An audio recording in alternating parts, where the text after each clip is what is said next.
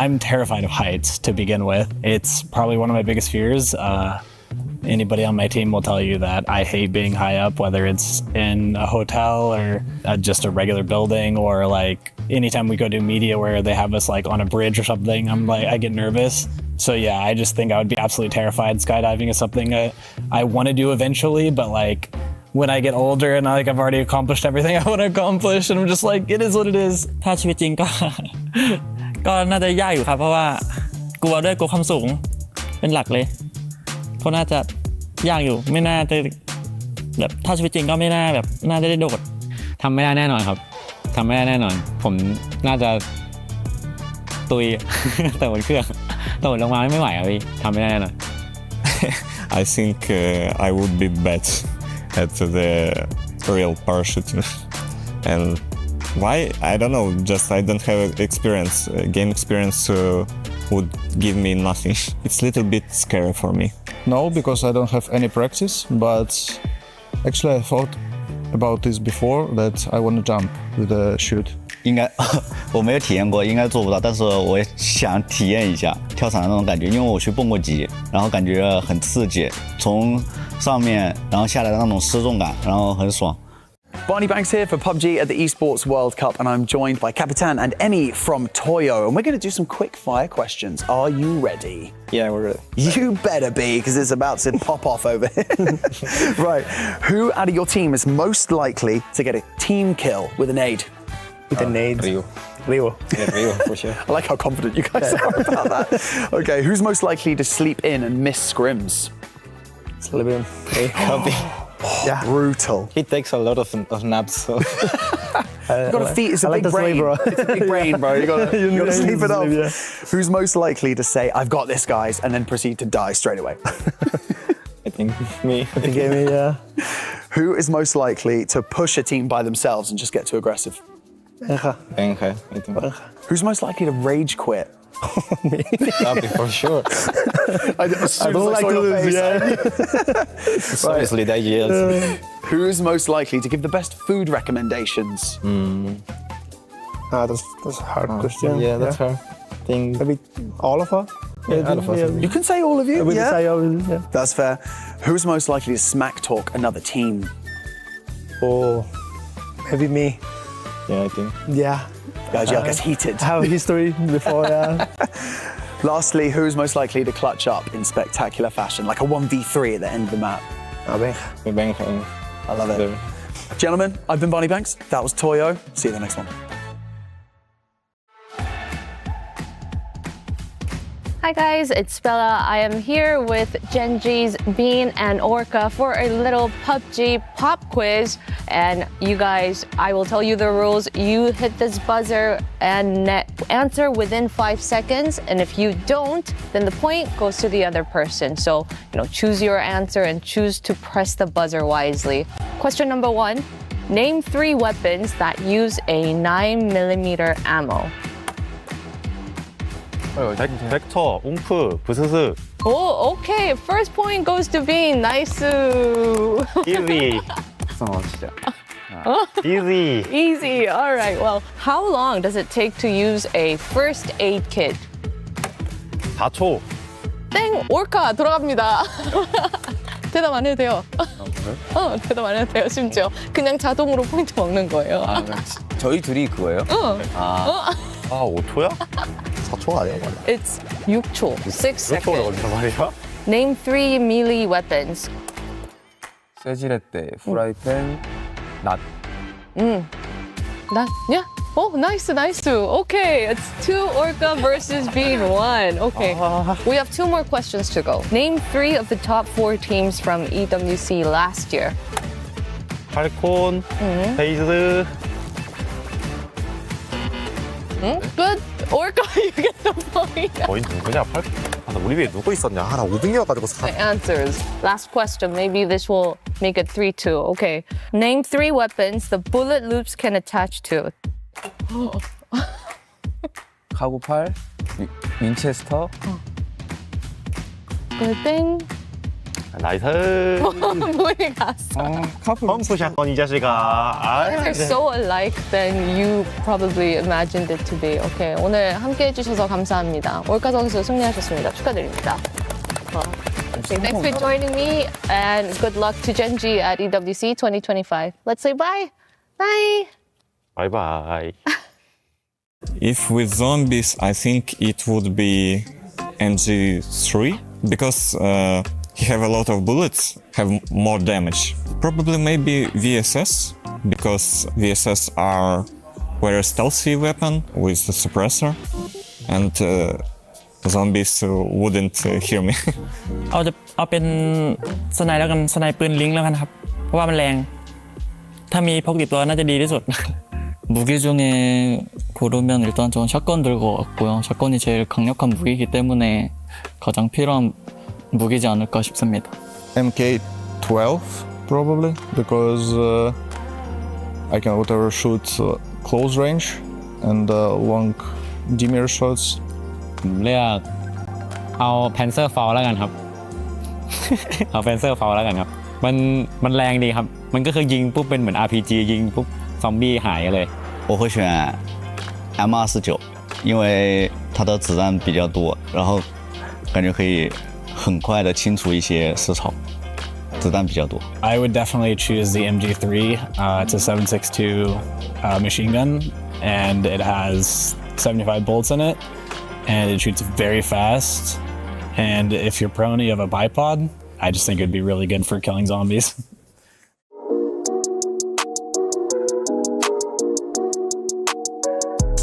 Hey everyone, it's Kalaris here for PUBG at the Esports World Cup, and this time I am joined by 17 Gaming. We've got Xiaowu and Xiaobei here to talk about everything coming on.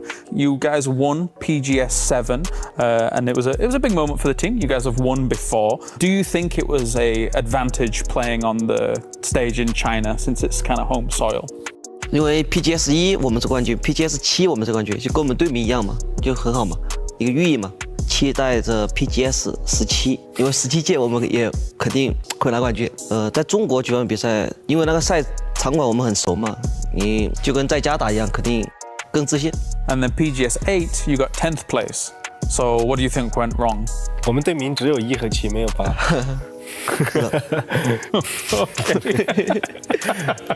Fair.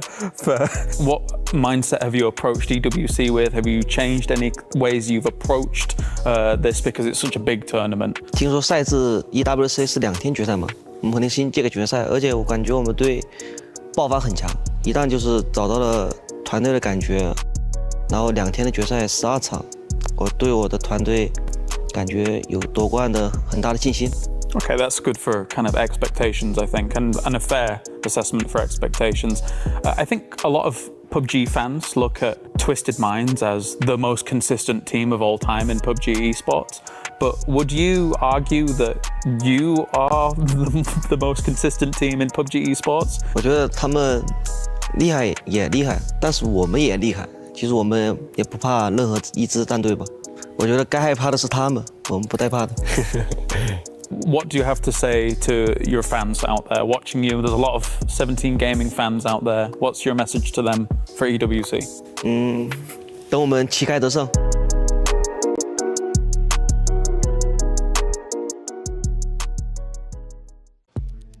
Not the specific map, but like something between Erangel and Weekendy, because like on Weekendy it's a lot of snow, and I'm living in Russia, and I really like the winters in Russia. So the summer is Erangel, and the winter is Weekendy. เอาเป็น Erangel แล้วกันครับเพราะเป็นแบบดูไม่ค่อยร้อนดีครับผมไม่ค่อยชอบอากาศร้อน I currently live on Miramar because I live in Las Vegas and it's a desert, and I do like it there, but it does get really hot. I would probably say Erangel because it just looks very nice. There's a lot of greenery and there's fields and I don't know, there's like a farm basically. It just kind of looks like a farm around the whole map, so I would probably choose Erangel. 现实生活中，如果让我选一张地图的话，我会选择艾伦格，因为艾伦格有宿舍楼，还有学校，看着比较繁华，然后感觉住在宿舍楼里面，然后比较大嘛，楼层比较高，然后感觉很压抑，然后下楼就去学校，然后里面还有篮球场什么的，可以放松一下。전 에란겔 고를 것 같고요. 왜냐면 주변에 물과 나무가 많기 때문에 그걸로 좀 생존을 잘할 수 있지 않을까 싶어서 에란겔 고르겠습니다. I think I actually lived before in one of the map because Erangel is prototype of Ukraine and I'm Ukrainian, so I would live on Erangel. ก็ขออยู่เป็นแมปอิเลนเกลแล้วกันครับแมปพีมอครับเพราะว่าเป็นเมืองที่เราถนัดที่สุดแล้วเราลงมาตั้งแต่แข่งจนมาถึงปัจจุบันนี้เราก็อยู่เมืองนี้รักเมืองนี้ครับ Hi guys, I'm here at the EWC official merch store to see what is packed here, and as soon as I enter, I see these beautiful t-shirts, black, sand, white, you name it, and it's here. To be honest, I am a practical girl, so my pick would be this sandy hoodie. I love this, and well, I know you sock collectors are out there, so make sure to come and grab your sock collection. It's kind of cute. We have the keys and the mascot doll, some bags, some pants, some towels, you name it, it's all in here. And to the right, I could see some beautiful, cute hats. And hey guys, I'll try one for you. This is Swag Bella. Well, the dolls and the hats aside, my favorite part of this store would hands down be the beautiful golden snowball. Here's a closer look. And look, boop, boop, boop. It's raining golden glitter. How miraculous is this? Since we can't all be pro gamers, we could take a snowball home, and make sure to come stop by here at the EWC official merch store and get your fair share.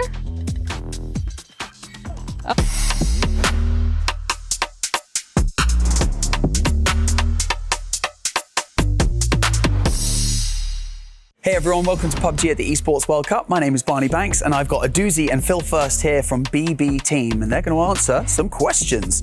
Guys, I feel like the biggest thing to first and foremost talk about is you guys were overdue a major LAN victory and you guys got it at PGS 8. So first of all, congratulations. I feel like this is the kicker, right? It can go one of two ways now. So in one way, it's like a weight off your shoulders now and you're like, oh, we've got that major LAN victory. Now we can get momentum going into the next tournament. Or you get added pressure to perform at every single event that you go into now because everyone's watching you as champions. Which way do you think it's going to go, Aduzi? I think usually for everyone it's going to be add more pressure, but not for us because I already told to my boys like we have to forget it because it was like 3 months ago and it's we already celebrated. So that doesn't mean anything because everyone still keep playing, keep practicing, and we just have to think about new tournaments. When we're coming to the LAN tournaments, we're not expecting to win a tournament or like dreaming about the championship. We're just playing our game, doing what we practice at home, and like watching the result at the finish of the tournament. That's it. Ice cold, I like it. Now, thinking about the next tournament, we're here. It's EWC. This is the next major event. Do you feel that the improvements that you guys have had over the past year, because let's face it, 14th place last year, EWC, it's not what you guys wanted, but now you're on a roll and you're performing really well. What do you think is the reason for all of this improvement for you guys as a team? I think the key thing we changed the player. Because like a year ago here we was in different roster, we like had another player, so now with new player we feeling better. He's like fit our team pretty well. Are there any teams that you feel like, oh, they could be pretty difficult if we run into them? I know you play them throughout the year, but you know, who are you looking out for? I think DNF from Korea, they actually just dominated the region.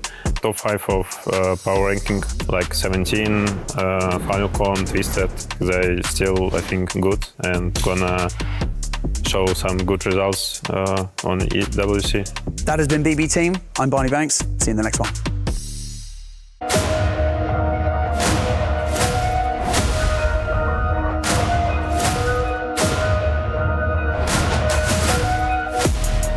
Welcome to PUBG at the Esports World Cup. My name is Barney Banks and I am joined by Toyo Esports over here. I've got Capitan and Emmy joining me. How you guys doing? Hi, we're fine. Really good? Yeah. How was traveling in? How are you feeling? Yeah, it's a long trip, but fun. You're happy to be here? Yeah. Yeah, we're so happy to be here. Second time, so. I want to know a bit about the lore of the team, the history of the team. How did this roster form? The roster formed principally with Emmy and Benja. They formed with Toyo a team. After a few weeks, a few months in another team, like us two in Bestia, we decided to form a Toyo with Pipa, and after a few weeks we changed it with Riyadh. So we are like a fresh team with Riyadh and qualified to EWC, our first tournament together, so pretty amazing. Exciting times. Emmy, typically you guys have been known as like a contender team, but then you've come into EWC. The improvement over the past year has been amazing. What do you think has been the key thing that has been the source of all of this improvement for your team? Yeah, I think it's been the hard work. Like, we put so much hours into the bot reviews and everything, so the discipline is really good on the team, so I think that's the key. So now that you're here, you're at EWC, we've got the best teams from around the world, right? So what are your expectations coming into this tournament for yourselves? Like, how are you guys feeling about the competition? Like, Capitan, what do you think? Yeah, we think we need to do a step for step. Like, our goal now is only qualify to finals. After that, the next goal, who's winning it, obviously. We are a strong team in the game, so we are very confident to this tournament. And coming into this tournament, Emmy, you know, there's obviously a lot of teams from around the world that I'm sure you've come across a lot of them before as well, but are there any teams in particular that you guys are like, okay, like they're dropping near us, we're kind of like, do we push, do we get aggressive, do we avoid? Like, you know, all of you guys have the ability, but is there always a thing like in the back of your mind, like let's be careful with our approach? Yeah, I think in the game, we're going to be careful with the Vietnamese team. I think they are the most aggressive ones, so you have to be careful, you have to be like watching at every angle, so I think they are one of the strongest and the most aggressive teams. So. Do you agree, Captain? Yeah, I agree. Very agree. They are aggressive, aren't they? They are aggressive too. It's going to be an exciting time. Guys, thanks so much for joining me. That's been Toyo Esports. I'm Barney Banks. See you in the next one.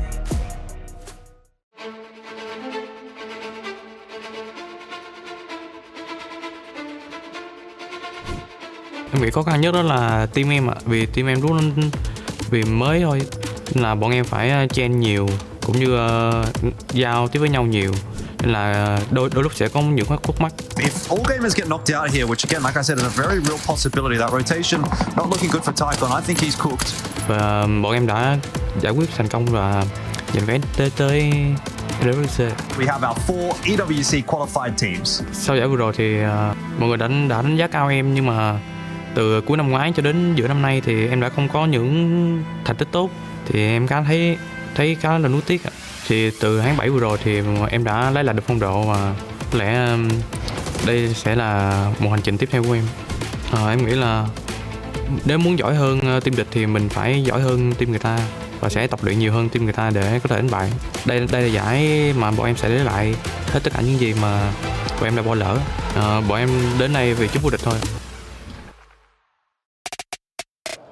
Hi guys, I'm standing with Team Falcons, Matt. Oh, Matt Kickstart, hello. Well, what a great end of the day. You guys are in the grand finals. You guys are qualified, giving us a mini heart attack. But, well, how was that for you? Just probably way worse for you guys. You know, honestly, we never stress, and we knew we were going to qualify. And as long as we make it to finals, I think we'll play great, and we've done that. So I think we're feeling good now. Well, you met all the teams that you'll be facing off tomorrow. Well, do you guys have an idea of what the approach is going to be like? Yeah, I think we prepare the most probably out of any team, and strategically probably the most prepared team. So I think we'll be expecting pretty much every other team doing what they're doing. So I think we're feeling good. All right, well, okay, do you have any last words you would like to say to the fans? Inshallah, the bird will repeat once again. All right, you heard it from the man. Good luck to you, okay? Good luck to Team Falcons. No competition is as ruthless as the Esports World Cup. Its trophy system is no exception. The Club Championship trophy, awarded to the one club that rose above the rest. and reign supreme across all EWC games. The Game Trophy. When a competitor closes their eyes, it's all they see. And it's not complete until it's sealed with a champion's key. Every participant earns a key engraved with their name. That's their right to compete. This year, returning champions hold a key unlike any other. Only one can place their key into the Game Trophy and become an EWC champion. The frame of the champion's key is embedded into the totem, a stone marker of legacy displaying every champion of the year. The keys of the eliminated will be crushed. The champions select 3 broken keys as a personal token, a reminder of who they have humbled. Beneath the totem, a resin block holds the remaining keys, a graveyard of fallen contenders. Will your dreams be broken or your name carved in gold and stone? At EWC, nothing is granted, everything is earned. Choose your talent. Porosaurus. The name is Toby. Avenger. Barney. Toffees. Godspeed. Paper Thin.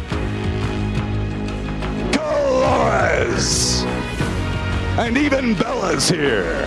And I am Matcham. Choose your fighter, choose your team. It is time for EWC PUBG Battlegrounds to kick off with its grand finals. Let's get it on.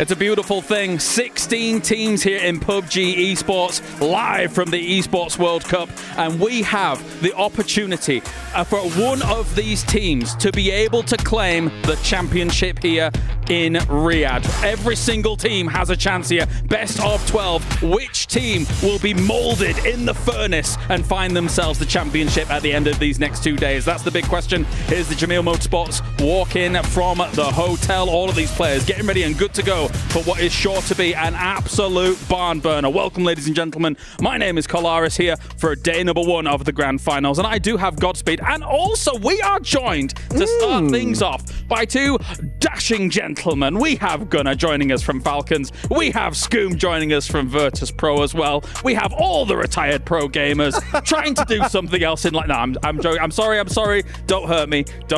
But Gunnar, Scoom, lovely to have you here. You too, Godspeed, I guess. Gunnar, I'm going to start off with you, my friend. Obviously, last year, you guys were able to take it all. The year before, you guys were able to take it all. Last year's group stage, 81 points. This year's 80 points. Is it all going to script? Is it all okay?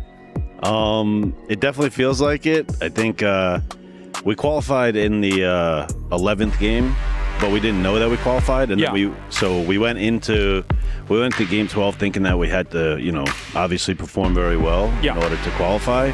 So we ended up winning the game, and then yesterday, kind of the same thing. We won the last game, and then we ended up in 8th place last year and this year. So, I'm kind of hoping history repeats itself in the finals as well. A three-peat for this roster would be amazing, and yourself, of course. Scoom, coming to you here for a moment, because did you feel like there was nerves about maybe qualifying into the final? I think Virtus.pro, for the most part, like you guys were, it felt like you guys started hot and really kind of didn't let go of that ball. What was it like from your perspective, and Nibby's, of course, as well?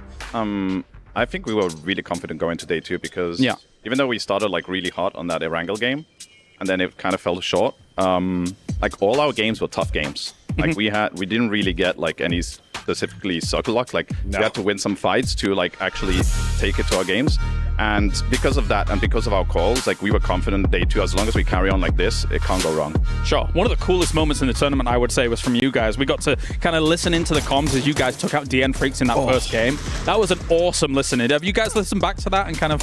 I mean, I was listening to it live, so I knew that the comms were really good. But they obviously went back and listened to it, and it was just super clean from the boys, so yeah. Yeah, I mean, it was some of the cleanest comms, and I mean, it was so fast how you guys dismantled them. I'm kind of going to ask you both this question, starting with you, Scoom, is, I mean, how do you feel about this Grand Finals lobby, right? With big teams missing, like BB Team, like Liquid, I mean, GK Esports, right? Even FN Ponchon, like, this is probably not the lobby we all expected. So, Scoom, how do you feel about just how it's unfolded and now looking at this heading into the Grand Finals? Yeah, I mean, in PUBG, unfortunately, there's always going to be upsets. Like, it happened last year with Twisted not qualifying. For sure. You know, Falcons not qualifying PGC when they were expected to. It just always happens, and it's just another day at the office, basically. Nothing really changes for us. Yeah. Owen? Yeah, same thing.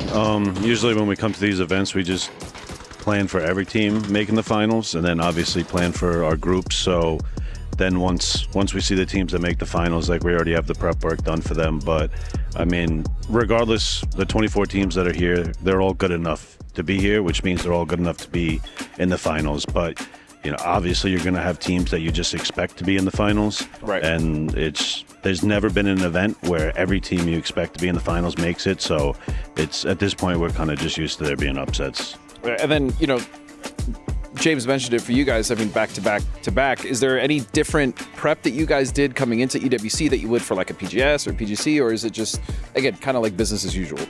Well, obviously, like, I wouldn't say we did like any more prep by really going into every event. Like, we try and really study the teams that loot around us. Sure. And just try and figure out ways to punish them or ways that they can punish us. But with the Esports World Cup, I'd say we definitely put in a lot of work, just like constant double blocking scrims. And we do that for PGS, but come Esports World Cup, it felt like there was like an extra boost to the team's morale to like really want to put in that work. Yeah, I mean, I remember even talking to Tig at PNC, and he's like, dude, our goal right now is just strictly EWC, and we want to make sure we win that. And then for you guys, I mean, you guys had an amazing pickup in Corexy, obviously an incredibly talented fragger. So, like, how has he kind of fit into the team and, like, the culture of what you guys are trying to build over there at VP? Yeah, I mean, adding Corexy obviously added a lot of more firepower to our team. And not only that, Corexy, I feel like he's really good at, like, doing the micro stuff that we kind of didn't have before. Like, he's just always filling the gaps, which is really good. Obviously, for us, we grinded a lot once we picked up Corexy because we wanted to implement him to everything. So as soon as we got him, like, we just went back to the basics and just did all the fundamentals with him. And he's still catching up to speed. Like, it's still not there yet, but I think it's gotten to a really strong point. Obviously, it's a best of 12 final. It's not something that we play often, right? Normally, we're playing best of 16s. Sorry, best of 18s, I should say. So I guess, Scoom, from your perspective, I opened the day with anybody could win this. What's your perspective here? Yeah, I mean, 12 games, it's anyone's pretty much, as long as we keep playing the way we are and you get a little bit of sucker luck, you can just roll with that and you can win it. I mean, that's how PUBG is. Yeah, I mean, Gunnar, you guys believe you're the best of 12 specialists. You've been able to do it before. Are you resting on those laurels as well here this time around? I mean, I don't know if we're like the best of 12 specialists, but I mean, obviously, historically, we've done pretty well in best of 12s. Yep. But yeah, I mean, it's just going to be the same thing for us. It should be for the other teams. Every game, you just have to try and maximize it because you just can't have too many 0-point games because other teams are just getting points, and you just don't have that third day where the magic can happen and you just have like 70 points. So there's just less games, so less room for error. Any final shot question, Godspeed? No, I'm just excited to see you boys play today. I think this lobby is going to be disgusting. I mean, it's going to be a great day of play, and thank you so much, guys, for joining us. Thanks for having us. Yeah, thank you very much. Appreciate it, gents. Thank you very much, Gunnar. Thank you very much, Scoom, for joining us here. Of course, as we've got lots to cover throughout here, the start of this for the Grand Finals. Before we do that, though, let's take a look back at the group stage and everything that happened. Man, we had an absolutely crazy group stage coming into EWC. It has just been popping off all over the place. We had ourselves a South American sandwich with Toyo at the bottom and Rock at top. Who was expecting that? Nobody. I mean, what a crazy performance they had with 2 tremendous days for Rock. Another team that surprised, CTG, having a huge day on the final day of the group stage. Wenbo putting up an MVP performance. I mean, Petrichor Road popping off, getting themselves qualified, and even having the Falcons in the very last game showing up seeming like maybe the three-peat is possible. No doubt about it. You're going to be considering the Falcons a contender. Some of the other teams like Twisted Minds, the DN Freaks, 17, going to be right in the mix. And then you had All Gamers Global, who stepped up huge, had the biggest point day out of anybody across the group stage. Himas is back, baby. I mean, that was just the group stage. We are just getting started. It's going to get even better from here on out. It's time for the grand finals. And of course, we have ourselves Avenger and Toffees joining back here after we got some nice little insights from some of our coaches. Some of the big names, of course, going to be trying to make their way through into the grand finals. Well, or at least do well in the grand finals, I should say. Let's take a look back at the Gadia top plays from the group stage as a whole here, Avenger, because we had wall-to-wall excellent PUBG already, and I'm ready for more. Yeah, I gotta say, yesterday, like, it was so exciting to watch how the teams were kind of popping off, and there's so many unexpected players, as you guys were pointing out. Like, anyone can take it. There are so many expected players that had some insane games, like Syntastico, obviously a standout, Rainbow a standout with, like, against some of the best teams in the world. Toffees?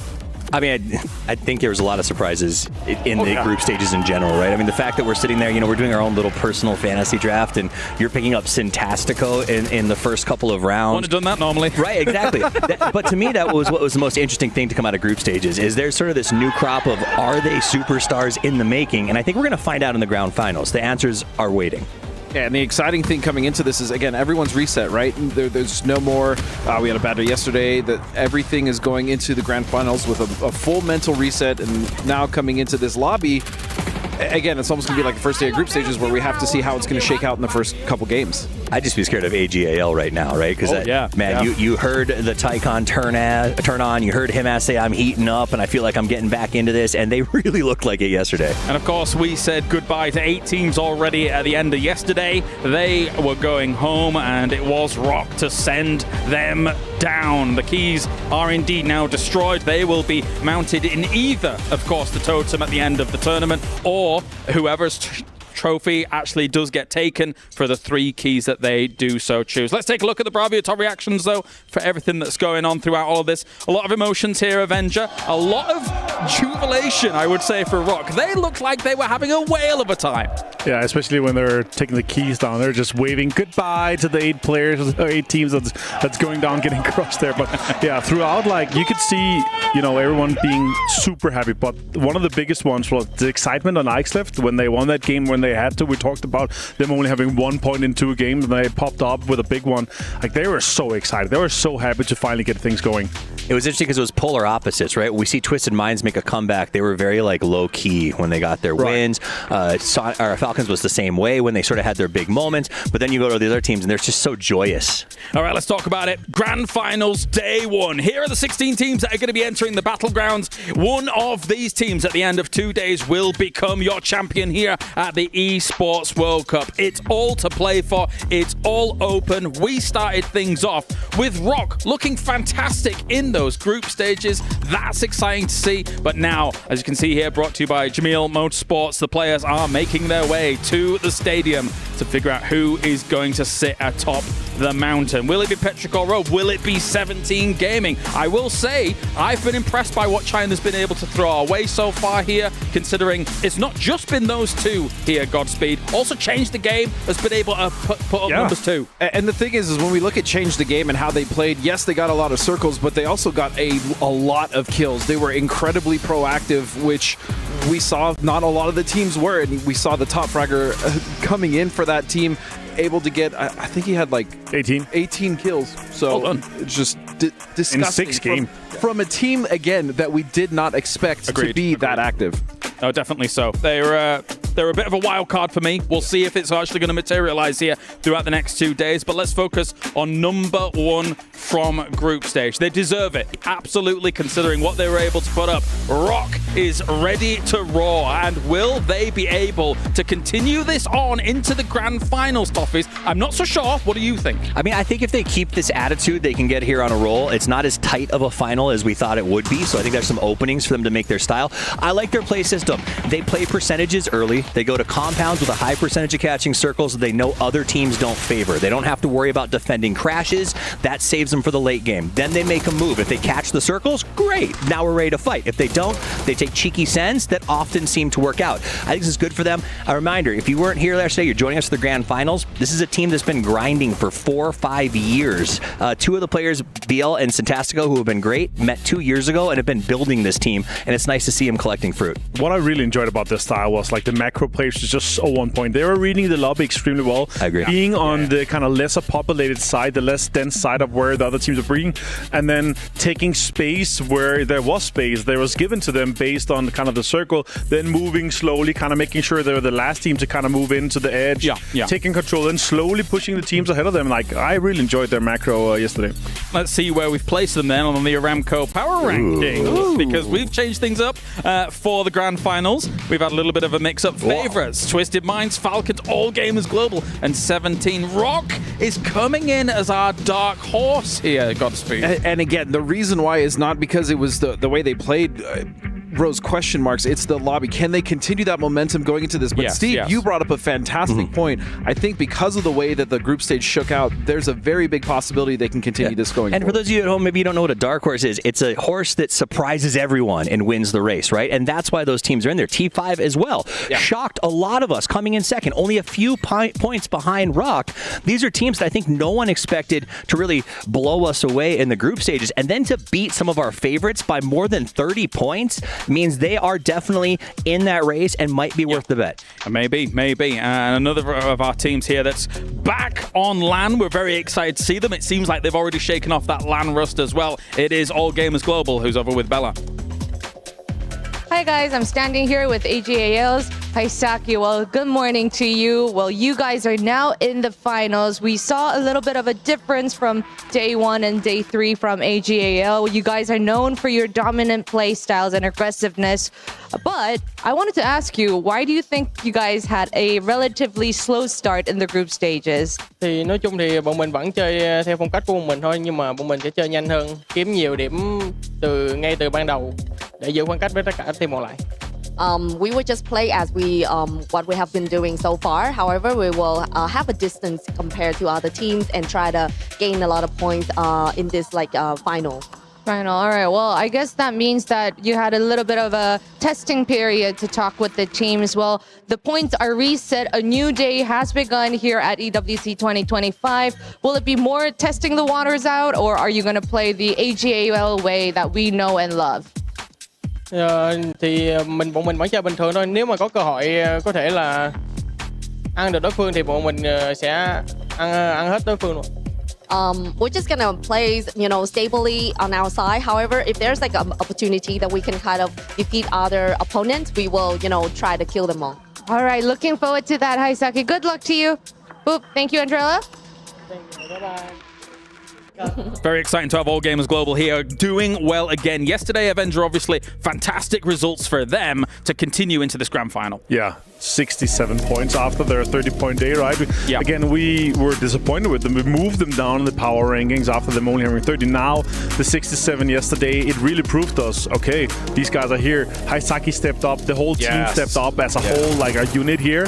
Sure, there were a few chances where it's like, okay, maybe it could have been better, but, even Destroy in the Rondo game was fantastic. But that's so we talked about yesterday with this team. Their 1-2 punch was there, right? Tycon and Himas popped up, but you got to have the footwork. You got to have the support. Yes, Haisaki turned on, but I'm just not seeing enough from Destroy. If they're going to take this championship, you need both feet moving one after another in synchronous action, and that's not what we're seeing from them at the moment. And there was a lot of hype coming into Destroy, right? Coming into this event. Haisaki, we always have known, has been just such a solid player for the team. He's very grounded. He's the support player.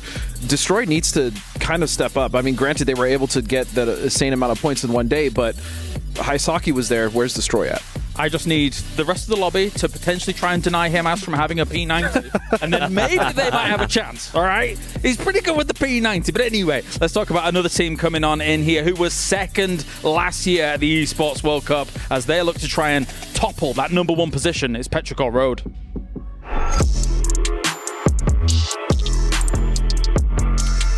Hey there, guys and girls. It's me, Kalaris, here for PUBG at the Esports World Cup. And with me, I have Ming as well as Ike's left from Petrichor Road, one of the challengers at the top. So let's ask them a few questions and see how things are going. So first things first, EWC 2024. You guys came second, narrowly missing out to Sonics, now Falcons. What was that like for you in the moment, and how was it being so close to just missing out on number one? 其实我们就打小组赛是第16名，就最后一名进去了。然后我们就是嘴上说了，就是到了决赛就怎么打也无所谓，就感觉什么成绩都能接受的那样子。就是在决赛拿倒数第一也无所谓嘛。但是真的就是到你就是能争冠还是差一点的时候，还是觉得会有点可惜吧。就 Okay, fair. And since then, Ike's left, you've kind of had mixed results here and there. Have you been happy with the performances over the last 12 months of the team? 个人来就是拿了一个联赛冠军嘛，但是在后面的 PCS 的系列上就是打得不是很理想嘛。但是我个人来说，我感觉其实还可以了，毕竟就是今年还没有结束嘛，还有年底的几个比较重要的比赛，就再往后看吧。Have you done any different preparations coming into this tournament because it is such a big stakes tournament? 那其实有特别大的，其实也没有吧，就是加强了一下，就是队伍内的训练啊。毕竟就对于我来说，就压力不是那么大。你看这个去年打世界杯、打 EWC 都没有进决赛了，那今天要是打不好的问题，肯定给他们就行了。其实像针对性的就没有吧，就像左哥说的，就我们平常加强了一些训练吧，然后尽量反正不要有太大压力吧，然后慢慢打好自己的就可以了。 As you can tell, it's a good job I'm fluent and I was able to understand everything that was going on there. No, but obviously the Petrichor Road guys were in good spirits about coming into this tournament, Avenger, and they do have the chops. I do think they are technically what should be a super team from China to be able to attain a number one spot. What I was hoping, though, with Ming coming into this roster here, though, was we're going to see the 2022 new heavy Ming alongside Ike's left with Nan and Chewy kind of supporting that roster rather than it being Ming make sure Ike's goes out and frags and he's the turret on the team still.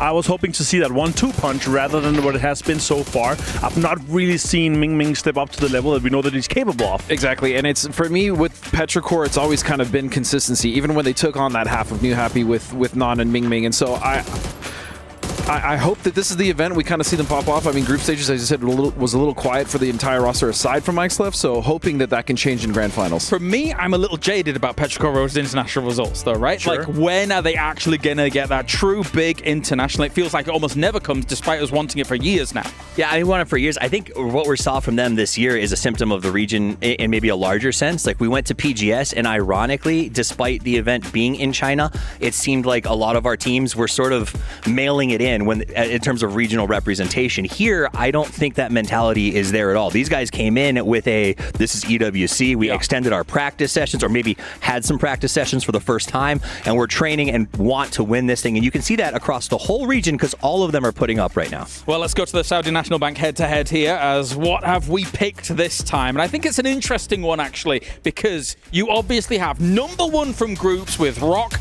going up against All Gamers Global. And this, for me, is a tale of two trajectories, Martin. I'm concerned that Rock might not be able to keep it up in the grand final, whereas it feels like All Gamers Global was going from strength to strength. I will say this as well, the way that the meta kind of shifts and how everything is like, it's such a level playing field when everyone starts from zero, right? Yeah, it changes so many aspects of the game and how everyone is kind of approaching it. Some teams coming in, we already played six games against someone that haven't played any yet.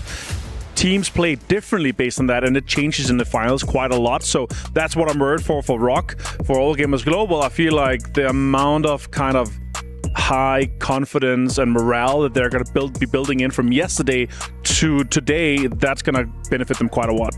Yeah, and you heard Gunnar talking about as well. Generally, they just kind of prepare for the teams that are going to be around them in a lobby, right? Yeah, and so with the way that this one is shaken out, with some of the big teams missing, I think it still leads opportunity, as you were saying, Steve, that Rock could very well still control the space they were able to occupy in the group stages. It's just a tale of two teams, right? We got one team that's built on aggression and one that's built on preservation, right? Rock's going to play careful. They're not going to take huge risks. They're going to come out when the time is right. AJL is going to be like, oh, are you limping? We're coming for these points. And so I think it's going to determine sort of the first couple games which of those teams' styles are going to work. I'm going to keep this question very short. Is Twisted Minds back? Avenger. should have thought of me because I was gonna say they're back, baby. I will say this though, there's a lot of pressure on them, right? Because I feel like this is a time for them where it's like, okay, PGS didn't look great last year. Here wasn't great. Like the pressure and the expectations, both from the organization side of things to themselves, like we gotta do big things. Like as I said in one of the earlier pre-stages we had here, it's like Batulin says, like we're not stopping after one big championship. We want to prove that we are one of the best teams in the world, if not the best, through PUBG times. Godspeed. They looked good in group stages, so I think, yeah. I think that they are, we talked about since they started adding new patches in, have they been adapting? They have. Batulin used a glider to scout in the last, right? I mean, but that's my point, is like they're a traditionalist team, and we're seeing them step outside their normal tradition, and it's working. So yes, are they back? I'm with Martin. They're back, baby. Okay, I guess the next question is it the three-peat? And I'll start with the Emery Bros. Mr. Toffees. All right. Please. Statistically, highly unlikely, right? To win this 3 times would be absolutely wild. That said, the Falcons look good. They've got the support. They got the physios. They got the mental coach. They got everything they need to win this. Yeah. And now that Liquid's out, Liquid and me no longer friends. Falcon and me, friends forever. That's rough. You're just a one and done as soon as it's just cut off. Cast to the curb.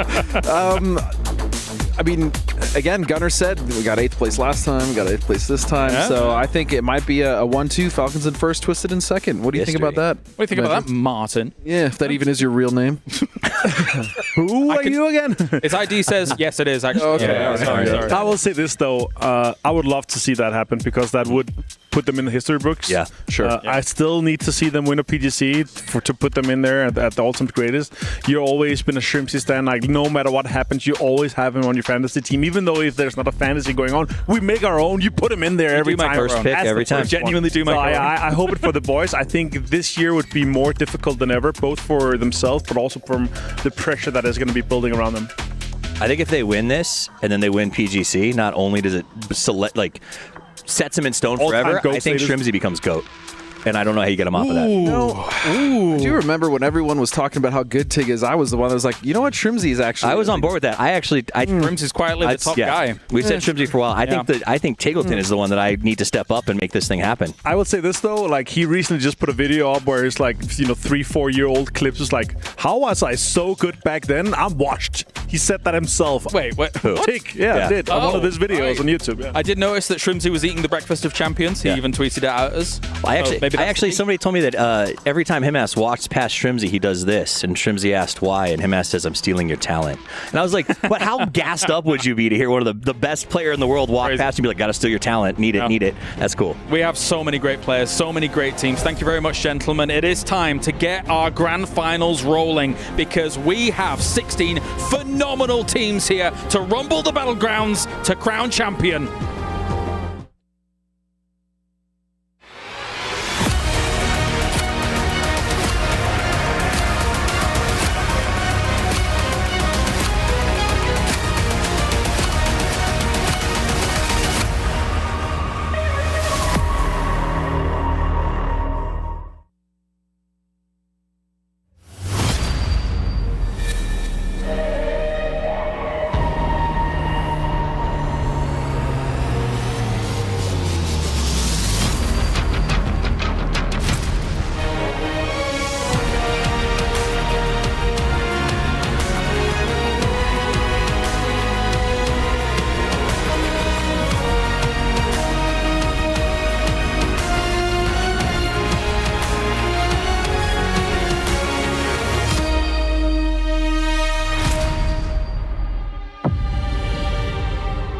Teams have had their keys crushed along with their hopes and dreams of staying in this competition.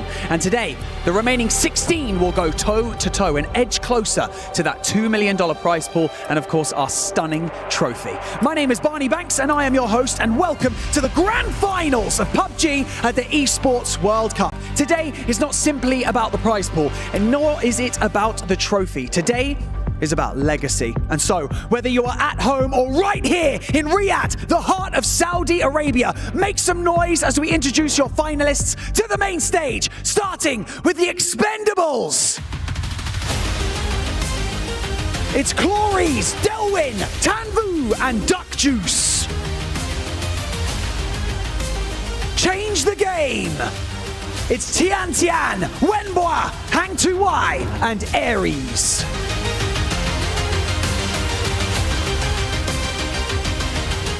Gen.G. They are Tosi, Bean, Orca, and Flame. All Gamers Global. They are Himas, Haisaki, Taikon, and Destroy.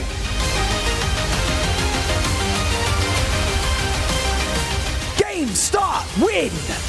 They are CC, Ming, AZ, and Xiaotong. Toyo. They are Capitan, Emi, Benha, and Rivo.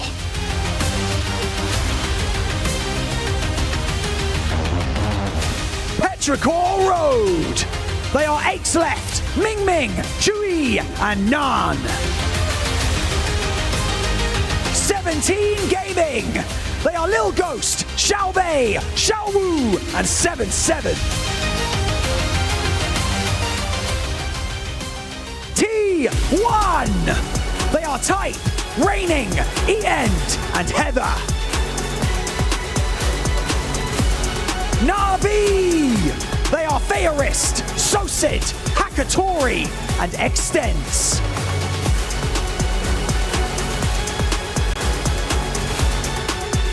DN Freaks.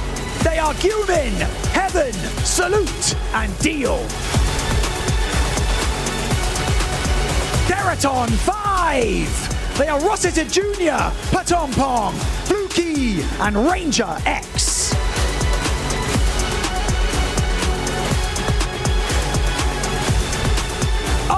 ROC Esports.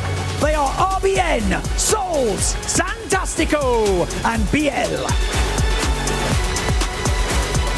Virtus.pro. They are Lucarux, Nixie, Beanie, and Correxy. Twisted Minds. They are Batulins, Lou, Perfectix, and Example. And finally, your reigning club champions. They are Team Falcons. It's Shrimsy, Kickstart, H-Win, and Tiggleton.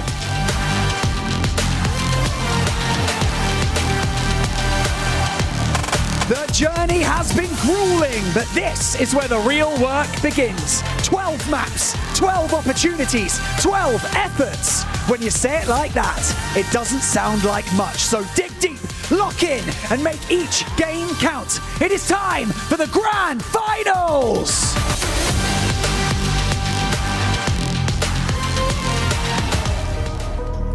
A lot of surprises in there, but you can't really say you're surprised about anything at this point because all of them have proved time and time again. And this is their final chance. Can they clutch it up in this moment? If there's one thing that we haven't seen during the group stage that I really want to see happen, it's got to be Falcons. Falcons, for me, this is their event. And whenever we look at what's going on with the club championship, Liquid's presently got the lead on it. If Falcons want to try to usurp that position, it's going to be on the PUBG team to really pop off in the grand final. Anything I want to say about the group stage? All I got to say is just respect to Rock, man. Nobody expected it. I mean, we're seeing teams that we didn't expect much from that are really producing at levels before that we've never seen. We're going to go into this last game with multiple teams that have a shot at the win. So make sure you guys watch every single game and tune in all the way to the end because it is going to be an absolute barn burner.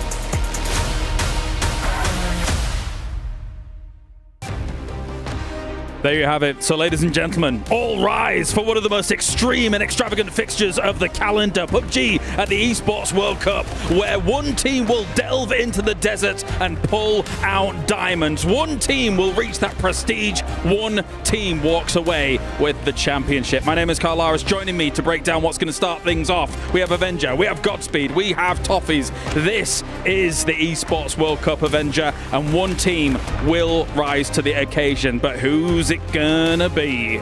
Yeah, that's the big question. That's what we're all here for, waiting for, looking for. We've got 12 games to decide things here. Like, I'm so excited. Last year, Petrichor Road had 2 0-point games. They can't do that again here if they want to contest the very top. They got second place. Falcons had 1 bad game, one 1-point game, and they won the whole thing.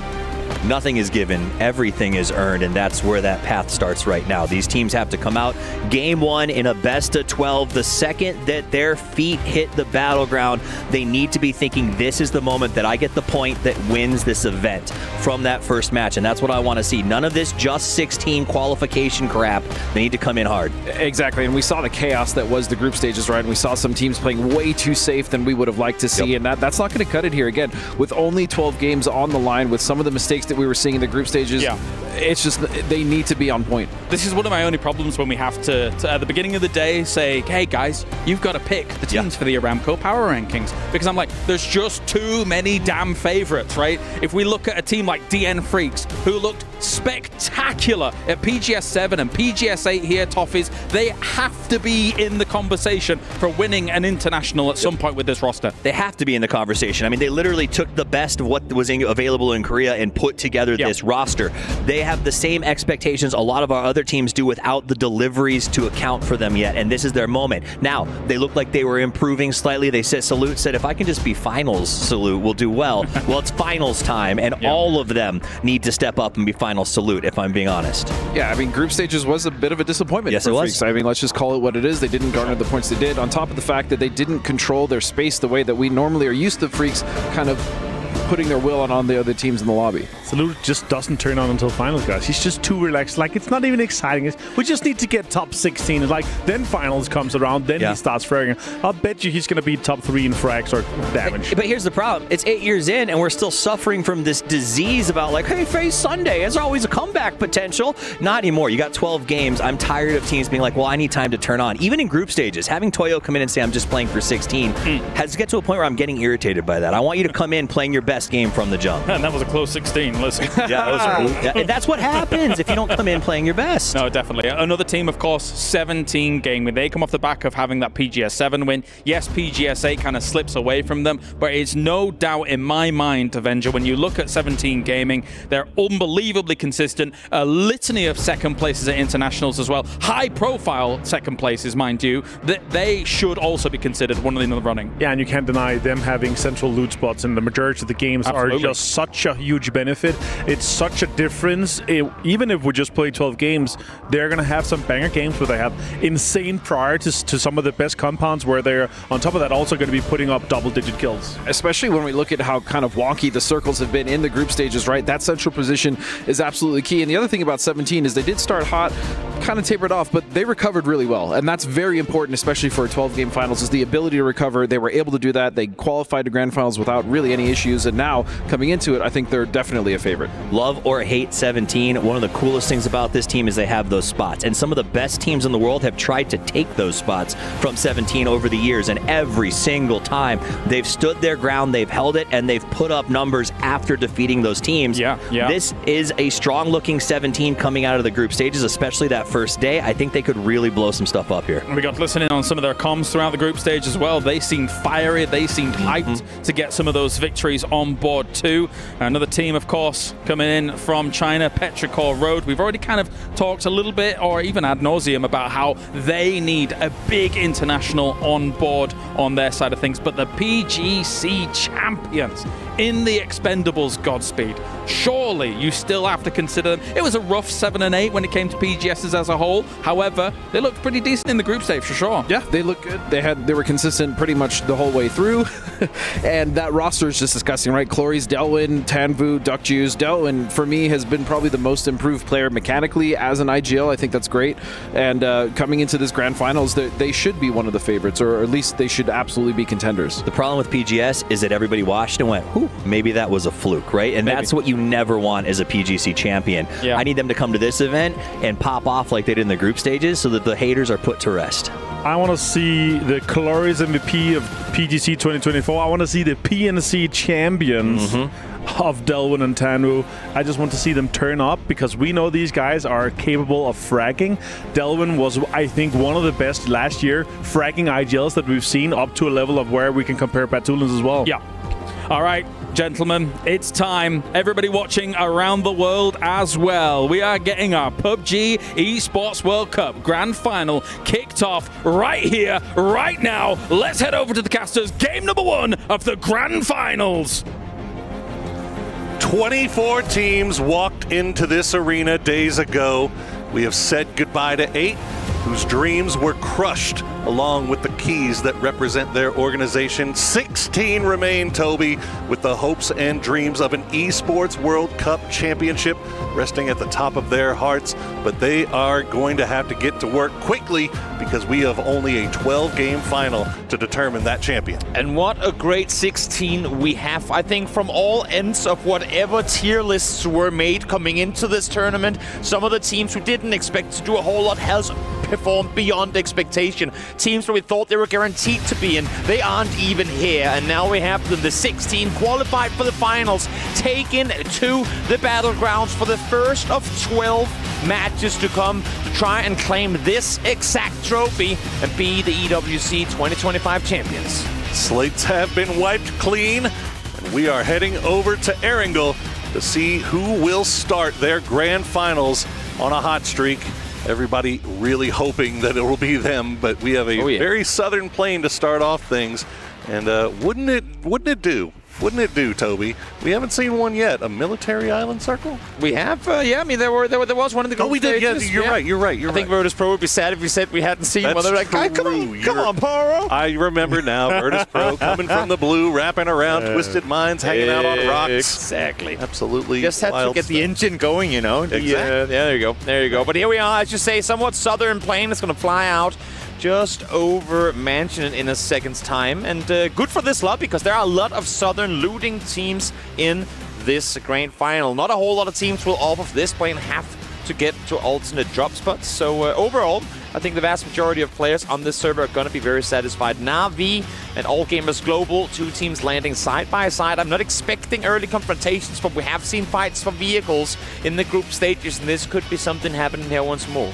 Yeah, that southern coast looking very populated. Also a very wide 2-2 split here from our defending, back-to-back defending EWC champions team Falcons. I know they've got a lot of fans in the building rooting for them right now.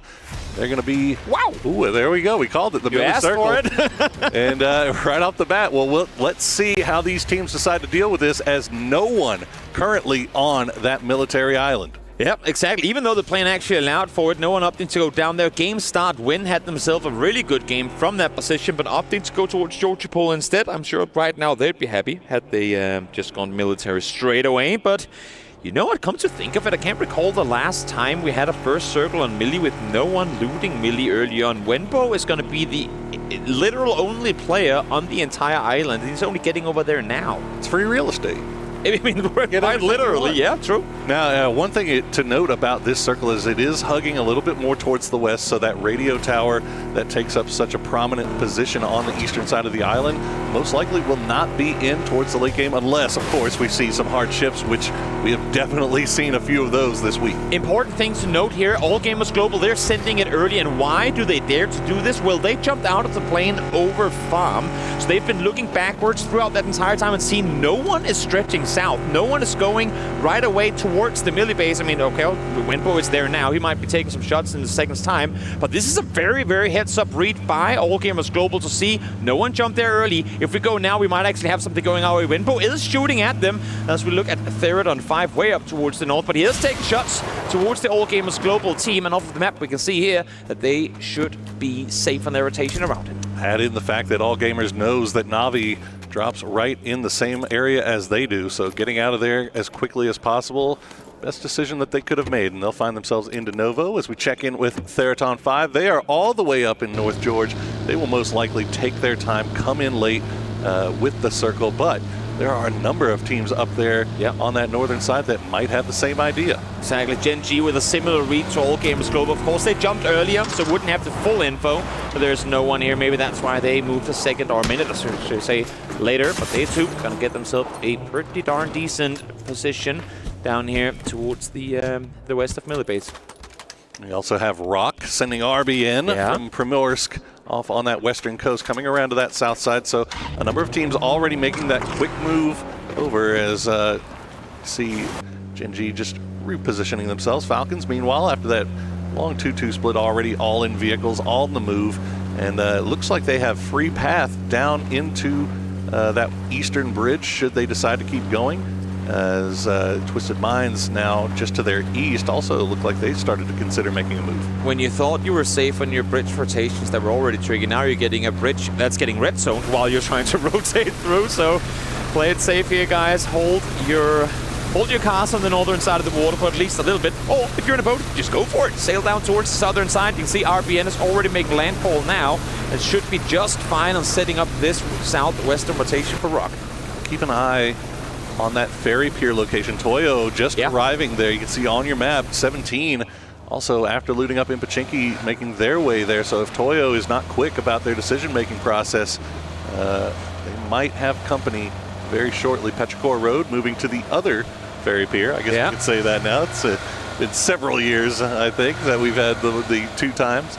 But Navi has been sticking around. Navi has not made that move. Navi looks to be I would say, maybe camping and waiting to see who will come up. Yeah. And here it is, Petrichor Road going to be the first one to arrive. Exactly. They're split 2-2. I think Navi right now is in a position from where they might actually opt to stay north of the water with this first circle pop. But as long as they know we have the coastline, we can always jump in the water and swim across if need be. For now, we lock down the vehicle, or the boat down in this this port, I should say, west of Milta, west of Farm. We lock down the boat so we have a transition opportunity. But for now, you know what? Let's stay, because if the circle swings back north, they are almost guaranteed placement points. Lots of motion, lots of movement going around here. That's very interesting stuff on how these teams are trying to approach this military circle in game 1. Nobody wants to be the first team out. They don't want to go out with that 0 on the score sheet.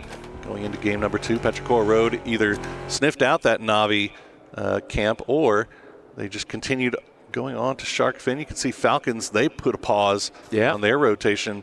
They will see Twisted Minds making their way. They've already sent Lou. He's got a spot on the other side of the bridge, and that'll be a free and clear crossing for them. I think Falcons just exactly, they don't now they see the cars. Okay, and now they come over towards the roadside proper. Twisted Minds on their rotation, beating Petrichor and Falcons to it, of course, with Lou on the other side, as you said. It's pretty straightforward to make the transition happen. All Gamers Global have opted to set up in Novo as well, so no one taking the radio tower, at least not yet, as a new red zone pops, leaving Yasnaya going straight down towards the military base. Yeah, change the game, setting up shop in that C block. And here's what we were waiting for. The first E pickup to get popped is going to be T1 up in Yasnaya. How does Type not have more ammo? They've been here for the better part of 6 minutes. He had no spare bullets for his 5.5s at all. Maybe they're in the car. Maybe he left them somewhere to pick up the emergency pickup. I'm not sure, but my man gets some ammo because your helicopter is coming. I'm guessing the e-pickup thing. I think we've all been there. We've all been there in the past where you've had to drop half of your inventory just to be able to pick up that e-pickup and pop it. But we'll see where T1 decides to go. They are the plane path, helicopter path that they're taking is favoring that western side of the island, which there's still some places left for them to play here. That high ground hill being the most notable. The only threat for them right now is, of course, coming down early, which I say because they're going to be over military before the new circle pops. If they land up on the Granny Tower on the western hill and the circle goes anywhere away from that, they don't come with vehicles. They have very limited rotation opportunities from there, unless if they do the double E pickup there on 5 style where they pack an extra one to bring it along. But we'll see what's in the playbook, what's the call going to be for T1 when they do make it down to the south. Speaking of third on 5, Virtus.pro looks like they might be doing a little bit of hunting. Yeah, waiting. It might be Wabbit season, as they have camped themselves in position by those bridges. Let's see if Theraton 5 has got their good eyes on today, as we see T1 making their way through the skies, just now approaching the river. Definitely. All game was global, parked here on the southern side. I think Rock Santastico could have been the one taking a couple of shots towards Hayasaki, and now they're leaving, making their way back down towards the southwestern coastline. So smart on them to have a place to back off to. Yeah, level 1 helmet, not a whole lot to work with. And there you go, look at the kill feed. Nixie able to find Rossiter Jr. VP off to a good start, sprung the trap, and it worked out perfectly for them. Sure did. Maybe the best news for Theraton 5 is they only lose one in that. True. As, I mean, it's... It's not great losing somebody early, of course. Well, Ranger X will spot that out. He's going to put himself in a position to maybe take a few shots over in this direction. Correxy's still holding that northern side, that northern angle. 9 first states. Yeah. We know what the spread is. If you've ever watched a single game of Virtus.pro, you know that they're going to have a lot of first aids. That is a quick pick and flush. Yep. And there goes Rossiter Jr. And you can see T5, they're waiting around now as well. They want their teammate back in the game, of course, with the blue chip. Get him back on his feet, get him back on the server. Smart on them to wait this one out. Well, T1 did pop that esports pickup, but the emergency pickup rather. But instead of going to the high ground, they opt to go into the western side of military base proper, and as a result, they are gonna lose Raining early on. The rest of the gang still trying to reach ground, and it looks like for the time being, they will find safety in this dip, but they do lose a member early. That is rough sledding here as we wait and see where Circle 2 will take us. Definitely scary times for them. Game start win is going to be in the air. Let's see, Circle 2, are we committing to the island? Yes, we are. Everyone on the northern side now going to wrap on over. Falcons already on the move as well. Looks like Pathampong may have been able to, okay, never mind. He's not stopping at the revive station. They may have been able to pick him up as we see the fight now popping off between Falcons and Petrichor Road on the bridge. Shrimzy going to go down early here. Tickleton and Kickstart on this side. H-Win on the far side of the bridge, so only a duo here to take on the full strength of Petrichor Road. Yeah, exactly. A little awkward timing on their rotation on over. I'm not sure if Falcons thought that maybe Navi they were playing on the backside, but yeah, as you're saying, Navi come down this way too. I think they were opting to go for the boat, but then they realized, wait, Freak's actually coming in from behind us. It's too dangerous to just hop on down and hope for the best and crossing over. So Navi forced to go eastbound. Little do they know there's 2 teams fighting in front of them. Little rock there. That's fine. Meanwhile, that western bridge looks pretty safe, so the Expendables should have a pretty free, clear spot over his own. Yeah, that sucks. Shrimzy just immediately coming up over the top. Great spray from Nan. But putting the Falcons on the back foot, but Petrichor Road, they cannot stick around here forever. They got to be very careful about how they approach this, as Navi just on the other side. You can see them just off in the distance. It's awkward timing, right? I mean, because Navi, I don't think Navi has any plans of even third-partying this if they get a chance to. They want to get over. They want to, like, their only idea right now is to cross and preferably avoid this whole conversation. If they knew what was going on over here to more extent than the info that they have over the kill feed, they were probably swimming as we speak. But opting to stick around, and that's going to force Freaks to stay too. Kickstart with the mini will land shots onto Ike's left. Go for the aggressive grenade here. He's got Tickleton backing him up, trying to cause a distraction, but Tig's going to go down to half HP. The grenade falling just a little bit shy. And now Kickstart is the forward man. But, oh, that's a great grenade. Great read from Petrichor to know that somebody is right on the other side of the hill from them. H1 is sprinting towards him, trying to come to their aid, but he's simply too far away to have an impact right now. Tiggleton goes down. They know it's just one player left on this side of the bridge, and he's going to be taken down as well as he finds one more. Ike's left while getting yeeted towards the water will be just fine.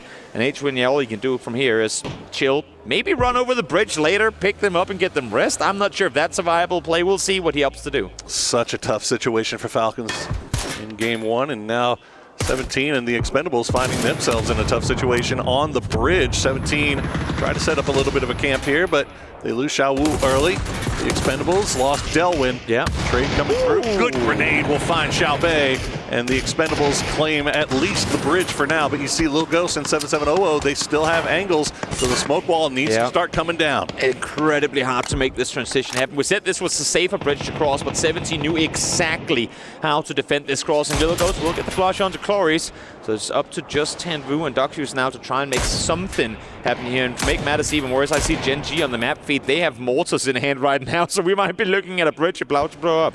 I say, it looked like 17 was committing to the compound just off to the east there, but immediately, as soon as they saw the Expendables starting to make their way across the bridge, they put themselves in position to do a little bit of camping here. And they managed to pick up 2, but unfortunately, losing 2 of their own. So west new circle pops again are going to go west, and that's good news for the majority of the teams in this lobby. But you see all the business that we have still going off on the eastern side.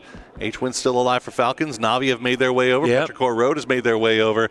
Virtus.pro now the next one to arrive, and Theraton 5 are hovering around in the farm, eating a little bit more blue zone. And to go back to what I was saying before, H-Win actually is running north. He's running, I believe, to go up and get his teammates back in the game. They can do so until the 24-minute mark, so there is a chance for him to get at least some of his players back in the game. But of course, he's on foot, doesn't have a vehicle, and to make matters even worse, here comes Virtus.pro. Oh, they see him though. Oh, and they knew the timing couldn't be any worse. Oh, how unlucky is that? H-Win trying to play the hero for Falcons here.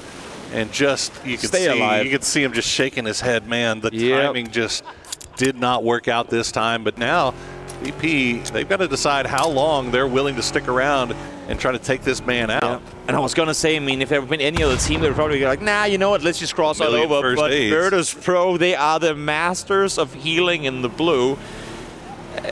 Do they go for it or do they not? I mean, there's, again, it's phase 3. You have to go west side melee. They might just be crossing. And you know what? They think there's more than one guy in this position. I mean, they have no information. Exactly. They don't know it's if it's H-Fin. Of course, if they did, they would just send 4 guys down and find him. But for them, this is causing them to try and redo their decision. Looks like Duck Shoes was able to pick up the chips from his fallen teammates. And he sends it back over to the ferry pier to get them back. But where do they go? There's a lot of real estate, a couple of compounds that they can still find themselves on here on the northwestern side of the circle. Definitely. It depends if they were ever in a position to scout that out. It might just be a blind send, but we'll see. VP does end up crossing that bridge and leaving H-Win to his own devices. Theraton 5, meanwhile, they'll pop their chip. They will get their fallen man back on his feet. As we see Virtus.pro still eating a little bit more blue zone damage, hugging that northern side of the island. I mean, we're phase 3 closing in. We have 6 teams that are still outside the circle. Some barely, I mean, not even on the Millie Island at all. You can tell how careful they're wanting to be. Exactly. Because, I mean, and that's, again, very much a factor of the blue chip, the rest opportunity now being a factor in this game. So the entire western part of this third circle is completely free outside of Toyo. Oh, no. Well, 17 did finally take out Tanvu, who was hiding out on the bridge, but now they are rewarded for their diligence by getting backfilled by the Freaks. But the Freaks now have to keep an eye out on their eastern side as well, as Navi has arrived and Virtus.pro right in their tails. Exactly. It's an EMEA race towards the north side of this circle, and I'm not sure Navi is away. If they stop here and fight, they are going to be in trouble, because as you're saying, Virtus.pro is backfilling them right here. Circle 4 is going to pop. It's going to go further center towards the south. This is going to be chaotic. So is an extends already down. And there you go. You see the revive helicopter coming through. So there's 2 members of the Expendables and 1 Rossida Jr.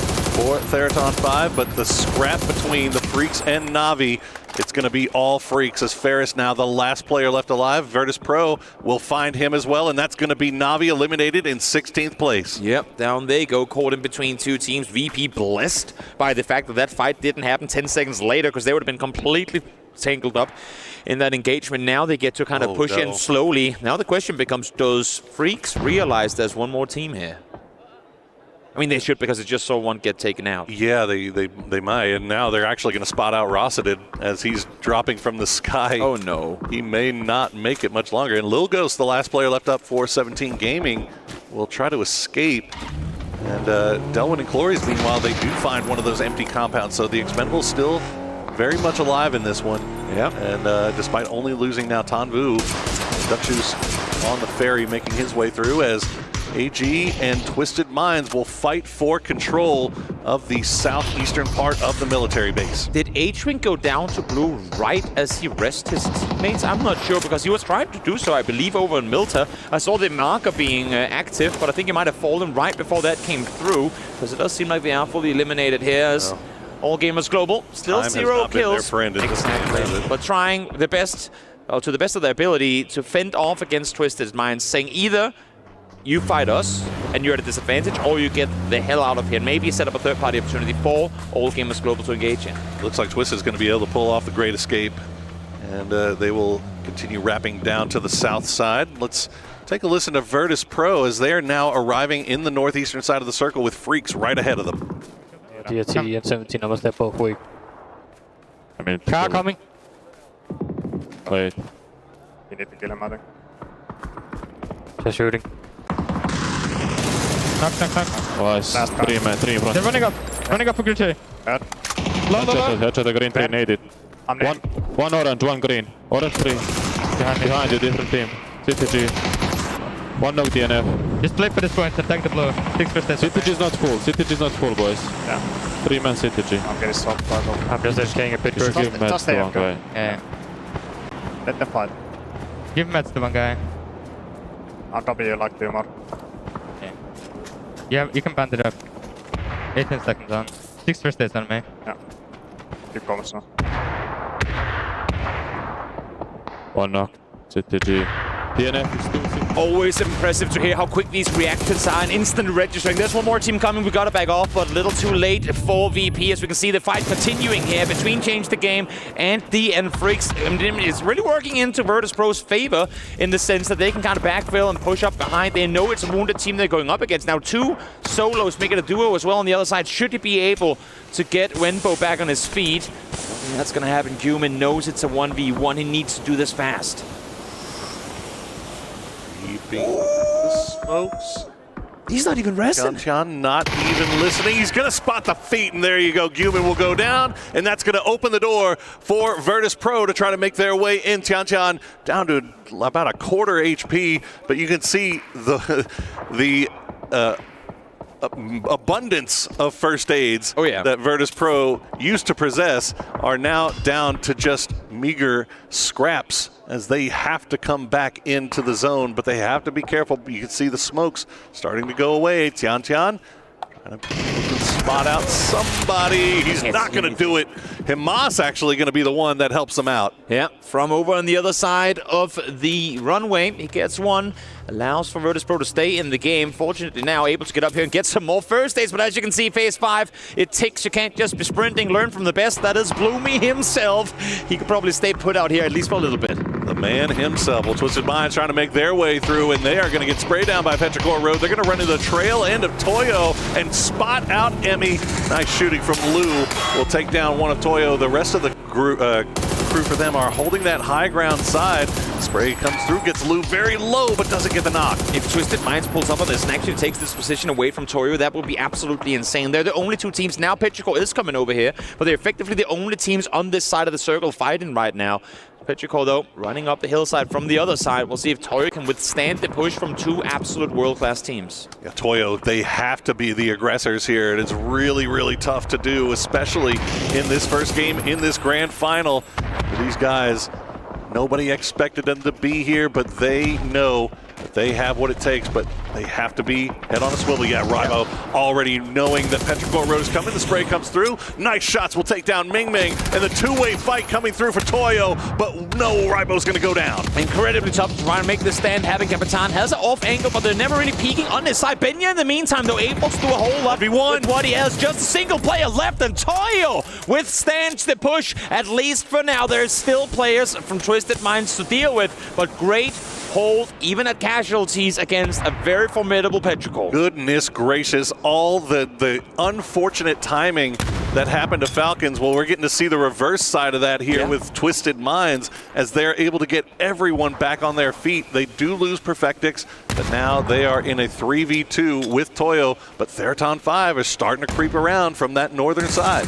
Yep, see example using the smoke, also the shadow of the player down there on the ground to try and tell where the opponent was, not want to overpush this one. They know the rest has come through, but Tulans now frontlining this one, trying to see if they can get the isolated angles. They're doing a great job right now, Twisted, at kind of clinically pushing forward, not allowing anything up for chance. Issue is they have T5 wrapping up behind them. They got to be fast about this. They got to be quick, and the circle has popped. It's going to go away from here, back off to the east. Toyo doing everything they can to slow things down by retreating into the hard cover, but it's not going to work.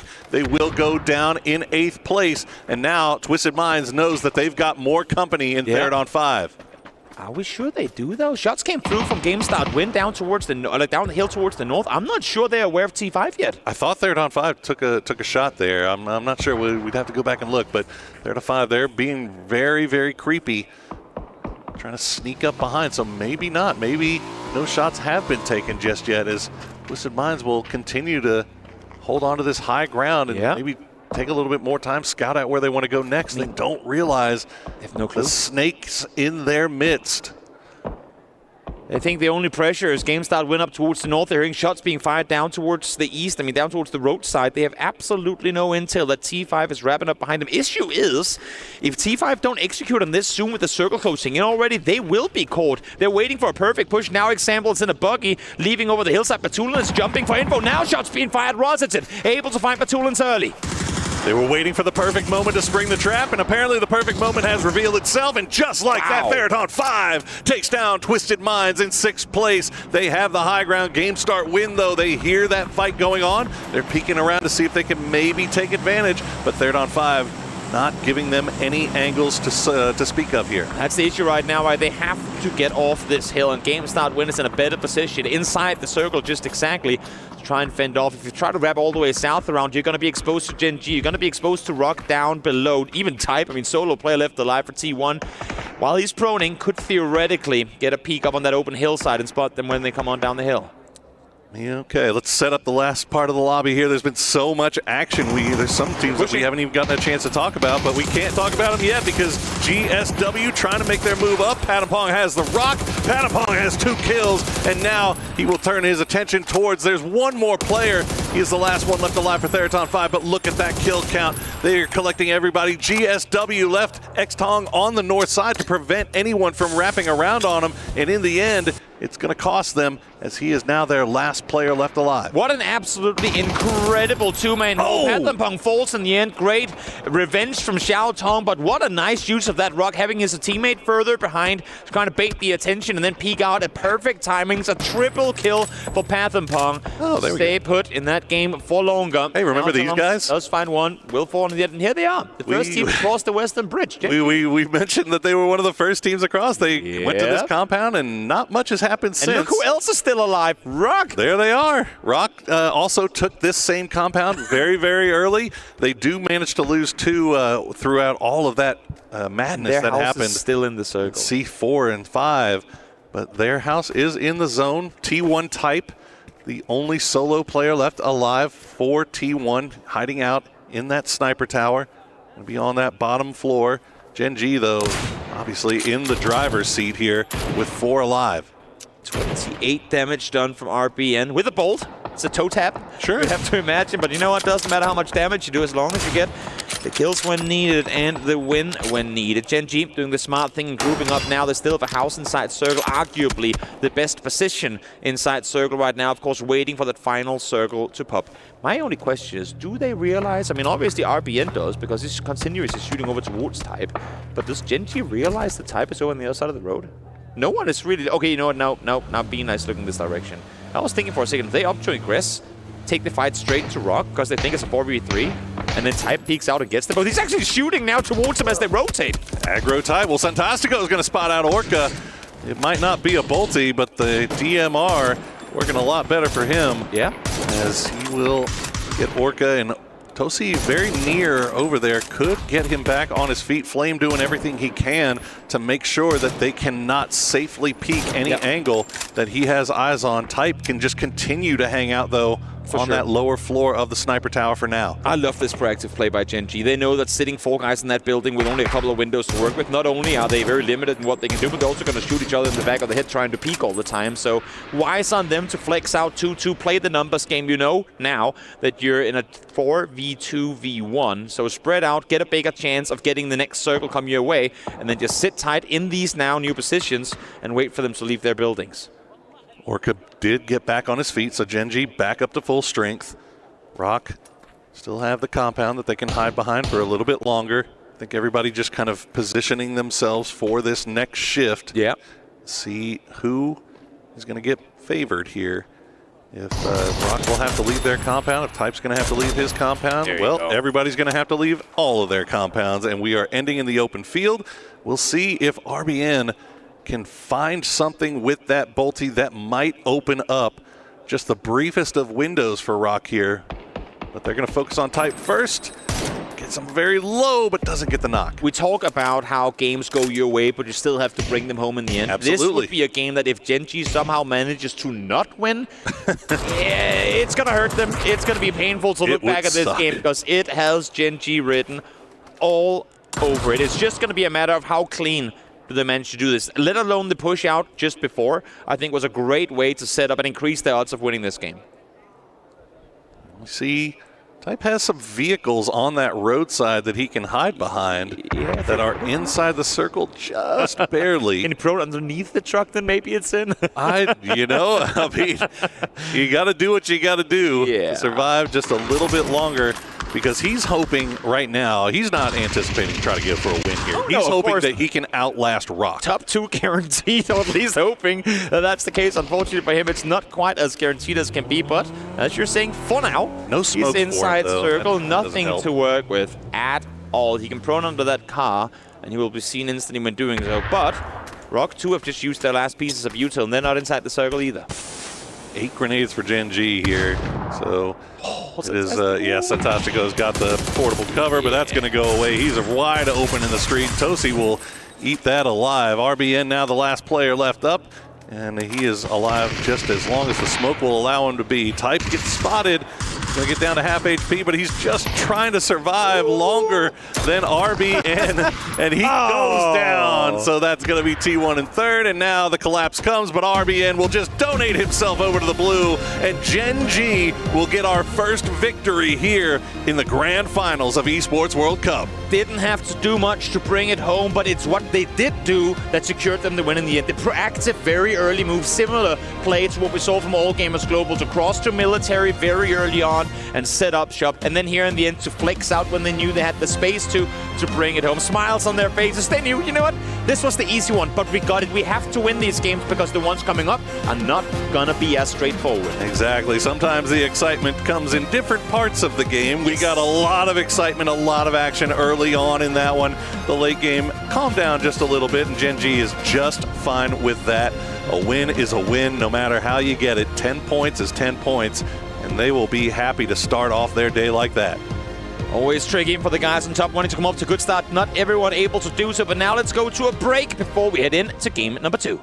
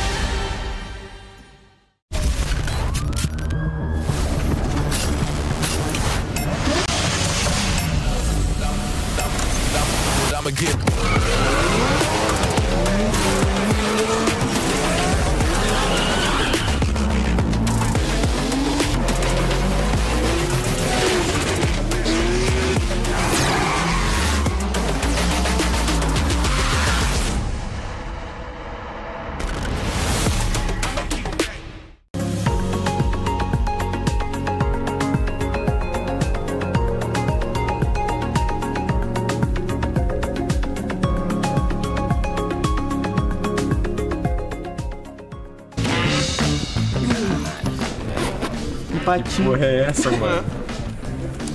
Aí, pra você tem um patinho rosa. Porque o meu é rosa. Não sei, velho. Segura aí, segura aí. Ah, qual foi, mano? Aí, Santinho. Caraca, mané, mas os caras estão lá. Que isso, louco. mano? Caraca, que doideira. Segura aí, Bino. Não, esse daqui. Quem que a gente vai enterrar, mano? Isso daqui é Vamos zoeira, cavar pra enterrar quem? Hi guys, I'm here with the STC Club Championship updates, and this just in, TFT, Virtus.pro just defeated T1 in the semi-finals, and they are now moving on to the grand finals. This is Virtus.pro's third finals here at EWC 2025. They haven't had a win yet, and they're currently tied with Team Vitality, who already has a win. Well, they'll be meeting their next opponent, who will be decided today, so we will keep you posted on that. And next up, PUBG. Virtus.pro searched early, and they are here at the finals. We had to let Team Liquid go with the other 7 teams that were eliminated, and PUBG Grand Finals Day 1 has started, so we'll keep you posted with this one as well. Next up, Tekken. Phase 1, 8 players were eliminated and 8 have advanced to Phase 2. Each club, Twisted Minds, Falcons, Team Vitality, and Virtus.pro have one representative in the run, so we have no idea which one is going to go. Well, last but not least, Rocket League. Virtus.pro fell to Carmine Corp, and Team Falcons have managed to edge GK in 5 games. Team Vitality and Twisted Minds have had their comfortable wins, and they'll be meeting tomorrow in the Group D upper bracket. 4 teams have been eliminated and 4 have advanced to the playoffs. So with this in mind, I will keep you guys posted with STC Club Championship updates. 야, 티원 봐봐. 일반 방패 하나랑 하나 안 보여. 일반 방패가 어르신 거지? 야, 티원 봐줘. 티원 봐줘. 야, 부석 킬 먹어야 돼. 방패 기절, 하킬. 하킬 쳐야 돼, 무조건. 나이스. 하나 2번이야, 그러면. 티원 펑크, 티원 펑커. 티원 봐줘봐, 형. 이거 나 어르신 그냥 대놓고 찍을게, 이거. 티원 잡아, 티원은 그 피트롭게 4번. 티원 잡으러 간다, 얘들아. 잡으러 가야 돼. 트럭티 그대로. 정확히 뺑. 살짝 때려놨어. 정확히 4뺑. poka놨어. 티원 끝, 티원 끝. 잡으러 갈게, 이거. 자, 경박선 있겠다. 나 차로 갈게. 바로. 나이스. 가자. 일라 잘 먹었다, 얘들아.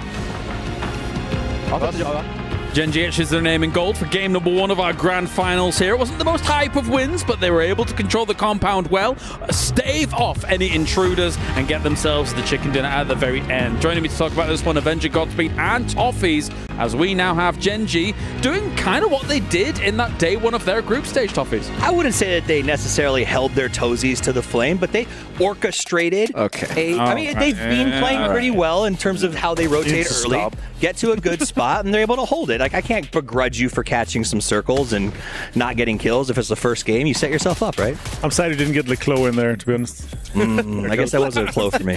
But I mean, to Steve's point, like, yeah, they got the circles, they caught 9, and if you're that team, whether it's Gen.G, whoever, you're not going to be upset about that. They didn't get many kills, but you know what? Starting off the game with a win is a win's a win. The big thing is you have multiple teams that are camping bridges. You're losing so many teams early on, right? And that means you have less teams to contest some of the compounds. They had a greedy split across the road. Usually we see a lot of kind of breaches on that. We see teams kind of sniffing out, okay, this might be a 2-2 split still. We can breach one of the sides. We can take the compound away. Nobody did that. They had tons of space. And yeah, nothing was kind of really contested for them. They were holding everyone off from the high ground too.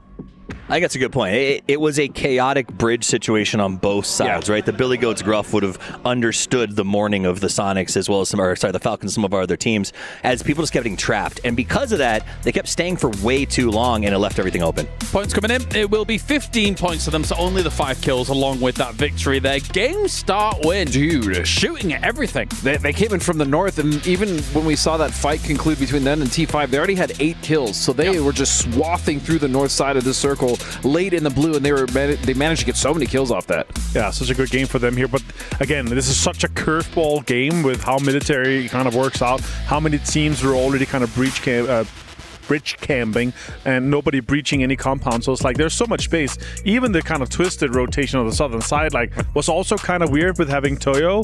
With a split, they left one guy off on the side to, I don't know, for info or what it was for. I'd much rather have seen all 4 Toyo on the high ground. Yeah, they lost Emmy for absolutely free, which was a disaster.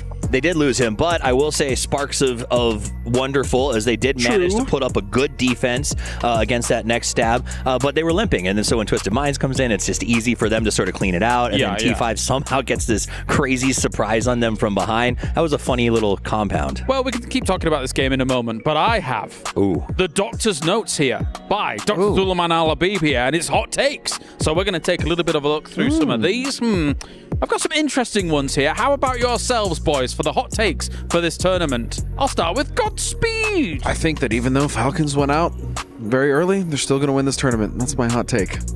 I would say it's like boiling hot. It's like medium mild at best. Lukewarm, maybe. That's not even spicy with 2 chilies on it. I can't wait for Avengers, considering it's that. You got chat needs to give these chili ratings so we know exactly how spicy they are. Okay. Mine, I will say my hot take is that Taggleton, the legend, is now the 3rd best player on the Falcons roster. Whoa! Kickstart and Shimsy. Okay. Mr. Avenger? I have a hot take. Oh, not yet. You ready? Okay. I don't think Rock will finish top 5 in finals. You know, that would have that hot. That's contested as well. It would have been the mildest take in history 3 days ago. Now it's a hot take, and that's fast. I think it's a good I think it's fair. It's relevant. It is relevant. I mean, they still did good stuff in this game. Rock still look good. Do I have to do one? Yes. Yeah, you do. Of course. Unison, yes. I think notes. Gen.G will win this tournament. That's way too hot. That's it was smoldering. That's your immune system is cooking hot. It's a tough one though, right, to sell, right? Because as much as they do get a win like this, they should have been able to convert on a game like that Avenger. And then we have questions about their consistency, especially from the group stage. Never mind the other tournaments we've seen in them internationally. Yeah, I mean, again, it's a storied org with a lot of expectations on them, but they have yet to have been showing us something, I would argue, since Pew left. Yeah. It's one of those things where we've watched them too many times and said, why are they still GPT, right? And now this is their chance to put it up. And the fact that they started this with a chicken dinner maybe makes the take slightly less hot, I guess. But I think the reality is that, I don't know, it's not likely. You know what? I think they're going to win. You're right. No, you're absolutely right. Gen.G is going to win. Stop it! Even when I said it, I didn't believe it. But of course, all of these teams here gearing up for a second Erangel. The crazy thing about an Erangel like that, though, of course, is once you get that military island circle, is that none of these teams are dropping there to start off a game like that, Toffee. So everybody's having to make that rotate. It makes it all the more difficult, all the more precarious. It's actually, if you remember the group stages, we also started with one of those circles where we're like, this is one of those games where you can't say, well, I should have done well. It's one of those off games where you sort of can write it away and say, you know, this might have gone bad for us. So to start this best of 12 the exact same way, I think it's going to be a little alarming for some of our players. I would love to see that C4 from All Gamers Global and him as used differently, but also used on the Gen.G compound. Like that was, I feel like, one of the strongest compounds even in this circle where they actually used it. So that would have been a lovely kind of compound to do it in. Something I said straight away was, if you've got Himas on your team, why is he the guy you want to be using the C4? Maybe give it to someone else and let Himas kind of clean up afterwards. But also to Martin's point, like they used it on Rock's compound. Why not use it on like a Gen.G compound? Granted, they were in the south, but yeah, it is a little confusing as well. Like, why not send like Haisaki or Destroy? Sorry, guys. I'll tell you why. I'll tell you why. It probably wasn't discussed. We've seen Himas play. He probably squealed gleefully as he said, "I got something going on here," and just drove it. You know, he just made the play. That's my guess on Himas. I can agree. So that's like, guys, I'm cooking up something over here. Exactly. I've got a surprise for these boys down in this compound here. Let me cook. I got a Dr. Suleiman Al-Habib hot take for this, right? For this Rock team over here. But I think it shows a massive growth in him as to say, like, I don't have to stay alive and be the carry for this team. The fact that he was like, I'm in the position to make this play instead of stopping and handing the C4 to Destroy and making you do it all. He was like, now's the time. I've got the gear. I'm going to do it, and I trust you to finish this out. Of course, you guys at home can keep up to date with everything that's going on at the Esports World Cup, and I'm sure those Falcons fans are as well, with the app that you can download via that QR code and make sure you're up to speed with not only what's going on here in PUBG, but also what's going on with the club championships and the other titles that are going on. It's not only this week, we also have another week coming as well, which will contribute to those club championship points. You were going to say nothing, because now we are heading on over here again to the grassy pastures as we have our casters ready to go. One game in the books, Gen.G with a big win to start things off. Will that be the start of their snowball rolling? We've seen it so many times in the past, Toby, where if you get a little bit of a lead, you start playing a little bit more loose, a little bit more aggressive, but it's not much of a lead to speak of after getting a little bit of compound love. Have you ever done that thing with a snowball where you roll it down a hill, you expect it to become this big giant thing like from a Disney movie, but then it just kind of stops? You know, I'm from Texas. I think, well, fair enough. Not a lot of snow. Yeah, I can tell you, do it with a pebble, thinking there's going to be a landslide to follow, and the pebble just kind of stops before it even gets off the hill. Sure. I'm a little worried that might be what's going to happen for Gen.G. Having said that, they did play an incredible previous game with what they were given. They maximized. They got themselves a win. So, if they get similar situations coming their way here in the next game, there's definitely a chance for them to continue to extend that lead. But you know what, Poro? What's that? Now that the desk got to do fun hot takes. Oh, okay. I feel like we should join in. Do you have a fun hot take for this grand final? Oh, man. Let me hear yours first. What's your hot take? You're buying time over there? Absolutely. You know what? Okay, I'll say this, and I have literally nothing to back this up, but that's what makes it hot. If DN Freaks don't finish top 3 in this tournament, okay, they're going to pick up Seoul next year for PGS. Wow, that's pretty spicy. He needs to be back on a good roster. He's an incredible player. That's like a long-term hot take, though. But that's still relevant to this tournament. Is it? Is it? And then there's literally, like, for everyone out there going, does Toby know something? I know nothing. This is just me. No, I can. Okay, if anybody's asking that question, I can guarantee you, Toby knows absolutely. I don't. Well, here's my hot take. A hot dog is not a sandwich. Well, we are back on Erangel. Ketchup on lasagna. We start once again from the southwest, and we're going all the way to the northeast this time. So a little bit more of a higher angle here for the boys.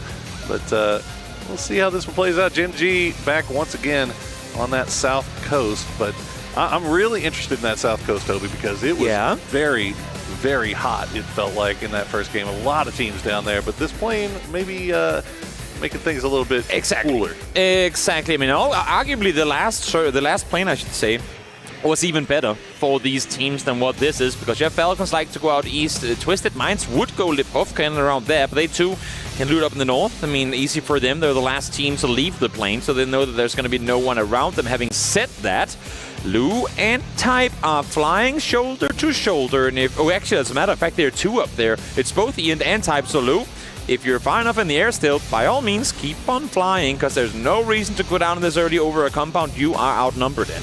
Yeah, that's an interesting drop from Team Wow. 1. Okay, hard southwest circle, so we'll talk about that in a second. But yeah, that's an interesting drop from T1, because they're a Yasnaya looting team, and they don't usually spread out that much. So interesting to see them do that this time, but it forces Twisted Minds to do exactly what you say, probably play around a little differently around Stallberg, but again, going hard southwest, Toby, that is a tough circle. I mean, easy to rotate to, literally just based on the topography, because you have big fields, very straightforward. Like some of the first rotations you're ever introduced to in PUBG would be coming down towards here, over the north side of Pochinki, down towards, underneath Pochinki over the hills. So it's very straightforward to get here. The issue is, where do you go once you've gotten here? A lot of these compounds are going to be taken by split teams early on. So look to see, I'm looking towards who's outside the circle right now. Look to see some of these teams just pull up on a compound. Some of the more structured teams, like your Navi, your Falcons, even Twisted Minds, if they don't get an E-pickup, to just go in and crash a compound, because they are very sure that it's just going to be 1, maybe 2 guys in each of the buildings. Expendables, CTG, All Gamers Global if they go further east. They're all going to be spread pretty thin early on, so there could be some early confrontations because of it. Speaking of early confrontations, it looked like Delwyn from the Expendables flying a little close to the sun, getting close to Toyo. Got shot at a little bit, but he managed to stay alive. The Expendables still making their way down. The rest of the team actually trying to make their way through their Gatka split and rejoin their front man. I'm happy you called that out, because why is Delvin all the way down there? Was he on his way to go to Captain's compound and then realized there was one there? No, so he ran into the bottom trio and then had to loop back. So that's what it is. He was maybe trying to stake a claim for the Expendables on that eastern side of Quarry, but unfortunately for him, Toyo already there. So Expendables have to retrack what they want to do as far as their track goes, and Toyo Capitan, no, that is not the car you want to be in. Lips if with the you're scare. running through a 4-man, and yeah, he barely gets out of there. Good thing that buggy was going about 100. In his defense, when have we ever seen 2 players, maybe even 3, aggressively play cat hill before 4 minutes into the game? I mean, Change the Game are here insanely early for when teams would normally come up and try and secure this position. So very quick about their looting and quarry up to go here fast and hope they can get some freebies early on. Luckily for Capitan, that was not quite the case. If any team should be feeling confident right now, it's changed the game. 60-plus points in that second day of groups. They are coming in here as hot or hotter than every team in this lobby. But they still got a lot left to prove. They have dropped down. All going through red zone. Yeah. Oh, well. That's the other thing. Am I the only one that gets scared? The red zone? When you drive an entire team straight through a red zone? Look, at a certain point, you just, you just ignore it. Whatever God you pray to, just let them take the wheel and hope that you get through there unscathed. And that is exactly what these guys seem to be doing. Is Petrichor Road going to be the most recent arrival? They'll pass through the fields under the watchful eyes of Toyo.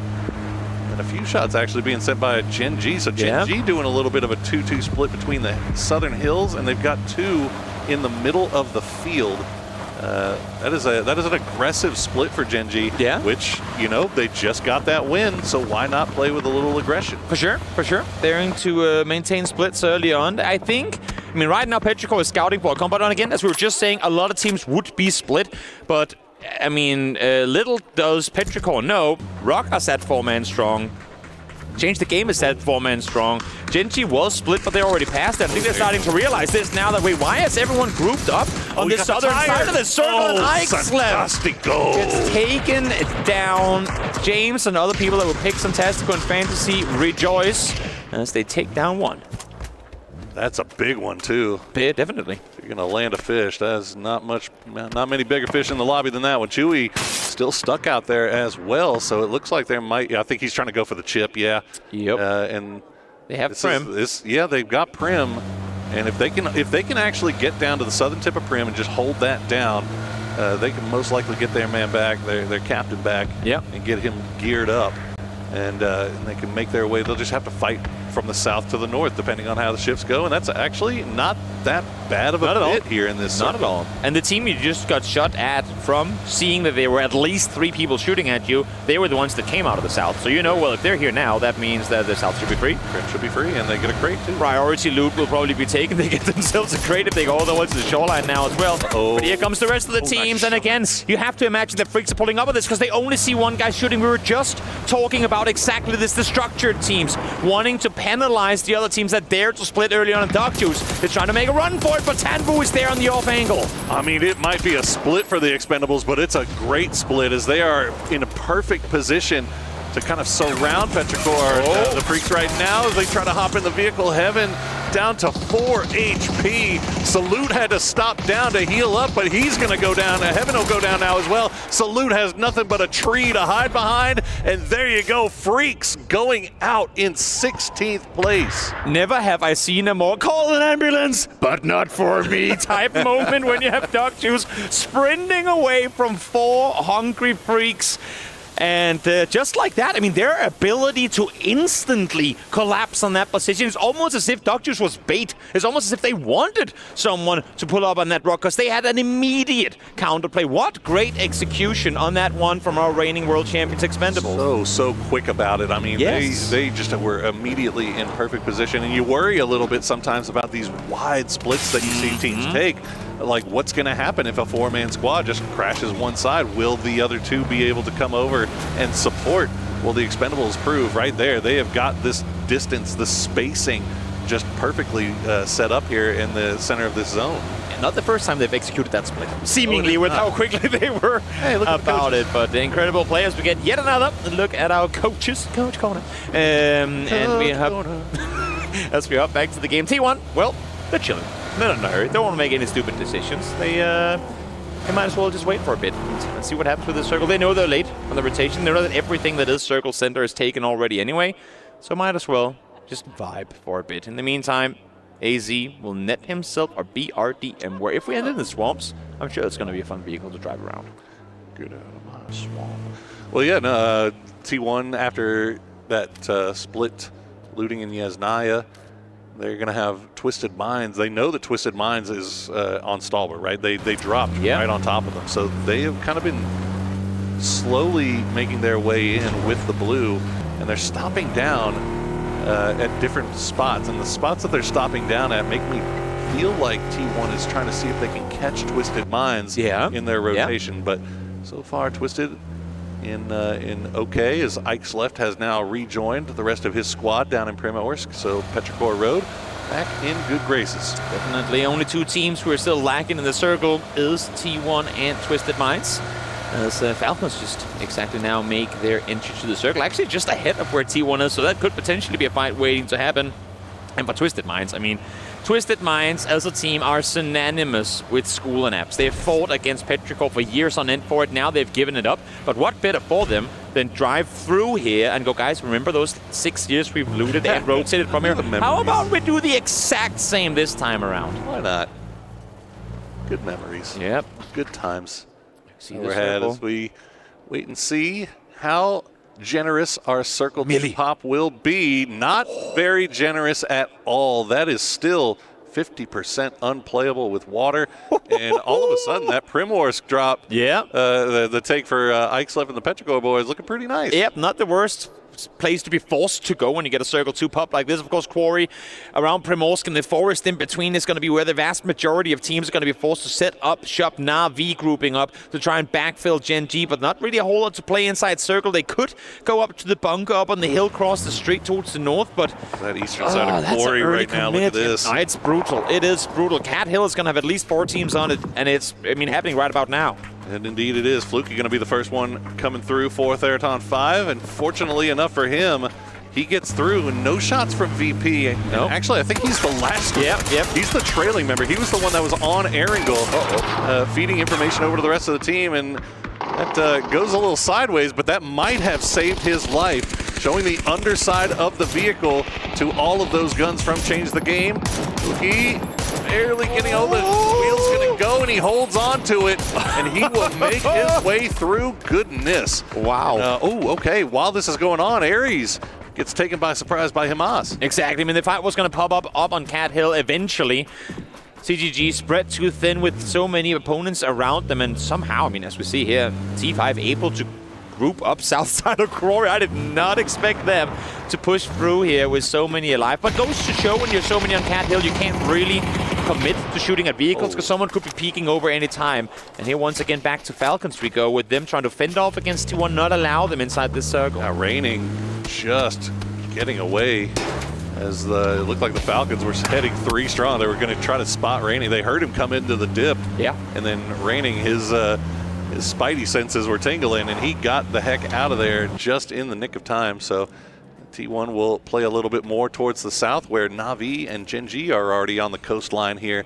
And meanwhile, you can see, okay, another red zone. Why not? It's the 3rd one that T1 is in. I feel like they're feeling a little targeted at this point. Someone just said they're pressing the big red button on them again. Sometimes it just feels like the thing chases you down. It's like it's got a mind of its own. It's like Twister, you know? It should be, if someone hasn't moved for 3 minutes, red zone. That's what you get for sitting still. Still in. Well, probably should be sitting still because it would have been knocked. I'm not sure exactly what happened, but he got knocked by himself or maybe fell out of something. Yeah, I'm not sure. It looked like they had a knock earlier and that they were going back to try to maybe get a revive, and may have happened up there. But fortunately enough for the Expendables, they're all by themselves. So that is a quick and easy revive and back on his feet. Check in on our Falcons fans. They look like they're having a good time watching the game so far here today. Coach's Corner, still a corner, still with coaches. Twisted Minds cannot figure out how they want to enter this zone, though. Yeah, I've seen them. They keep probing down and they retreat back. They want to be circle edge and wait for the next one to pop. Of course, this next one is only phase 3, so we're not guaranteed to go away from water. We know we came to center on water, but we could very much go down full prim. We could go hard east, and for Twisted Minds, it's too dangerous at this point to hard commit to any one side, because you know there's going to be a lot of opponents. You know you're going to have to fight. Might as well take a bit of blue, wait it out, and now you commit. But this is as little water as you can effectively have in a phase 3. This is brutal. It's whatever, half beach, half open forest, half water. Whatever rabbit's foot, whatever horseshoe, whatever good luck charm that Rock has brought to this event, I need to figure it out because it is working very, very well for them. But now they've got to deal with Petrichor Road 17 and possibly Marathon 5 making their way on the beach just to their south. A lot of teams down there as Na'Vi may be doing a little gatekeeping against Falcons here. And a great example of what we always say, yes, you can get circles all game, but you also got to survive. You also got to take out your opponents. It helps a lot when your opponents run themselves over, no doubt about it, but this is looking grim if you're a Petrichor fan. Down to just one now. Nate's being lopped all over. And for 17, you got to go next step. I mean, you're getting shot in the back now by Game Start winners. Well, all these Chinese teams battling one another on the shores. They got to push that. Yeah, they knew that there was a lot of knocks, and Petrichor Road, unfortunately for them, that knock from the initial crash that they got onto themselves ended up costing them. As now Fantastico, they still have a little bit more utility to throw out in that direction. 770 will go down to a well-placed grenade, but now it looks like Biel might be the next one. It's bounced just a little bit far there, throwing everything they've got. But unfortunately, they just don't seem to have a lot. And I'm questioning it a little bit because they know that if they want to play into the late game, they need to have their util available. But you know what? Let's hear from them and hear what they're thinking as they try to fend off in this compound. No. Só não.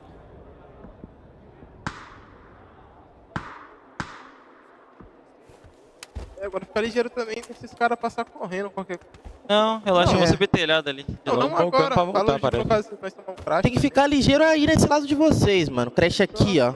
Aqui não vai ter crash. Ligeiro neles. Pode ser neles, né? É nele, provável.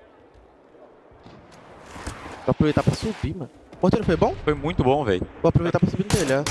Nossa, foi muito bom. Mano, o cara tá bem no meu 2. Acabei de ver. Well, if you speak Portuguese, you know exactly what they're thinking there. Yes. They are cool, calm, and collected, considering they just saw Petrichor Road go down. Now they've got 17 on their doorstep. Game start win, just running across the field, the wide open beach here. AZ, well, we'll see if he gets anything close, but 17, they are surviving right now. And that's all they have to do. They know that there are so many teams up towards the north fighting one another that if they can outlast just for a bit, they should be all right. Circle's going to shift on land, we know, which means it should go effectively straight north from here. But let's see, Twisted have managed to get their way inside the compound alongside Toyo as the circle goes, as we were saying, effectively the only place it could go. But look at the west. We have all gamers global, Virtus.pro, T5, and if they want to, Game Start Win could join in on this party as well, as the kill feed gets light up. And just then, Tycon, solo player left on his feet with a chance to potentially get him as up. Oh my goodness, while this is going on, you've got the Expendables crashing the Twisted and Toyo compound as well. So number of 4 team fights going on across the map. You can see Virtus.pro have the south side here. They've left Beamy alive on that quarry to try to see if he can get some long range shots in here. Patapong just going to take shots at anything that peeks their head through the smoke, and just like that, all gamers will go down. Nate was thrown through the smoke. He instantly reached where it came from and instantly headshots Tycon to follow. Great performance here to start the day by Patapong from 3rd on 5. As we now see Virtus.pro continue their push forward. They still have Beamy out in the blue behind. Try and get the off angle, but it's Nixie up close, able to get the double as they sweep the entire western side. Issue for Virtus.pro is this journey ain't done yet. You have a very difficult next rotation to make. Just a beautiful display of patience on the part of Virtus.pro there. I mean, it is so easy to get greedy, get hungry, and try to go in there and try to steal some knocks, but they waited to the perfect time. Now they have the West to themselves. They've got all 4 alive, and now we've got to see how Na'Vi and Falcons will come to a head here. Na'Vi have the bunker to play around in, but a good grenade from Kickstart will spot extends. An important fight to be cleaned through as well, because there's no one else engaging. It's an isolated fight just between the 2 of these teams. So if you can come out of here with 4 alive at the end of it, you have a really good chance to make a play on forward. Emergency cover does get utilized to separate the 2 teams a little bit more. Ferris lops a nade over, able to get himself the double. They forced Shrimsy to retreat off a good grenade, and they pushed him right into Kickstart. And now Tiggleton, the last player left alive here for Team Falcons, has that high side. See if they know where he is. They do indeed. The flashes come through. He'll try to spot one out. He gets the spray down, doesn't get the knock. But here's more flashes to follow. Yeah, Take tried to go for the peak. It's not going to have a nice swing around by Sozid. He had two players lined up, but that exact second, the flash comes over the top. And now, I was just saying just before, top rotation to come for Virtus.pro. Correct, the first one to get down on the rocks, down towards the roadside. Here is the team to follow, and they should be all right.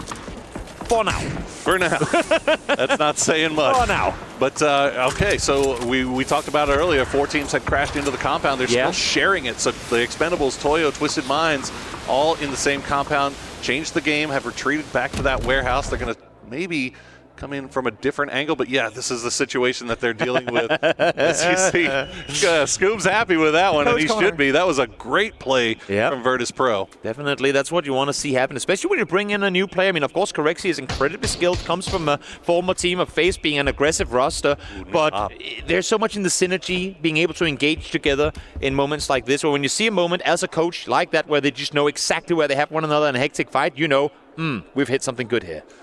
New pop makes things a little bit more interesting as this compound is now out of zone. Yeah. It also makes things interesting down with 17 and Rock. 17 have made their way into the compound. Meanwhile, we're waiting to see who moves first. It's a game of chicken between these 3 teams. Change the game. Also could get involved at any time. Minds will try to lead in with a grenade, but it's not going to find Benya. And I think they have pinned out that there is a solo player in here. Oh yeah, and that's the one they want. Flashbang lobbed up, flashbang lobbed down. That's going to stall them for another 8 seconds. In the meantime, you can see Expendables. I would actually have thought they were going to do more to push up north, but now Glorious is busy with this mortar, so he doesn't really care. Yeah, Glorious just doesn't care. Yeah. Well, example, continuing with even more flashbangs here. Benya will get spotted by Lou. Yep, there you go. And a valiant effort there, but holding off a 2v1 push from Twisted Minds. It's a very, very difficult task here as Ribo will just escape. Stay alive for a little bit longer as it looks like that 17 and Rock fight has now kicked off. Yeah, I mean, if you're, I was going to say 17, you have to fight your way through this. You have to take it one room at a time, and if there's a team that's dangerous when it comes to up-close fights, that is definitely 17. Rock has been great when it came to hold teams at a distance, but they're not going to be allowed to do that here, so let's see how they can fend off. They have one player knocked who might be able to get him back on his feet, but it's going to be a tall order to stand strong against 17 Gaming. They were able to slow things down just a little bit with the well-placed Molotov and a smoke, but here comes the inevitable push from Lil Ghost and the rest of the boys. They've got BL and RBN cornered, but the smoke's keeping them alive for now. Xiaobei looking in every angle, in every corner to see what he can see, but BL just holding the staircase, waiting for the next push here. Santastico and Souls looking if they can find any angles from the outside to help their teammates. And they're getting tangled up now in a really weird way. I mean, you don't want to over-aggress. You never know when there's a shotgun waiting around the corner. I don't think 17 has enough util to clear room by room. I say that, but 7-7 actually does have a flash that he could try and utilize. That's all he's got. Yep. Fortunately, and we see Lou get spotted out or Twisted X down to example on that northern side, but 17 still clearing room to room. Have they not checked the broom closet at the stairs yet? Because it was smoked off. They ran straight past Beal. If they don't realize he's there, send 2 guys up the staircase thinking they're good to go. That could be a huge moment for Beal to make a play as Xiao Wu outside finds one. We'll see if he can get the second to push over and help out as well. Able to get him down, but there's Santastico. Able to take one in return. Trades coming through here as we got fights going inside. We got fights going outside. Great spray from Santastico. Will take down Xiao Wu as now RBN will try to turn his attention towards the get him. RBN Rock Esports. Is that Santastico? Did he just wipe the entire team? He got 3 out of 4. RBN with 1. Santastico is just on one right now. Incredible triple kill from Santastico. And again, I mean, I kind of threw it out there saying they're a pretty tough team to go up against. Rock made that look easy. Incredible performance from a LATAM team. Okay, they still got some work cut out for him as they've got to get inside the zone, and now VP in a perfect position to do a little bit of gatekeeping. They've sent Nixie down to look over in that direction. Navi was creeping over towards the west and pulled back towards the east. T1 did a good job on this eastern side of clearing out Gen.G. We didn't see it on camera, but they have been right in their backs the entire time. Finally managed to take care of them, and now Na'Vi using that opportunity to make their way down south across the road. They're gonna chill in this shack at least for a little while, knowing no one's within a distance to where they can really do all that about it. Fantastical, trying to open up an opportunity for them to cross the road here, but Nixie has snuck up real close. Issue for him is that extends from way across the map, or at least across the circle. He's starting to shoot him in the back. Bro, I'm trying to make a play here. Could you please leave me alone? Well, and that's gonna let Rock know that there's somebody down there too. If they hear those shots coming in that direction, so. And they're like, hey, is somebody shooting at you? No. Somebody shooting at you? No. They must be shooting at somebody else. And they've figured out that they've got Nixie right on their doorstep. The smokes are coming down as they try to make their way across the wide open field. But the problem for them also is game start win just has this beautiful beachhead, widespread, keeping eyes on everything. And a beautiful BRDM to boot as well. And honestly, that BRDM might be camouflaged here because it hasn't broken once around, so maybe you don't imagine. Wait, one of them is moving! Watch out, we'll see if that comes into play as AC. Yeah, they know full well where they have all of Rock. Nixie's gonna fall back and regroup with his teammates since they don't have too far to go for the circle, and all Rock can do from here is tank blue, hope to stay alive, but it's phase 6 and it hurts like hell. Yeah, that ain't gonna do it. I think Rock might be done for, but what a performance from them here. Holding off some of the biggest Chinese teams in the lobby. Yeah. And now VP in a lot of trouble as they've lost to Corexi, the last player left up, as Nixie's going to get flushed out. T1 doing what they can against Na'Vi, but Na'Vi just asserting so much control coming from that eastern side. Definitely. T1 hasn't had to do much outside of the latter, I should say, fight against Gen.G. Now they try to flex out, but there's just nowhere to go for them. Once they leave Ferry Pier proper, coming down the west side, you can see this open slant down towards the beach. Everyone has eyes on. Type, the last player left alive for T1. Na'Vi will lose extends, but they do get the circle. Yeah. And now game start win. We'll have to figure out how they want to get in here. Biel Calmo still up for Rock. Just healing through the blue. Rexy, a little bit of an angle here. A couple of shots into AZ, but he's going to have to move as well, and there you go, won't even get a chance to. CC108 going to make do with him. Type is going to chill. Hope for top 2 guaranteed. Hey, you know what? Biel picking up another placement point here for Rock. Yep. Just by surviving a little bit longer off of the first aids of his fallen teammates. Exactly. As game start win will reposition that BRDM. I mean, loot to go with it too, why not? It was hectic, the kill feed just before, but you'd have to imagine that game start win is aware that there's still a Rock player alive. Because it wasn't that hectic. Yeah. Yeah, no, they should. They have one looking back. They do okay. Now he's shooting as well. Thank you, Biel, for not making me question game start wins awareness in a hectic moment. But here we go. 3 teams left alive. Na'Vi down to 3. T1 just Type left alive. And all of game start win trying to bring this game home for China, who, I mean, the only region in this tournament that has all their teams in the grand finals. It's been a good showing here to kick things off for them. That'll be good news for all fans of the Chinese teams, as it's been a little bit of a slow start to the year for them. Game start win in a beautiful position here to get a good win. 6 kills already as Type showing himself to be difficult to get rid of. Sosed will take him out though. Tong though will find Sosed and get that trade. So now, yeah, GSW, they know they are down to 2. We've got to make a push now. For sure. Dangerous to lock too many people inside this BRDM. If there's a Panzerfaust on the other side, that could potentially be a double down instantly. There are 3 in here now. Going down towards Xiaotong. They have to make this crossing. It has to happen now.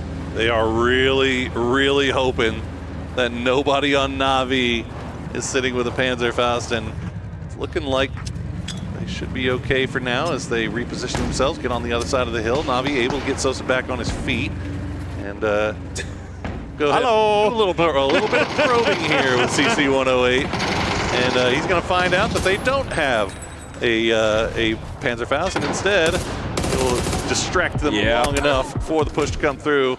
Now, Hakator doing everything he can from range, gets 2 knocks.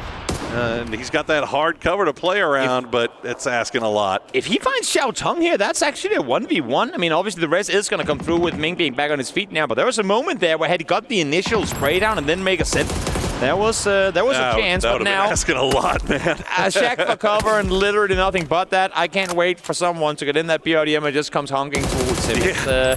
This is looking nigh on impossible. Like I'm actually the one that has the Panzer Faust. Yep. He's putting all his attention over to Xiaotong as AZ will run down the hill, get knocked down to about half HP. Boy, Hakatori doing just about everything he could possibly do to make this difficult for Game Start Win. It's a 4v1. Man, you would think they could just finish this off, but that is not a man that you want to push blindly as, well, flashbangs come through, and there you go. It's all done. Game Start Win. Get our second win here in the Grand Finals. One of the teams to dare to go out and take beachside control early on alongside Petrichor and 17. Seems like that was the strat of China altogether to claim the beach early on. Game Start Wins were the one to come out victorious over doing so and get themselves the win in the match as well. And managed to pick up a nice little stack of kills for themselves as well, unlike our first game's winner, Gen.G.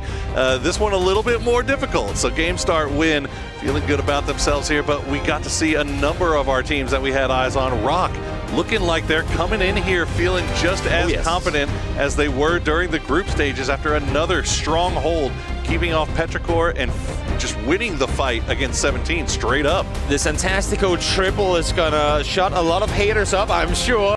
Coming into the matches, coming up, a lot of people saying, I think some of us included, they got circles, can they do it in the finals? Well, they just showed up against one of the best teams in the world, 17 Gaming. So I think if they weren't hyped already, if you weren't hyped on behalf of Rock already, now it's a good reason to be just that. There's still a long, long way to go. We've got 4 more games to play today. We are done with Erangel.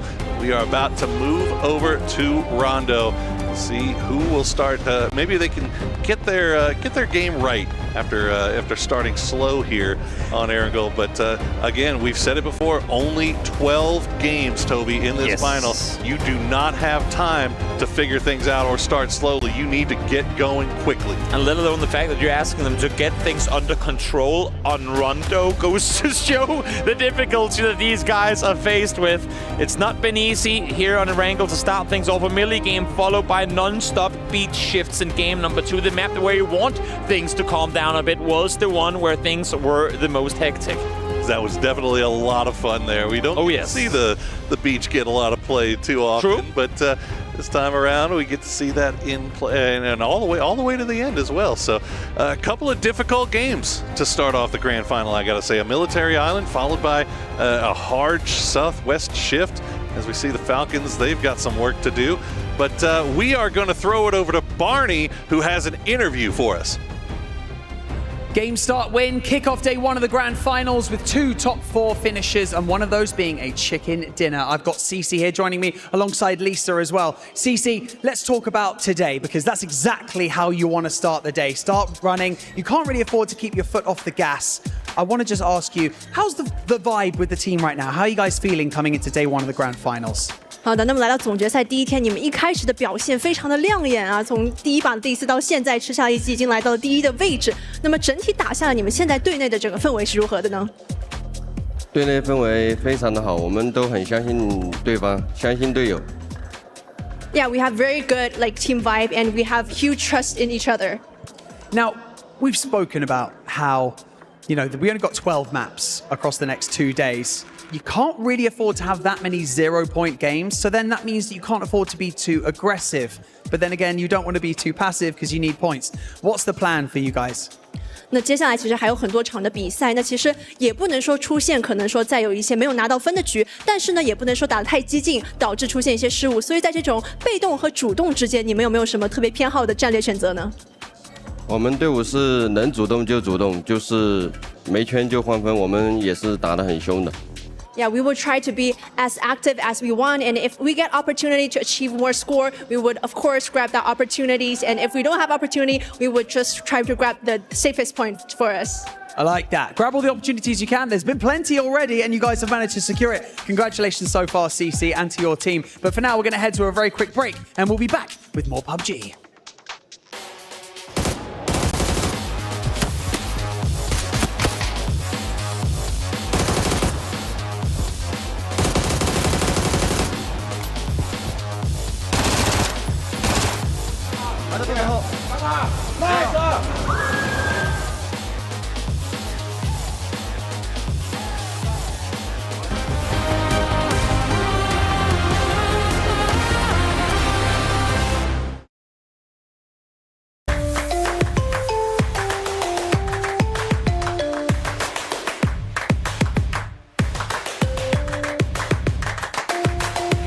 Level up your gaming experience with over 8 billion playlists, only on Spotify.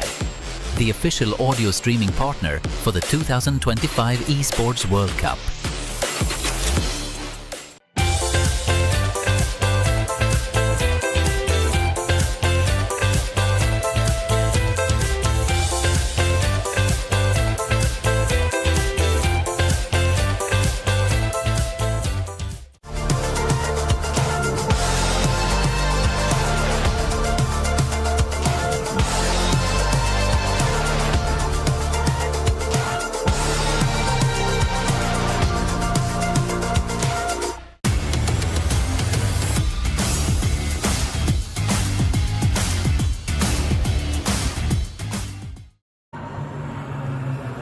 我们拿，我不下，我不下，我不下，我不下，我不下，我不下，我不下，我不下，我不下。好，拜 Q。Vamos, Pelo! За деревом троечка. Бежит, выходит. Маленькое дерево, вперед. Дерево. Найс, хорошо. 一直往你右上爬，还在右上，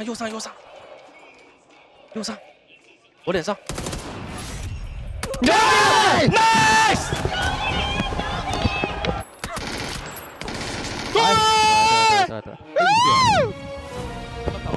ได้มา ไม่เห็นวะ ได้มา ดูไงวะยิงน็อกโคตรเยอะกูได้2 คิว 9 คิว 9 คิว ได้แล้ว ได้จำไม่มูตายจำมันนะน่าซื้อแล้วสามไม้ลงได้được kill nào ạ? Không kill hả? 3 kill. Mấy đấy được kill nào? 3 kill đấy hết rồi. 3 kill còn đó kill nào? I'm just chilling, boys. I'm just gonna walk in, bro. He has 3 seconds time maybe. I just flashed. You tagged on. I'm tagged. Oh, you push him. Push him. Good job, boys. Nice, well done. That's what we needed, guys. Good job.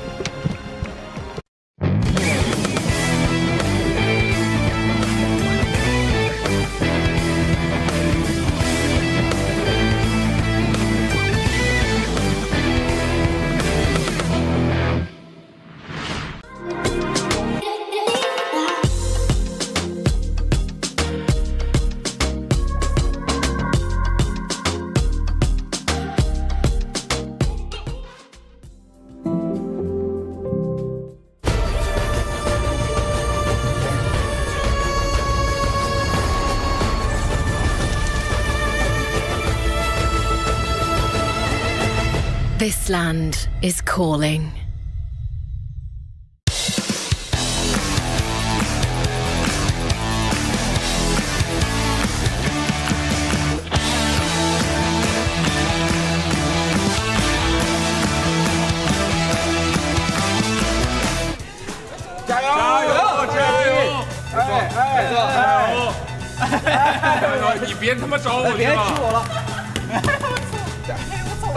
大眼睛不会掉下去吧？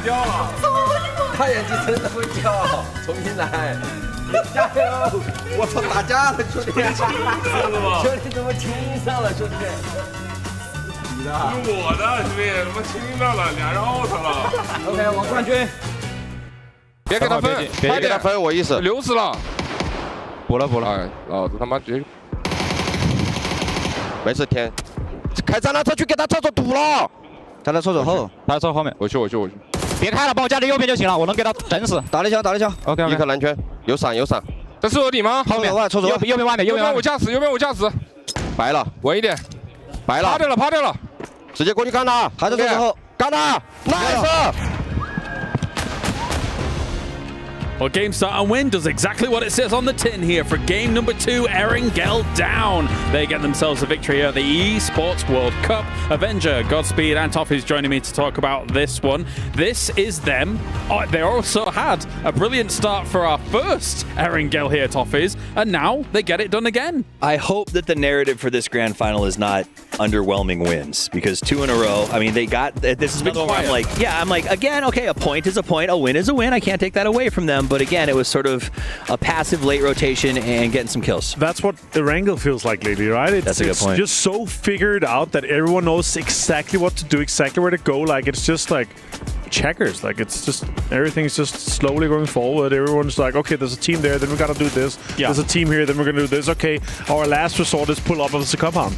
Yeah, and it seems like the circles also are forcing a lot of those situations you're talking about as well. They just, it's figured out, and then you have these really wonky circles. One team just happens to get the better position, and then, yeah, it becomes this kind of stalemate. Well, I think GSW is... Their strategy is predicated on, if we find a flare gun, we're just going to wait and play in the blue, right? So they found a flare, they waited, they got themselves a BRDM, they late rotated. They don't have to worry about getting picked off. I'm not saying it's a bad strategy. I'm just saying it's not a manage to hold this position through 16 strategy. To give them some credit, they did kind of thread the needle with that rotation. That's true. Though. So yeah, it's not like, you know, granted, it's not like Gen.G, who just got every circle last game from where they looted, but even still, they could have got more. That's fair. 19 points for them, alongside Na'Vi getting 15 points. Na'Vi's been able to slot themselves in here and there. Avenger, 15 points, not too bad at all. Yeah, after a 0-point game last game and them stepping up here, Hackatori, he managed to kind of hold out, but then you looked on the side of Game Start Win, they had 5 Molotovs, 2 nades, some blue zones. Like, there's nothing you can do to survive like a shack like that.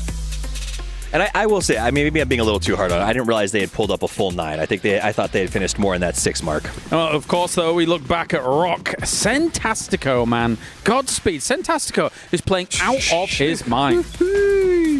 Yeah, I mean, a 1v3 against 17 of all teams in the fashion that he did it, very crispy, quick, just juicy, delicious peaks on those teams, and the angles as he was taking as well. He was cutting off a lot of angles, giving himself 1v1s. And Steve, I think you'd agree. I mean, it was just absolutely what we wanted to see, especially when we had questions for Rock coming into this. Yeah, I mean, they're playing their game, and they started out this thing. They went to a high percentage chance of pulling the circle. They didn't have to defend any crashes. I think they were a little mad at 17 because I forgot who it was on the beach that 17 crashed in on, but it was on the back of Rock's Nox, and they took a bunch of those kills from them. So Sentastico got a little bit of vengeance here as he held a good position, and they went much deeper than I expected them to go when the circle shifted away and 17 was in such a good push.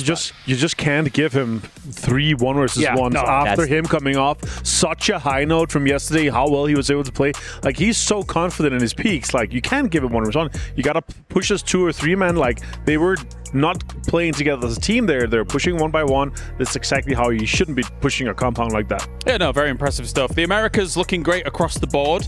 And of course, Falcons here as well. I think if I'm getting word correctly, we do actually have a Falcons kill package to take a look at as well. So let's take a look at that.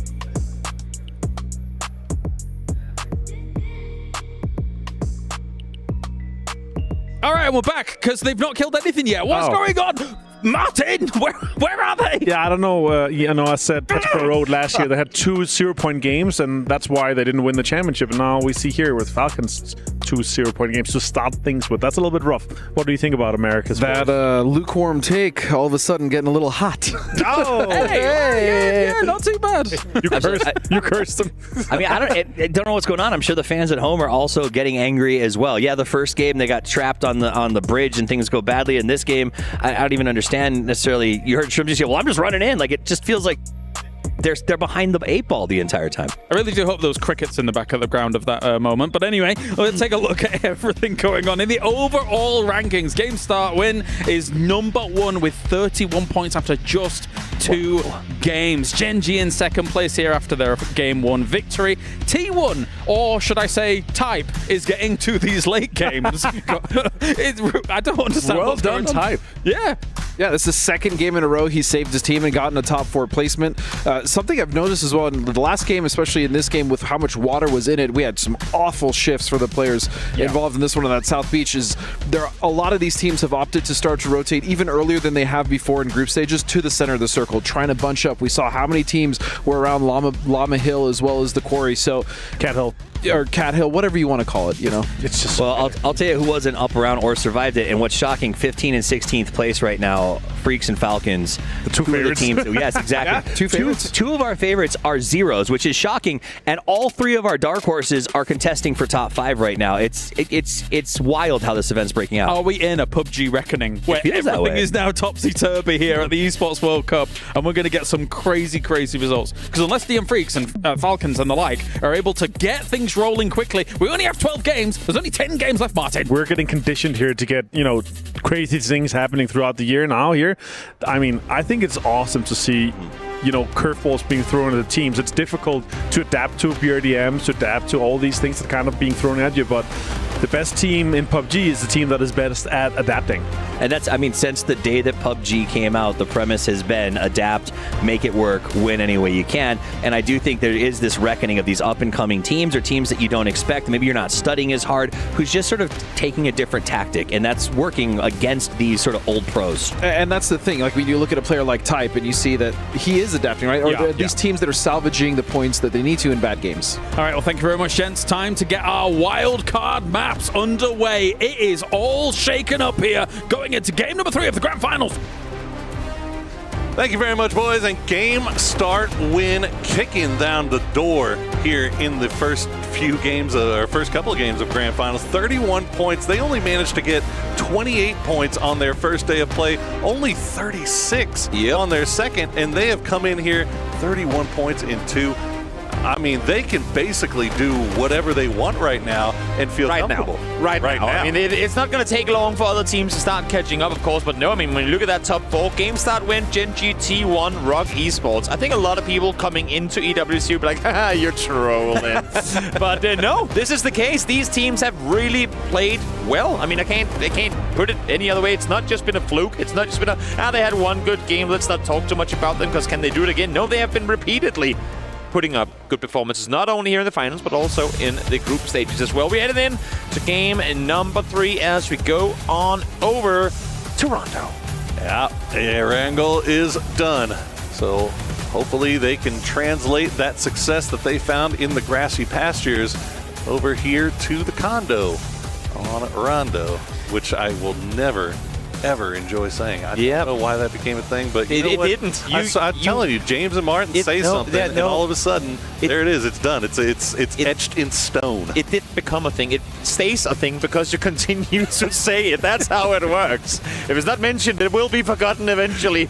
As we head on over to Rondo, I was a little worried because I think I saw one of the Freaks players with, they have their paper with the map drops and whatnot. He was looking at the Taco paper. So maybe like, guys, we don't even care. Let's prepare for Taco now because Rondo skippable, but of course with only 12 games to play total, even if you only play this map twice, 2 full games, a lot of points can be garnered. So let's see what they can make of this with a very, I'd say very kind diagonal plane.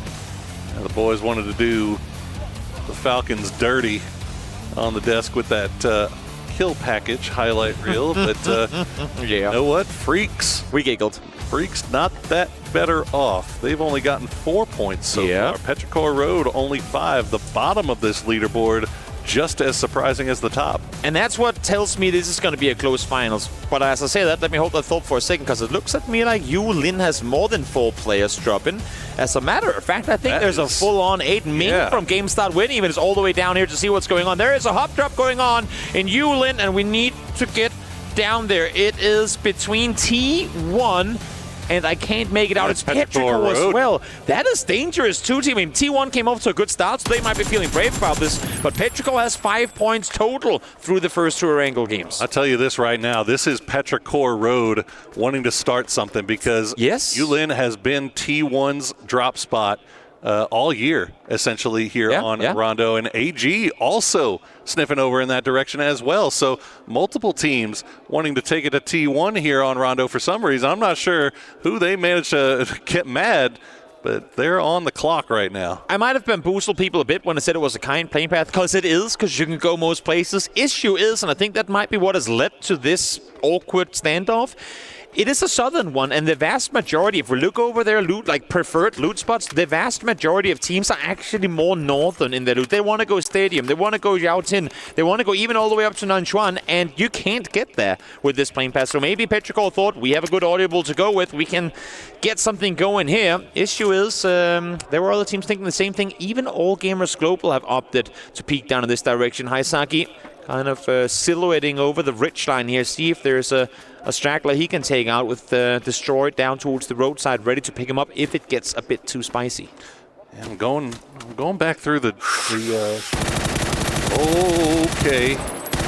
Come on, Haisaki, you hit those. You had an SKS, bro. I'm telling you, Haisaki. You had the greatest DMR in the game. Okay. And you opted to go with the 4X spray. Let's Just a little bit. I'm going to keep saying it until, well, this patch, because now no DMR is the greatest DMR. That's fair. Yeah, so there you have it. Okay, I will say I was going back and checking back my my drop spot maps from group stages. Yeah. And Petrichor Road did say, or did claim Yulin, but like I said, I mean, this has been T1 spot for a while now, and now Petrichor Road has gone down to the south, and they're going to catch RBN all by himself, but it looks like he might be able to escape. He's going to get a few shots to the back for his trouble, but should be safe. Worst thing for Petrichor in this is not so much that, I mean, they don't get the point, that's what that is, but they don't get the vehicle. They're running right now, trying to make something happen. I mean, one thing we haven't looked at all, as we focus on the southwestern side, is actually the circle. It's swung on up towards the north. It's up towards north of, I should say, Test Track and Neox Factory, excuse me. But a lot of teams are trying to fight for Circle Center right now. Na'Vi, Twisted Minds, change the game, and GameStar win. And you know what? We add Therodon 5 to that mix as well. So many teams up here. And Batulins is on the very northern edge of the map. So Twisted Minds, they're down to just 3. Yeah, kind of wild. As it's like 17. I mean, we remember so many times seeing 17 over in that same area, but they have since moved on from Test Track, so they get a little bit lucky this time around. We do often see these circles. Good flash from Perfectix. The double. That was, you know what? I don't think he meant to do that. That was a guy peeking behind another guy, and just like that, they're down to 1. Jeez, I don't care what he meant to do. He just absolutely styled on those kids. Yep. As Lou is looking around for the last one, and it looks like CC might be. Oh no, CC's dead. It's down to Xiaotong, who's just running away now. Do you stick around here for a little bit longer? There's no way Twisted's leaving that compound. Exactly. That's a center compound. Batu is still way up off on the north side, doing a little scouting around, but Xiaotong may stick around near here just in case, as there is a revive station nearby. Falcons Tig gonna pick up Kickstart. Do a little loot swap here. It's before they send Kick off into his normal role of being the eyes in the sky. And Xiaotong wishes that this was miles outside the circle, because they would then leave, then he can go down and pick up his teammates and get back in the game. But as you're saying, unless if the next circle I mean, I think he's going to linger. He's going to stick around with enough distance as if this next circle hard shifts south, he can go over and try and get his teammates back on their feet. He has gone over towards the revive station, but I don't see that he has tried to bring any of his teammates back, so he's going to wrap further north and probably just wait this one out, hope to see the next circles go south. Yeah, there was no way for him to go and get those blue chips. Exactly. So, and as he's actually escaping, Batulins actually spots him, so we may see the kill feed light up here shortly. Rock, they're coming in from the south side after a little brief brush with Disaster with Petrichor Road. They start making their way up, but taking their time, doing their due diligence, and doing a little scouting on their way. Yes, sir. Playing it slow, playing it smart, the way that we know Rock likes to play their game of PUBG, as we now see Virtus.pro there. What has that glider done to you, BB? But they both drove into it as well. They just wanted to destroy gliders. Not even a smile.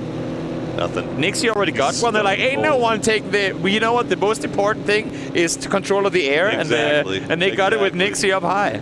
Exactly. That is definitely one of the things you hear. You want to control the skies. You want to control the seas. Well, if it's down south, it's Virtus.pro territory. Well, I swear, it's so far away from the circle as well. Like, who's going to come down and take this glider? Let's keep an eye on this situation, actually. Yeah, T1 had 2 that they sent out off to the west, and they get a little bit close to AG, but no shots were traded. I'm not sure if they saw each other or not, but so far being a little calm, kind neighbors, and AG is going to say, well, you know what, you guys have that, well, we'll go a little bit farther north. Makes perfect sense as well. I mean, they have an area of the map here with the unplayable terrain in and around towards their east, where if this circle comes their way just initially, there's a very good chance it's going to continue to swing towards the west. So smart of all gamers global and just go further north. Yeah. Doink. I love it. Doink so much. Should it be a little like bling bling bling animation every time you run into a bamboo? You know what? The sound itself is satisfying. It scratches that itch just enough. The crunch of a bamboo falling over.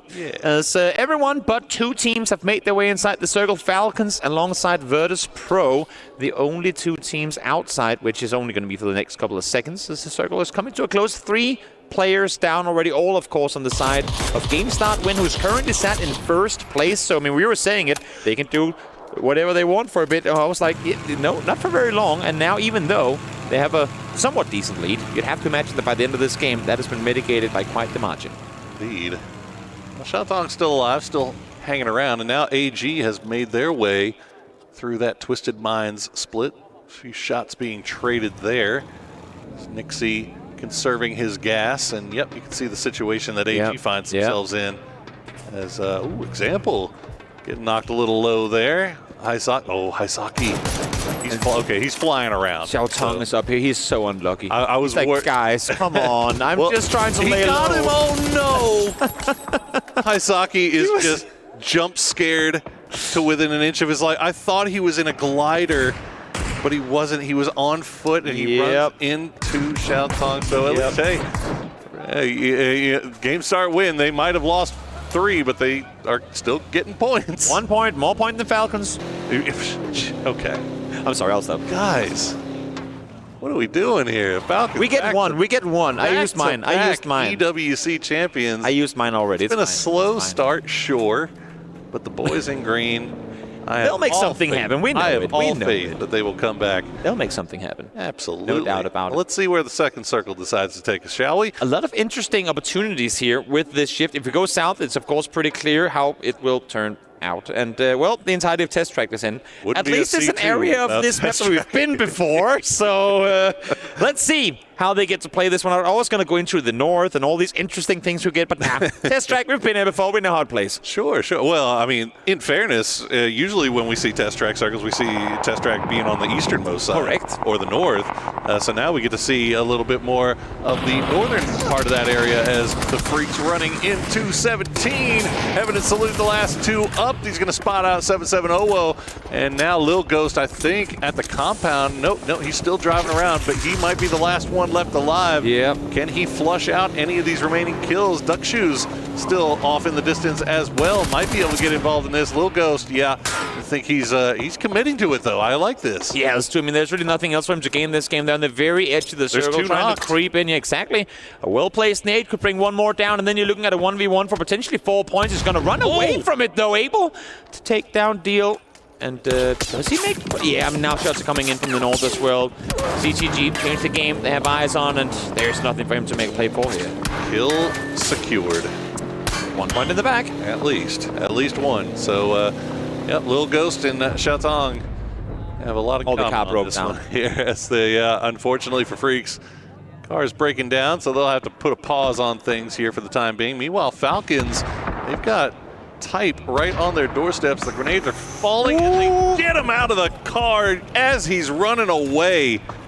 Good stuff there from Falcons. It did take quite a bit, but they do get him. Given that Falcons came in as one of the most southern teams not too long ago, this position they're able to take away from T1 is actually a really good place to be. They have someone playable around them, so we know it's probably not going to end up on this hillside, but they have, I mean, given that they're coming into the circle so late, they now have a really good high ground position from where they can scout forward, see what's available to them, that had they stayed on the low ground throughout, they would have had no info of. And the best news for them is that there's nobody really left on the west to wrap into them, so even the north side, unless All Gamers decides that they want to pull away from everything that's happening in front of them. Batu gonna smoke off his glider. He's getting shot at by I believe that was Tycon or Himas on the north side still, but should be able to get that thing back in the air maybe. Or no, they're just going to go for the pickup with Liu, and Xiaotong holds down his fort. He's going to sit tight. Again, hope that circles go test track, because then he might actually be able to rest a teammate. Again, keep in mind, you can rest your teammates all the way up until the 24-minute mark, so it's actually quite late into the game. See another one of those care packages dropping right in the dead center. Not going to fall on top of anybody this time. No free gifts. But Twisted Minds will get everybody back into their compound 4 strong. They do have Falcons on the high ground off to the west. So they got to be careful about how they peek around. AG has to do the same as Destroy just got shot at from Kickstart, but here we go, checking down in that test track area. Rock, Petrichor Road, Toyo, even Gen.G hanging around in that area as Virtus.pro has now arrived. Exactly, third on 5, only 3 players here. I think Fluky is miles up north, outside the map right now. Not sure exactly what he's doing. Circle continues to swing south. Gen.G, Rock, Toyo, and Petrichor, the ones to claim their parts of test track and Neox factory early. Happy that it continues to do just that. And you know what? Maybe Xiaotong, with the shift, will get to revive his teammates. We'll see how that happens. Well, Freaks able to revive theirs. As looks like they will be able to get Young Deal back on the ground here shortly. See where they decide to go change the game. Already on the move. They're going to be pulling a little bit close to the expendables here. T1, one more team opting to go into test track and join the rest of the party here. So a lot of teams operating from this south side. And the interesting thing is right now we have a big portion of the map that literally no one is trying to utilize. It's the area in between Falcons and, well, test track. And it cuts out a pretty big piece of this, pie. You can't use it for a whole lot as long as there's a team up high, because everyone is going to have eyes on you in the valley down below and shoot at you from both north and inside test track. So a lot of this map you can't really utilize for anything right now, which means that for the teams that are coming in late, like your All Gamers Global, like your third on 5 as Nixie is finally taken out of the sky, and even for the teams on the southern side as well, you're pretty limited in what you get to play with here. Well, interestingly enough, looking at Twisted Minds, they've sent Batulins and Lu into the zone. They've left Example and Perfectix back to that compound. So Xiaotong, he's waiting around, and I think Twisted might be waiting for him, as they would love to be able to finish him off. But AG making the long wrap around to the west. Third on 5 right behind them, as looks like Falcons with that high ground try to cause some problems here, and they're going to get them low. Got the knock just yet. It's one of those weird ones for Twisted Minds where you're like, you really want to take him out because we don't want to allow him back in the game, but there's also way too much more to play for than staying with 2 guys out in the blue. And now that Batulins and Lu were getting shot at, they're like, guys, I know you won the point, but there's also a game to be played, so please come down to the rest of the team. Well, Xiaotong's still in his... He's waiting. He's patient. He's been waiting a long time, but it looks like maybe... Oh, he's going. Yeah, he's going to make the play now. We'll see if he pulls off the great rescue or not, but it looks like, he's going to continue on that eastern side, unless he's just... We'll see. We'll keep an eye on it. We'll keep an eye on it. The Freaks, meanwhile, they're going to play on this eastern edge. They've got Lil Ghost, the solo from 17, coming in behind them as well. AG, they pull up just outside of Test Track, and they're going to catch Theron on 5, but while they're not looking, Rossiter Jr. once again going to be the first one taken out here. Him as you absolute beast of a player. M4 in hand, sprays him down at 200 meters, able to find the double headshot connected now. T5 finds one, and this is exactly the area I was just talking about. The teams that are coming in now are forced to try and play for the open, but there ain't a whole lot to take. Gen.G, I don't know what you had for breakfast, but a lot of magnesium in it for sure, because once again they're sat in the center of the circle. Goodness. Well, there you go. Third on 5. We'll lose 2, and Fluky going to be the last player left alive, and fortunately enough for him, he was in the skies at the time. As they're trying to steal your kills, Falcons, you know you need those, and there you go.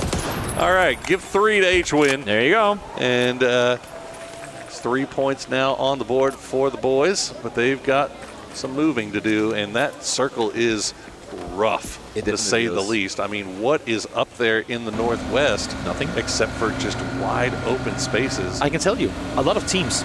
A lot of teams, that is for sure. And you gotta imagine Test Track is gonna start getting a little spicy here. Toyo's still the only team in Neox, so they've gotta have all eyes looking in all directions to defend their territory here. Is 17 actually Lil Ghost gonna go and hit the revive beacon, so he's gonna get his players back. And 21 curious to hear the continuation of the saga of Xiaotong. He went down, meaning that game start win is the first team to fall. His journeys comes to an end, but Lil Ghost, on the contrary, able to stay put and get his teammates back and alive. That could be a good Panzer. Bounces a bit. Oh, not bounces, but blows a bit too far to the top of the hill. Salute trying to stay alive as long as the smokes will allow him. but he has got Na'Vi swarming him. Ferris will finish off Deal. And now it looks like Na'Vi, they're going to devote 2 to finishing off Heaven and 2 to finishing off Guman. Ooh, good grenade from Heaven. Will slow things down just a little bit. Extends, having to stop down. Heal up, Heaven. Player in his own right. Oh, he hits He's it. dropping them over the top. He hits that. These grenades are just working well for him. And that first knock comes through, and maybe it'll allow him a little bit of an opportunity to reposition, catch Sosid while he's not. Oh, good shot. Sosid has no idea where he is. Heaven, you sneaky, sneaky lad. Will pick up 2 more kills for the Freaks, who are now up to 8, Toby. Incredible solo plays coming through here for Freaks. As Heaven does get spotted in the end, Ferris able to do some damage, but the journey ain't done just yet. Down to low HP goes Heaven, even with the blue damage. I mean, point goes over to Ferris, but would have gone down regardless, as we are in Phase 4, soon to be Phase 5 territory. Ferris needs to find some way to quickly get down towards his teammate. How quickly did that fall apart for Na'Vi? They had Freaks pinned with their backs against the wall, and now Guman and Salute are still alive. Hakatori try to take a few more shots back towards him. He will hit it. There you go. Guman goes down, and the Expendables still sniffing around in this direction. The circle has popped. It's going to cut north. Gen.G once again. Compound blessed. Yep. See if they can make as much of this one as they did in Game 1. Yeah, Expendables, in the meantime, they've had enough of the northern circle shambles. They're going to go further south. Are they going to stay roadside? I thought for a second maybe they'll collapse in the building, because it is big enough, as you can see as we fly by here, to house at least 2 teams, maybe a third in a late game scenario, can take an apartment block, but Expendables clearly a little indecisive in where to go on the shop. This is a very dangerous place to try and prone out. Yeah, this is just a disaster. This is like, I don't know what else to do, so let's hide here for now and hope for the best, as the Expendables will stay alive for a little bit longer. Falcons and Twisted Minds, meanwhile, trading utility with Fluky hiding in the midst of the Falcons. They have no idea that that man is there. He could strike at any moment. Oh, yeah. As the Expendables continue to just play around on that roadside. The Falcons do have the dip. They've got cover. Oh, he's got a P90? Are you kidding me? This is what we're giving Snakes these days? Goodness. The level 3 geared up out of his mind. And now Example and the rest of Twisted, they have made the decision. They need to clear this out. I mean, Twisted Minds might accidentally kill him with util here, and in doing so, help out Falcons, because this backstab could be fatal. Let's see what's going to happen as this fight finally happens. That Uzi kill, that goes to show how much ammo 17 Gaming has to work with. They all just landed and are trying to find weapons here, but nope, not going to stand too long. Shrimzy able to find Example. Good first knock here in this fight. There you go, Shrimzy gets the knock. The flush comes through.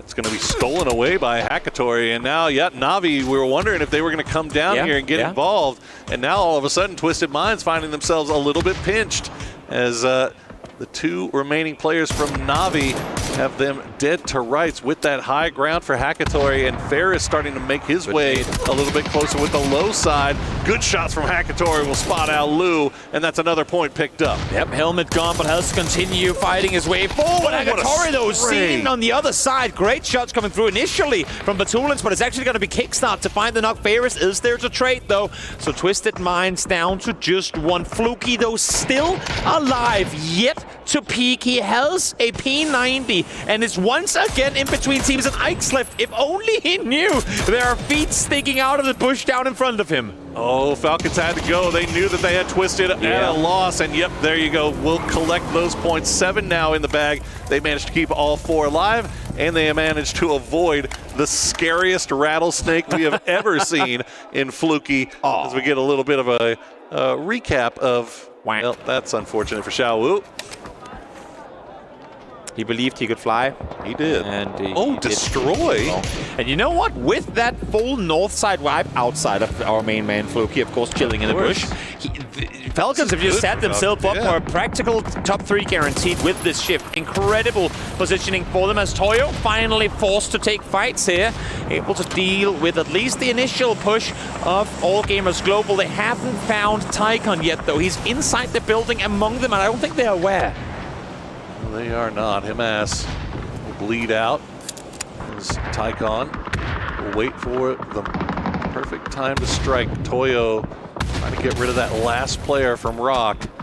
Santastico, the only one to manage to survive the deluge of utility and grenades coming from all directions. Tycon will be spotted out though, so good eyes on Benya. But Ribo and Capitan trying to make their way in. They're getting shot at from range, so Ming Ming and Petrichor Road influencing a lot of fights here without actually getting directly involved. Santastico, he set it on the desk. Martin did. His peaks have been absolutely disgusting. And now he's got another one. From a team that didn't seem like they really wanted to engage on anyone, sure, the nade takes him down, but they're playing with such a level of confidence and that alone can sometimes be the deciding factor in whether or not you win a fight. Great peaks come through there, able to get not just the knock, but the flush as well. So for Rock, again, they're in a good position right now, and they want to maintain that with more points coming their way. Well, top two teams out of the lobby now. Gen.G, they're still 4 strong. They have the compound, but everybody's just kind of avoiding them. So yeah, only 1 kill so far. It's very much a reminiscent of game 1. Petrichor Road, meanwhile, they have been hovering around the edges on the periphery, taking shots at range and spotting people out. They know exactly where Emmy is. They would love to be able to get this point because, boy, do they need it. They have climbed up a little bit as Emmy will get spotted, but it's going to be Lucarux that gets the point. Yeah, I mean, VP, it's been a while since we've talked about them. They've kind of been creeping in on the southern side, waiting to clear out positions. They've been doing extremely well at just that. And now they find themselves with an entire south and eastern ridge line to work with inside the circle and can actually stay at a distance from all the remaining teams, assuming that they're not going to take the fight head on towards Gen.G. We got 4 teams of 4 strong players and the one-man army of Fluky with a hiding off in the distance as Bean will go down on that high ground, and Petrichor Road going to use that as their opportunity to make a move. If you know one thing, that is Petrichor never doubts their decisions. If they say push, they push, and they do it here as well. Yes, it comes with a loss, but the fact that they get inside these buildings might have just guaranteed them extra placement points to boot, because if the next circle swings south or anywhere near these buildings, then for Falcons, for VP, well, solo Fluky, you'd have to imagine they're going to be in trouble, and here you have that exact shift happening. On that push, Petrichor and Gen.G now both down to 2 players. Don't think Gen.G can get Bean back as he's on the roof. No. Actually, he's going to go for it. Tosi managing to jump as Fluky finally striding. He's actually going to steal the kill. So that's how he decides he wants to reveal himself. As we are going to listen into Falcons and how they deal with this late game. VP. Okay, let's clear this. We want to hit apps later. Let's figure out the apps crash. Just look at it. He's on the tree right in front of me, the far one. Which one? Mark it. Hold on. Okay, so VP's 4, there's 9 players. Can we drive in on our side? There's both teams are green line. Are we going to get fucking fried? Yeah, no, we can pull it on the wall in blue. The wall in blue is full safe. Can we get inside after? It's not full safe to the guys, but we can go to orange right now if we want. I want to get into hard cover if we can. I know Gen.G and Pero are green line. I saw a Gen.G guy on green. Boys, I think blue mark is the only spot we can hit. Let's try blue then. You want to do it with an anchor, leave take for a second, or go for it? Listen, I have a smoking. We're going to smoke orange, okay? I'm going to smoke orange. I smoked it now. We're going to hit that spot solo, and we can get into the door there. Yeah, it's a shit shack, but we can work out of it. Can we get into anything else after? We can work out of it, orange line, yes. Let's do it. Use smoke screens towards VP after. I tried. Ready? Yeah. Let me enter it. Let me go first. Let me take the bird of it. Yeah.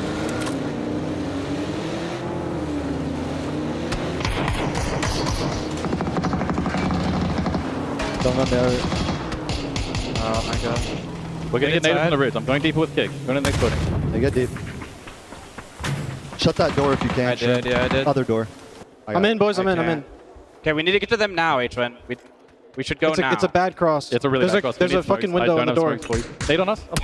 Love the fact that we're getting these insights from the players. Even when the game seemed quiet for us viewers, everything is planning, everything is coordinating, figuring out what can we do with the plan ahead of us. And great pull up here for Falcons. Yes, they get one knocked, but kickstart should be resible.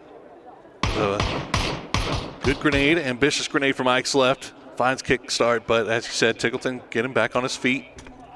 So 2-2 now for Falcons. Yeah.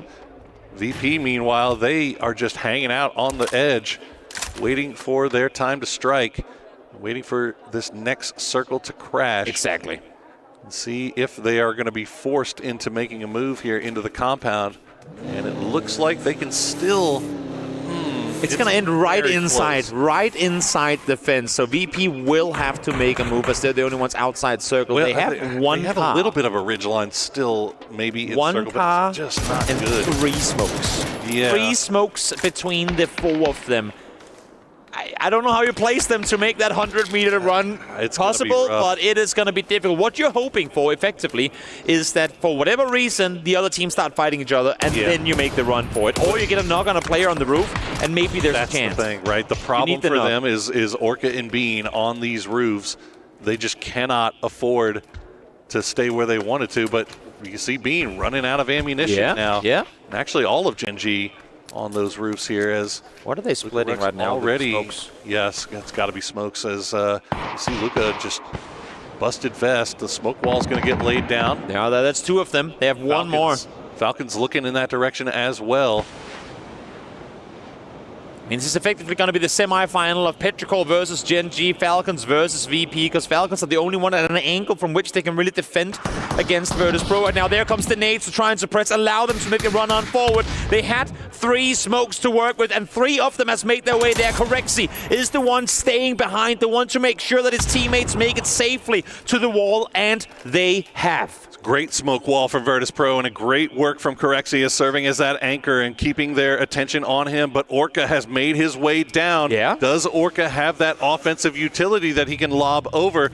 VP has a beautiful wall that they can still work around. He's got 1 Molotov. That's it. That might not be enough. As Beamy is edging so close to the edge of that wall, Orca just waiting for him to peek, but it's not coming. You have to imagine that Orca goes for the dry peek here, but now he made a run for it. Beamy heard him. Beamy just heard him. He had to run inside circle. That's a really awkward timing for Orca. He had the element of surprise, didn't dare to make the play happen when he had the chance. Forced to make a run, and instantly Virtus.pro reacts to it. Absolutely great work from Virtus.pro. You know the situation. You know the comms are going to be scary, but they still manage to hear the footsteps and take advantage. Tosi, this is a very brave res here. This might be a little bit too aggressive for Gen.G, but they have a wall that they can hide around. They could be crumbling. Bean is now solo duty player with 14 spare bullets trying to fend off against what's coming at him. But he too has to make a move. He's going to be outside circle now, running downstairs, trying to make his way further towards the circle center that will keep on moving until this game is over. Strimsy spots Corexi out in the tree. Pre-molly lopped on over, but nade comes in return. Good nade. He's got Corexi. One more. Tree, and he can't peek again. So good work on the part of VP to defend their man, get everybody back to that wall. 10 kills for Falcons right now. They've still got 4 alive, but you can see the situation that they're dealing with. This hard cover that VP has, or the deployable cover that VP has laid down, is serving them so well. It's an inner wall, outer wall fight, and look at this. They're not only using these deployable shields for cover, they're using them to try and peek over these fence lines. The dot is not in their favor, though. They have to make their way inside, and Shrimsy still in a beautiful position to take advantage. Mike's left will spot out Bean. Shrimsy, though, is going to go down to Luca Rux. They still have the high ground here for Petrichor Road. Ike's left trying to get involved. H-Win will see if he can lay down the smoke, get his man back up as Virtus.pro is trying to take advantage of the knock and make a push. H-Win goes down. They just saw all of them outside. Shrimsy gave that info across. They know they're all sat out there waiting. They don't have to go far. This is going to be a close one with a good chance to bring it home. Fantastic execution on the part of Virtus.pro, but a dirty angle from Tiggleton will spot out Nixie, and now it's a 2-man attempt from Falcons to keep things going. They spot out Orca. Gen.G is down, but Tiggleton, the last player left alive, and Virtus.pro in the driver's seat. 1 player left alive. Tiggleton, do you have it in you to take down the entirety of VP? No, not gonna happen. Virtus.pro out victorious with the toughest of rotations to make. They make it happen with just the 3 smokes available. What a final game, or final circle there for Virtus.pro. Everything was looking like it was going against them. I mean, they were the one team on the outside. Usually you kind of favor the team that's on the outside, right? Because they can avoid all of the craziness that's going on inside of the compound. But this time, because of that high ground, because of the roofs that were at play, it looked like VP was in a very, very tough position, and they were. But they did everything. Perfect utility use, perfect use of the deployable covers, everything they had at their disposal, they used so well, and that is a huge win for them. Oh yes, Beamy sat there looking stone cold, knowing full well, let's let's not celebrate too soon, my guys, because there's a lot of PUBG still left to. Look at him, he's just staring into the void, trying to figure what could we have done better, what can we do even better than we already did for the games to come. I don't know if there's a better way that they could have played that end game, but huge one for them as we throw it to break and get ready for game number 4.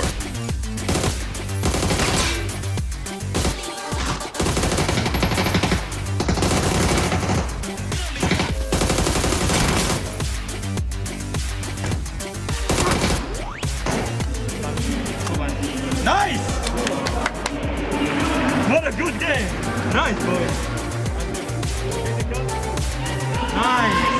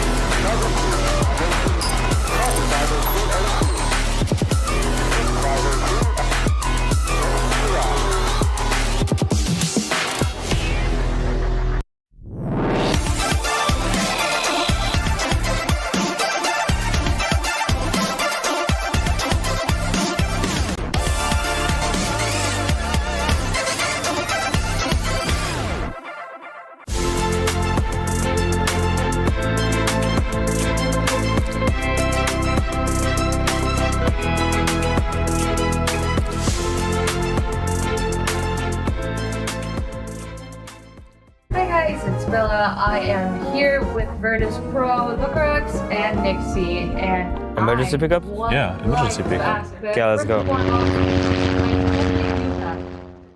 Hi guys, I'm standing here with Virtus.pro's Lucrux, and oh wow, you are popping off. You had an amazing day yesterday. You're in the finals, and there's a picture that I would like to discuss with you. We heard that there was a hidden gem, a secret 5th member, Lucrux's pillow. What is that? How has it traveled all the way here? Can you tell us more? I mean, at home I got used to playing with pillow on my back, so I had to do it here as well. And the pillow, I didn't travel it, I just got it from hotel. Do you think that's like your lucky charm? I guess it is, we will see. We shall see. All right, well, we have only 2 days to play out in the grand finals. What is VP doing to make sure that nothing stands in your way? I mean, we just need to keep playing how we practice and what we know, and I think it's gonna be good. Let's fingers crossed that Lucas Pillows works the magic. Good luck to you. Fucking get the flushes. I'm going Insta. Gen.G and Falcons. I'm holding the edge. No, I fucked up. Comes. Rest me. You can res. One active. Inside the house. Guys, it's a 1-1. You can peek around the stairs on the door. They need to come out. Yeah. 1v1. Done. I'm full blind. Nice! Good job, beaming. What a good game! Nice, boy! We had 9. Nice. Well, Virtus.pro in a stare down that compound. Falcons was able to get in there. Plenty of teams battling it out, but Virtus.pro enters and they conquer. A good win for them here to be able to get things rolling in the grand finals. Joining me, Avenger, Godspeed, as well as Toffees to talk about this one. Avenger, our resident EMEA man, talk to me about Virtus.pro. Yeah, I mean, this team obviously built for victory, right? They are pulling in Correxa here, and love to hear from Scoom as well that, you know, they're bringing him in to make sure that there's enough firepower, but also he's doing all the small jobs that all other guys might miss. But I gotta say as well, Lukarux here, obviously a man with fantastic support now in his back, but also fantastic IGL experience and fantastic ways of executing. And he's just keeping so calm in these kind of late moments. And I just love to see how they kind of execute towards this big game here. And I would say calm and patient is their kind of pedigree right now, right? We see them coming in late from the blue every time, picking an edge that they feel is going to be most advantageous to them. They slow roll it, but they're so successful in doing that. They came in from the south here. They were able to dominate pretty much all the other teams.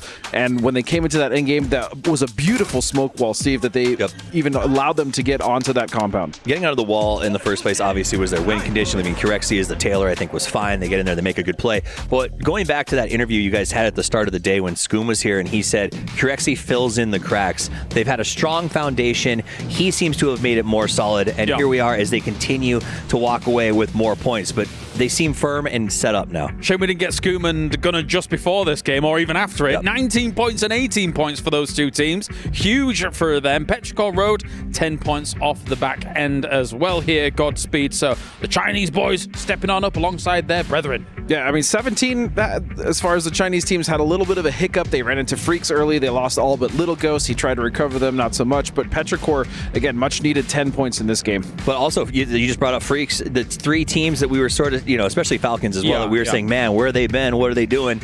We came here and they said, okay, we're going to play our game and make some moves. Well, of course, we've got the AWS stats coming in as well to see who's going to be able to take that spot for this game. Who is it going to be? Oh, Mr. Lukarux. He's done well for himself. Yeah, that's good. Since PGC 2022 in Dubai with the Entropic boys obviously coming in here and showing young guys still. I believe he's still only 22, 23 years old. Like, so it's good. Also, you know, these guys and how VP is, you know, everything is built around them. I think they have like 8 or 9 guys here. Mamich is in there. They have a media guy. Like the whole support staff is around them, including of course Scoom and Ibiza. Like it's a big crew to make sure these guys come here to succeed. So it's good to see. And a few times now we've gotten to hear sort of their late game comms when Luka's sort of leading the charge. It's not oversaturated. There's no counter calls going on. Right. Everyone seems to really buy into what he believes in. And sort of talking to the coaches last night, they said, we think this really has built, like this is a good roster with tons of potential.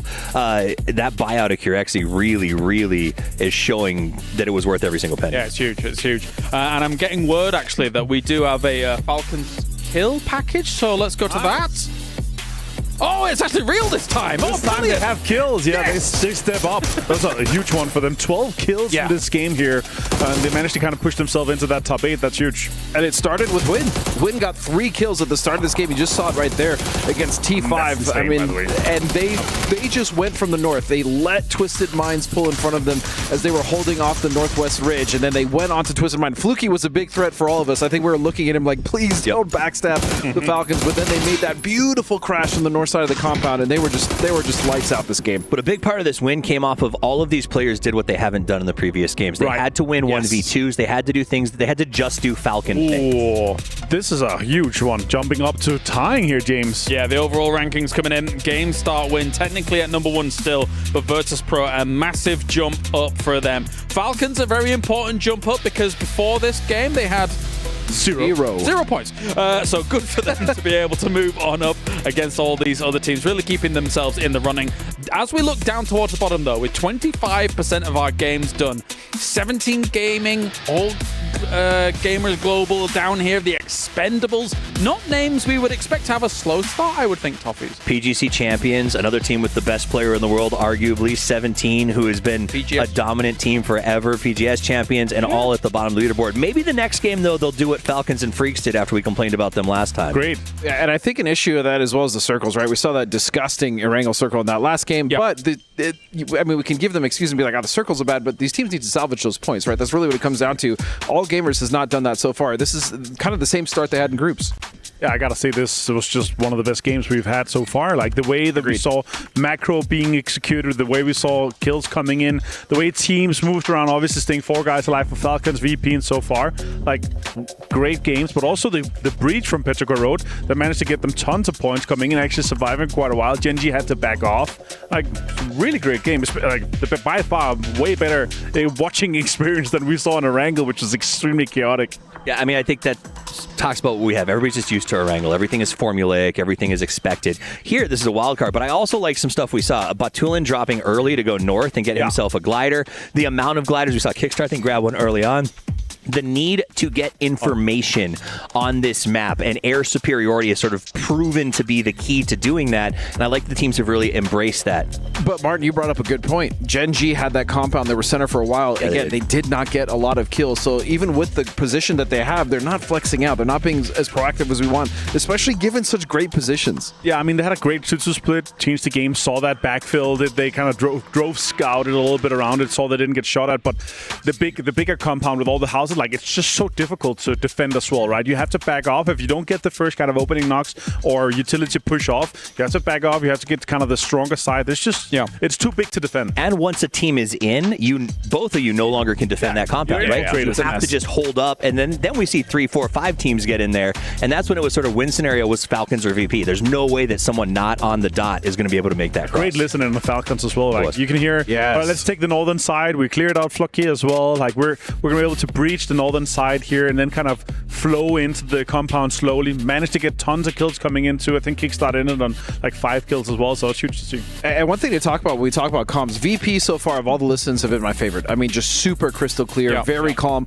There was a moment there where Shrimsy had to be like, guys, hold on a second. Like there was kind of a lot going on. Everyone's talking at once. He had to slow things down and make sure that everyone's on the same page, and then they got that crash. Taking it very seriously, very studious as well, as the coaches have been able to rendezvous with the players between these games, and Kirk's taking a look at some things going down. So, as I say, as you guys have previously mentioned, the support staff around them, the energy. Basketball player walks in here. Oh, Ibby. Dwarfing the rest of the members. Ibby walks in and says, "How are you doing, children?"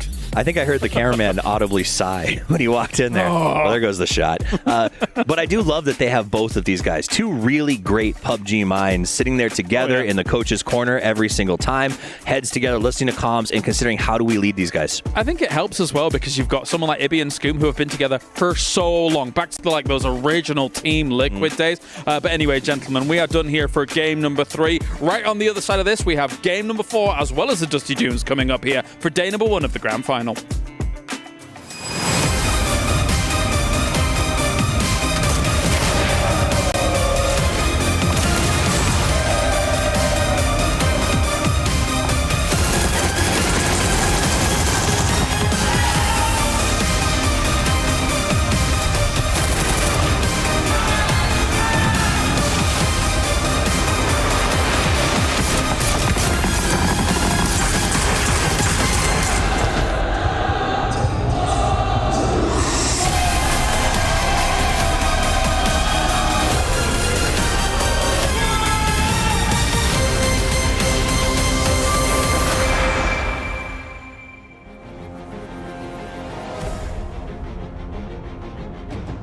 First day of grand finals here at PUBG EWC 2025. We're 3 maps in, halfway through the day, and we are here with the highlights. I'm Bella, and this is Barney. Yes, it is. Map number 1. You know what? It was a test of nerves to see who was confident at the start of day 1 of the grand finals. And it ended up being Gen.G securing that chicken dinner. And an honorable mention, of course, goes to Game Start Win with 8 kills in 4th place, Bella. And they carry that momentum onto our map 2. They come out with the chicken on top. They enjoyed their moment on the first spot on that leaderboard, but Navi was right behind them with the game with 9 kills and 15 points. And then tell me what happened.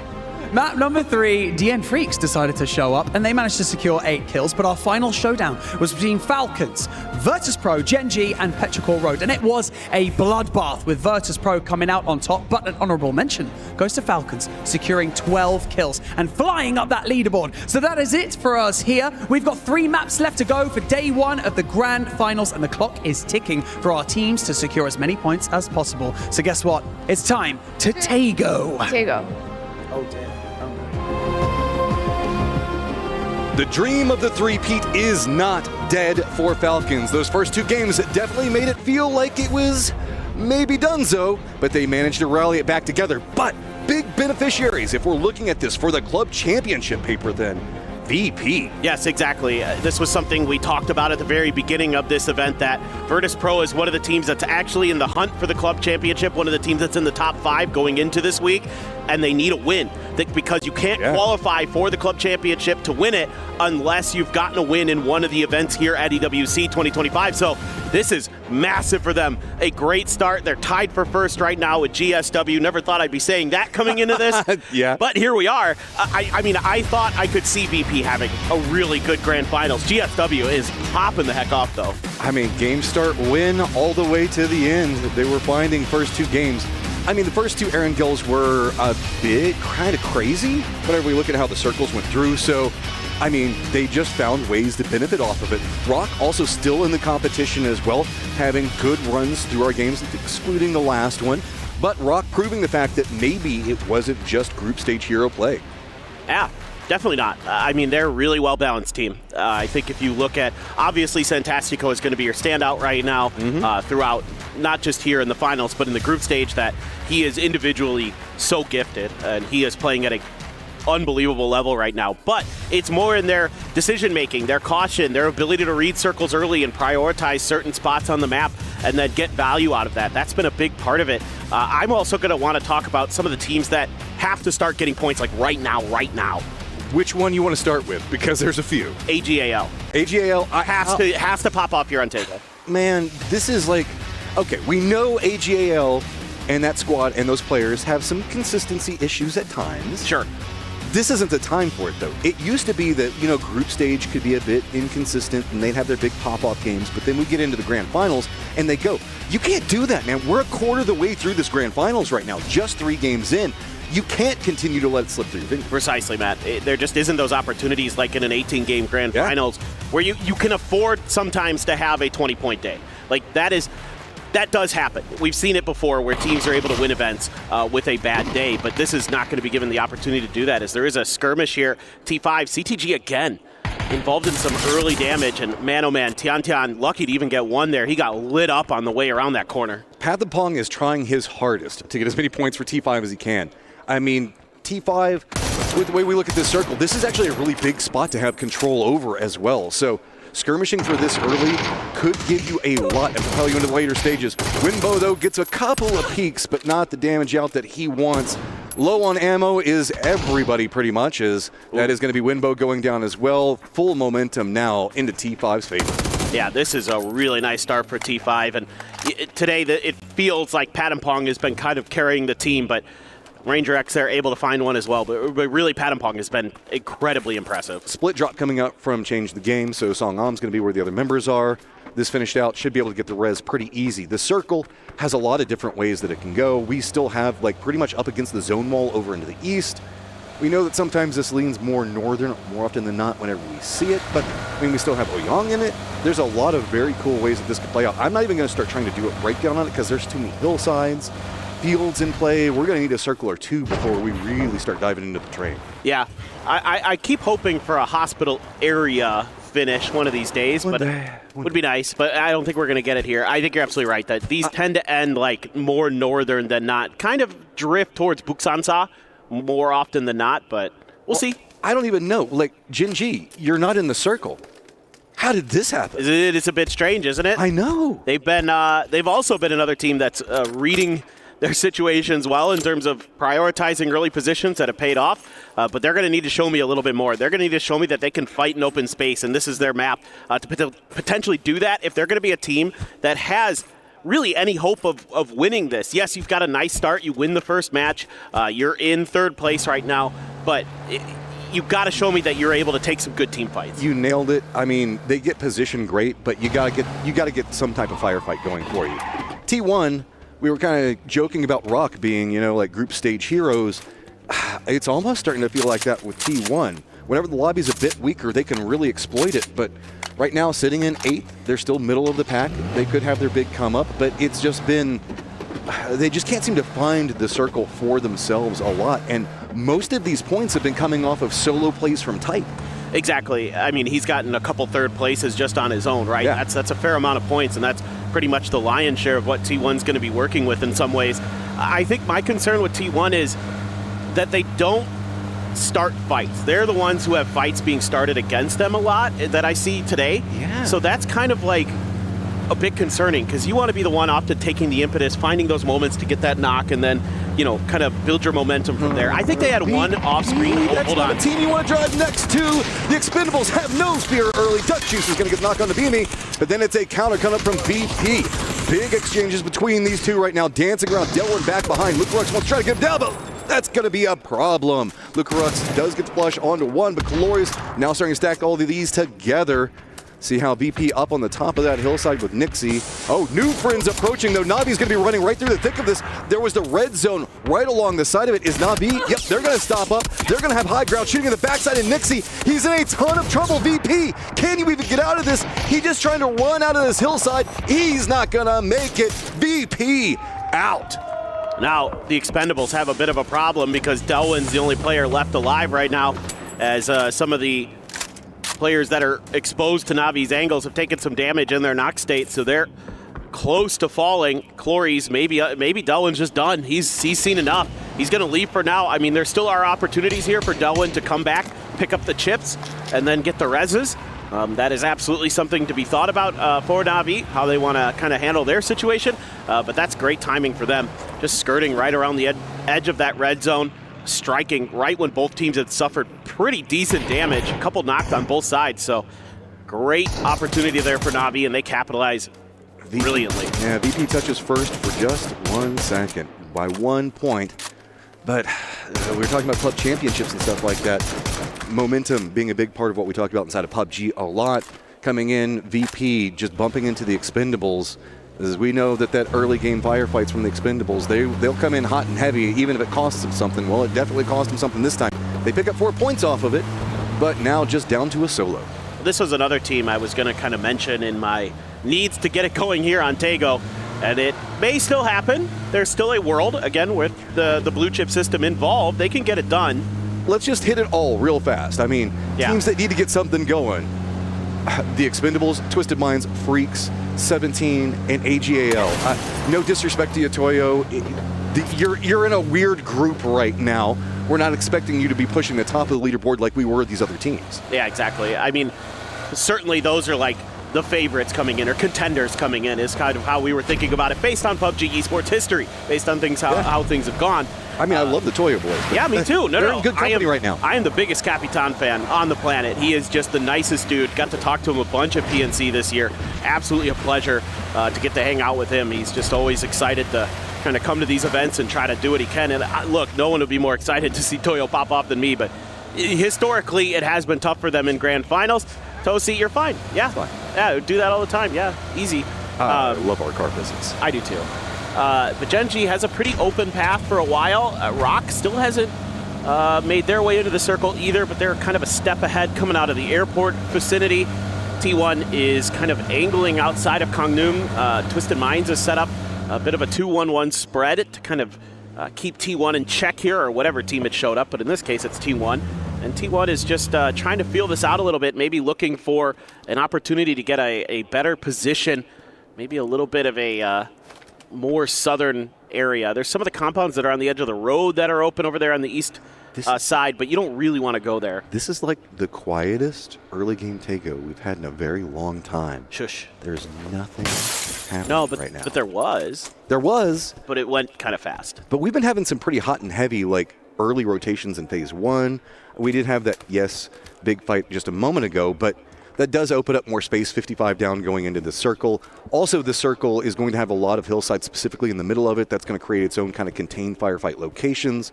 Also does mean that rotations are going to be a bit blinder, so people are making sure to stop, scout top of hillsides before they come in. That is slowing down a lot. We still have the sitter meta coming in very, very strong on this right now. Tail end team is going to be Rock, that's just now getting in the circle. Freaks are going to be a bit further out in the west, very widespread coming out from AGAL. They're kind of surrounding poor Delwyn right now. Everybody else is pretty much around Oyang and to the north of it. Yeah, kind of interesting. You know, a lot of people kind of guessing that what we thought initially is what the circle is likely to do. end up somewhere in between Buksansa and Ouyang. That's pretty much the general idea of these circles, but hard shifts are available. DN Freaks coming into the circle late as well, joining their Korean brethren Gen.G up on the north, but this team is on the south, have tons of open space here, in part because of that fight that kicked off early. A couple teams just beating each other up. VP, TE, they're gone, so that opens up a lot of territory on this map, especially with TE being weak, because TE early likes to take those wide splits. They like to try to contain the edge of the zone and look for those trap setups. In this case, it was a rotation kerfuffle as they bumped into each other. But this is going to, look at this. This opens up so much of the map here for the Freaks to try to get their way through. Second circle, where will you be taking us? Yeah, I mean, we're waiting for everything to collapse in. Going to go just a bit down to the south. Means that hillside just south of Buksansa is going to be a core component that a lot of the teams are going to have to work around. AGAL is going to have an inside track to play around that. Petrichor Road already inside Buksansa itself. So now we've got emergency pickup also coming out from 17. Looks like we did see Twisted pull one, but they're going to go ahead and go for a pull-up, driving right next to GSW. T1's going to run right in the middle of those. That's going to get a bit hot and heavy for just a second, but T1 in that field should be okay. Only problem with it is if you start trying to cross that area, you're going to get a lot of verticality. It's going to slow you down. They're essentially giant speed bumps in the middle of it, and that can lead for you to get caught out. Luckily, though, Twisted is not the Expendables. They are not going to just go directly after you if you drive next to them. Yeah, for sure. Twisted's a little more judicious. And then you pass next to Toyo after that. That's probably the best cluster that you could drive next to. The funny thing is I think they're considering the same spot that the Freaks just took potentially, although they might come up just a little bit short of that. Freaks there just got enough ahead of AGAL. There might be a fight that brews out of that. Navi can kind of see some of their players as well. They're those speed bumps you're talking about. Yeah. Okay, so looking out, we did not see 17 take their emergency pickup either. Rock is going to be rotating very far away. Rebo did get spotted out, so Type is going to be able to pick that one up for his squad. Twisted's got some high ground right up on top of Emmy, so this is become a bit problematic for Toyo. While they do have compounds, they're kind of in a desperate situation with Emmy right now. Capitan can't provide the best of cover from this point. Yeah, Emmy in a rough position, has to even put up the folding shield. He's a little bit worried about somebody from his west, but could be Petrichor Road maybe. That put some shots down in that direction. Getting out of this spot is going to be not the easiest of tasks for sure, especially since you've already lost a player as well. So kind of having that ability to leave a player behind and then put forward a three-man front in front of Twisted Minds, something like that, not going to be available to them, at least not right now. Coincidental circumstance that we had down in the southeast, Gen.G was trying to keep out a position where Rock was trying to rotate through. Rock had to stop. There was a red zone on top of him, but also a ton of crates. So that does mean that Rock should be coming into the circle pretty strong, and with Gen.G now stretching to the west, that's going to be pretty open for them.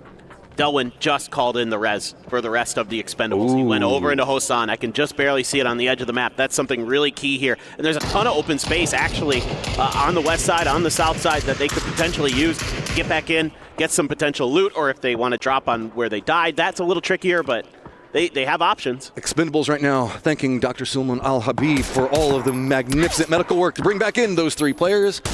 So, well, we're thinking three. We don't know how many of them we got. I assume. I would assume so. They're all stacked on top of each other, so yeah, it should be fine. It should be, you would think. But it's going to be a little bit quiet. Rock taking a huge 2-2 split on the edge here on the backside of Gen.G, trying to see if maybe they can find some kind of opening in there. Gen.G takes a pretty wide split themselves, so there's actually opportunity here for Rock if they can find a knock to make a move if they so choose, but it looks like instead they're just going to kind of try to group up, maybe go even further west. I mean, they're not seeing much from those hills, BL and RBN, so they might say, guys, we've got western paths open. That might be our safer option. Currently, Falcons are in the air, and oh boy, this is like half fields almost. Half fields, a quarter Buksansa, and then the hillside as well. This is messy. Falcons up in the air right now, soaring up above everybody. They're going to go ahead and break out, and they're going to shift to the hillside, but this is going to be pretty crazy. They're going to have Twisted on one side of them, T1 on the other. Petrichor Road could get some vision in just 1 second. T5 playing down into the southeast is going to have some friends in Gen.G on their encroachment. Rock, I think, has kind of spotted out how we saw Gen.G come into this, so they're going to shift away. Looks like we did see the Expendables come in off of it, and it looks like maybe it's just Tanvu. Yeah, this is going to be tough for Gen.G if they have to fight through T5 one way or another. T5 has a lot of control over Ogyang, and then you got Twisted Minds up in the hills. That's a big knock for Heather. Okay, high ground advantage for T1 looking down the hillside, but going to get some retaliation. So Loot, of course, gets the knock on to Heather. This is going to be pretty close to center, just to the west of it. AGAL is very close, so they're going to hear this. You know that this is a squad that once more they could be running in, seeing if maybe they can third party any second. Deal peeks around the side, spots out EN. Easy pickup for him. That's huge for the Freaks there to get something out of this fight, because it looked like they might just get bodied by T1. I was talking about I wanted to see T1 be the one starting a fight, and they did. And so far, it's okay, but yeah, with AGAL looming in the shadows. This is taking too long. You can see Highmass getting closer. Hisaki back behind it. This is just, the timing on it is good, but it's just taking too long to really develop, finish out. T1 playing this slow. They want to try and make sure that they maintain some form of safety, and that's just letting a lot of third-party setup come up back behind them. Finally, the Freaks do go down. AGAL do have vehicles close, but it does look like maybe they got spotted out. I love this. I love this from T1. Now they do have to turn their attention to the west, but the thing is for now, they're kind of clear, other than Akesleft just reached out. He heard the fighting and wanted to see if he can get involved, and of course he can. He's going to take down Type, too. This is a very passive play coming up from AGAL. They stepped in there. It got a lot quieter, so decided not to go after it. Delwyn is also on the approach for AGAL, but he's pretty much just a solo, and Tanvu, I don't think, has any loot unless he managed to land and pick up some crates over there. I think that's probably why he landed a bit further than south. Gen.G making their rotation, going to be right next to Na'Vi. A couple of shots just kind of shoo them in the direction, but Gen.G with these shots also going to be forced closer to the line than Hisaki could spot out in a second. Yeah. Oh, wow. Orca even hit a headshot there on that drive-by. They were passing each other, and he was able to still find some pretty serious damage on Na'Vi. The problem is you're about to drive into AGAL. Hisaki, Taikon, all eyes in this direction.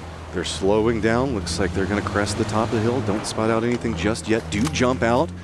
The rest is going to continue a bit further forward. Circle pops, and it's a hard shift down towards Ohyang. So that means that Buksansa entirely out. We still have section of this fields that are going to be in play, but into the north, 17 Gaming going to have a very difficult rotate, and specifically over into the west, where we see Na'Vi, T1, Gen.G, AGAL, and TE all stacked up on top of each other. This is going to be a hard path. Yeah, oh man. Ooh, Flame right, there, Flame. Able to get Taikon. I thought this was going to go rather poorly potentially for Gen.G, but you also have Delwyn getting real close to this, but he's shut down by Destroy, trying to see if he could cheese out a few points. Meanwhile, Himas going for the reload there. Plenty of damage done. Hisaki. Oh, he had a chance there to find that knock. That's okay. Himas is there. This is a much slower firefight coming out from AGAL. I mean, they know that there's going to be a team just to their east, so I guess they don't want to overextend too much, but Himas just going to be in the middle of everything. No fear. Destroy is going to go ahead and assist. Get down Bean. Flame pretty much back behind the entirety of this. Flame, man, what is going on with this guy? He is carrying Gen.G. He is filthy. He's got a blue zone back, so he can reach out into the blue, try to see if he can catch them off guard a bit. Tanvu actually striking from behind now. He found the flush onto Orca, looking for more. It's actually Heather from T1 showing up. He's got himself a car.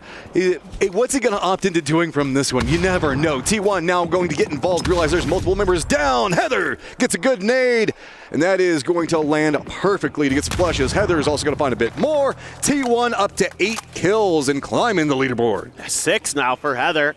Having a great map right now. Love the proactivity here from T1. Even losing your IGL and Type, you've got Heather and Raining, who are still tremendous players. Of course, Raining given the nod for the Korean team for PNC, and Heather has been always just a tremendous individual talent. awkward fight, still just kind of standoff over here. T1 says, okay, that's enough. We've got enough points over here. We need to eye the circle itself. Falcons could be the closest team on approach, but they also have to be careful. Petrichor Road caused problems. Took down type just a moment ago. South, it's going to be Na'Vi, so instead they're just going to try to juke in between the two of them, stop right on the edge, sees the door open and the bike. Good spot out from Heather. Yeah, he knows there's somebody in there for sure, so should be able to just kind of wait this out a little bit behind the hill on the top. Might move the vehicle forward a little bit. I think he's looking for maybe some angle onto this player in the shack. You might assume there's only one in there, otherwise they're just trying to cut off for another rotation. Oh, gotta go fast on top of it. T1 roams right next to Petrichor Road while they were trying to regroup. Where are they going to send it? They're just going to go right down into the center of the fields itself. GSW is caught up looking at 17 gaining right now, so a couple of shots, but here comes Twisted. They've spotted this out. There is nowhere for T1 to go. They have to stop. Heather, the guy with all the kills, now going to be sent back to the lobby. Yeah, this was ambitious for T1. Going into these fields with so much of it left to their north was going to make it difficult, plus the hillside it's surrounded by in a couple different directions. Also makes it a bit of a death trap. So Raining, he's like, okay, well, maybe I can just nestle up somewhere else because this ain't going to work. He's going to try to drive up a little bit, find a ditch. Oh, boy, Falcons are in trouble. And we can't get the dip. Shrimsy spins it back around, defends his team. Really shuts down anything that Na'Vi was trying to get over there. Tickleton's going to follow it up. But the moment Falcons popped up, the reason all these shields are over here is because Twisted does have a sight line into this. So it's kind of a European 1-2 punch between Na'Vi and Twisted right now. Petrichor Road saw all of that and is like, oh, I don't think we want to go that direction. Petrichor Road has to make a decision here pretty soon. They're trying to see if they have enough room on the edge of the current circle to just kind of set up a bit of a fort temporarily and then maybe make their move. You know, they want more of these fields cut off before they try to go into them. That way they can fight just in a single direction and they can hide underneath the hills from the teams that are in the hills, particularly Twisted Minds. 17 gonna have to work their way through GSW. If they could figure out that GSW was pretty bunched up there for a second, they might have been able to find a pretty nasty grenade, but 17 doesn't like all the util getting thrown their way, so they're going to take a moment to retreat, and Aches left has mortars. It's good that they did. Here come those mortars right on top of Tiggleton. Aches left going to feel good about that one. Is Tig, I mean, what could you even do in that situation? Nothing. No, I mean, that's such a short-range mortar, too. That's almost like mid-range there for Aches left. Really nice find. A17, they're going to lean more into the west. They've got the vehicles. They're going to rotate around GSW, but that's going to put them right next to Petrichor Road. They're going to go high side of the hill. They're just going to lead through GSW, tapping in some shots back behind them. They're going to creep down right next to Petrichor Road. They do spot out Raining, so they're going to find the same spot that he was in as the car runs away from him. No, we're going to need that. We have to have it for cover. That's going to be some damage that Xiaowu takes, but he should be okay. He managed to stop it out now. And now you're going to get punished a little bit by GSW, the team that you couldn't find any damage on when you were up on that northern side. The good news for them is Twisted Minds has completely turned their attention over towards T5, who had to leave Oh Young, and Example finds a good molly onto Ranger X, so just fluky left that I can see here for Theraton 5. Ooh, he finds some good damage with that first grenade. Peeks up the hill and does get the knock onto Batulins. This is very scary, though. He knows he has all of Rock back behind him. He can't really move. He's just trapped. Fluky's just having to dodge all of the bullets being sent by two different teams, hoping that maybe Rock leans a bit more into Twisted. That does look like that's going to be what's happening. BL has shifted down into the south, trying to see if he can get a sight line. They heard the shots coming out from Twisted. This is a very aggressive push coming out from Rock. Fluky does get spotted, so the distraction is now gone. Meanwhile, H1 able to get some revenge there initially onto Petrichor Road. A big fight there between the Falcons and them. As you can see, Ming Ming able to respond in kind onto King. Shrimsy steps up again onto Ming Ming. Oh my. Okay, gotta be careful though. Doesn't want to over peek it right now. Petrichor Road has Aches left and Ming Ming both down. Nades are gonna land right on top of him. Doesn't get the flush onto Kickstart, but does a lot of damage onto Shrimsy. Not a lot of options and places to go. Kickstart does get flushed. Na'Vi looks like they're gonna be flanking up back behind this one. Bayris now doing the backstab right down into the dip. He's got that rock. Looks like he's got a nade prepped as well. Does the line go good? Lands right in front of Shrimsy, but does it take him down? The second one does. So said picks him up. Yeah, nice work there by Na'Vi. finding a good timing of their own, back over towards Twisted Minds, who's now fighting Rock, losing Batulin, so they're a man down compared to Rock, who continues to try to find ways into this next circle themselves, but they're getting hit from a couple different sides. Toyo getting involved as they begin to reach out of their compound to try to find space on the side of the hill. Petrichor Road just yeeted themselves at 17 and paid the price. Oh, they have C4! Oh, C4, yes! Oh, Chewy makes the sacrifice for his squad. Petrichor Road says, if I'm going down, I'm taking you with me. Not down yet. Trying to see if he can hold out Navi, but he is so heavily outnumbered. Petrichor Road goes down, but lives on in our hearts. Oh, man. I was watching the map, and I'm like, why is they're it just going there? driving Yeah. at Petrichor Road. I'm like, oh, yeah. That's right, C4. Oh boy. I wish we could have gotten a 17 reaction to that one. Oh, yeah. That just feels bad, but feels good if you're a Petrichor Road fan. His little ghost just staring into space. It's like, what has happened to my life? Meanwhile, there's some crates over here as well for Navi, so might be able to scoop up a little bit of nicer gear potentially that's maybe left over from some of the bodies on the ground. But this is now a fight for the hillside on the southeast, and Rock is trying to play a little bit of contain. Toyo's going to send Captain out to try to set up a counter angle onto Rock. Santastico, if he can win this fight, could actually just break things open here for Rock to make a sweep around their northern edge.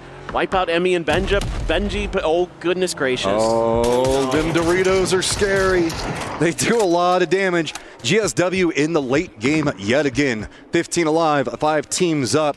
So up at the top of the leaderboard right now, GSW though very also top of this circle, out in the middle of a no man's land. Crossfire could be set up. They've got their sights set on Rock. Rock wanted to move after Toyo, and they get picked apart. Biel's very far to the south, so this is going to be him and Santastico with 2 teams between them. Oh, this is great timing from Twisted Minds. Biel trying to set up a backstab, but it's taking way too long. Rock is hemorrhaging players at a very high rate.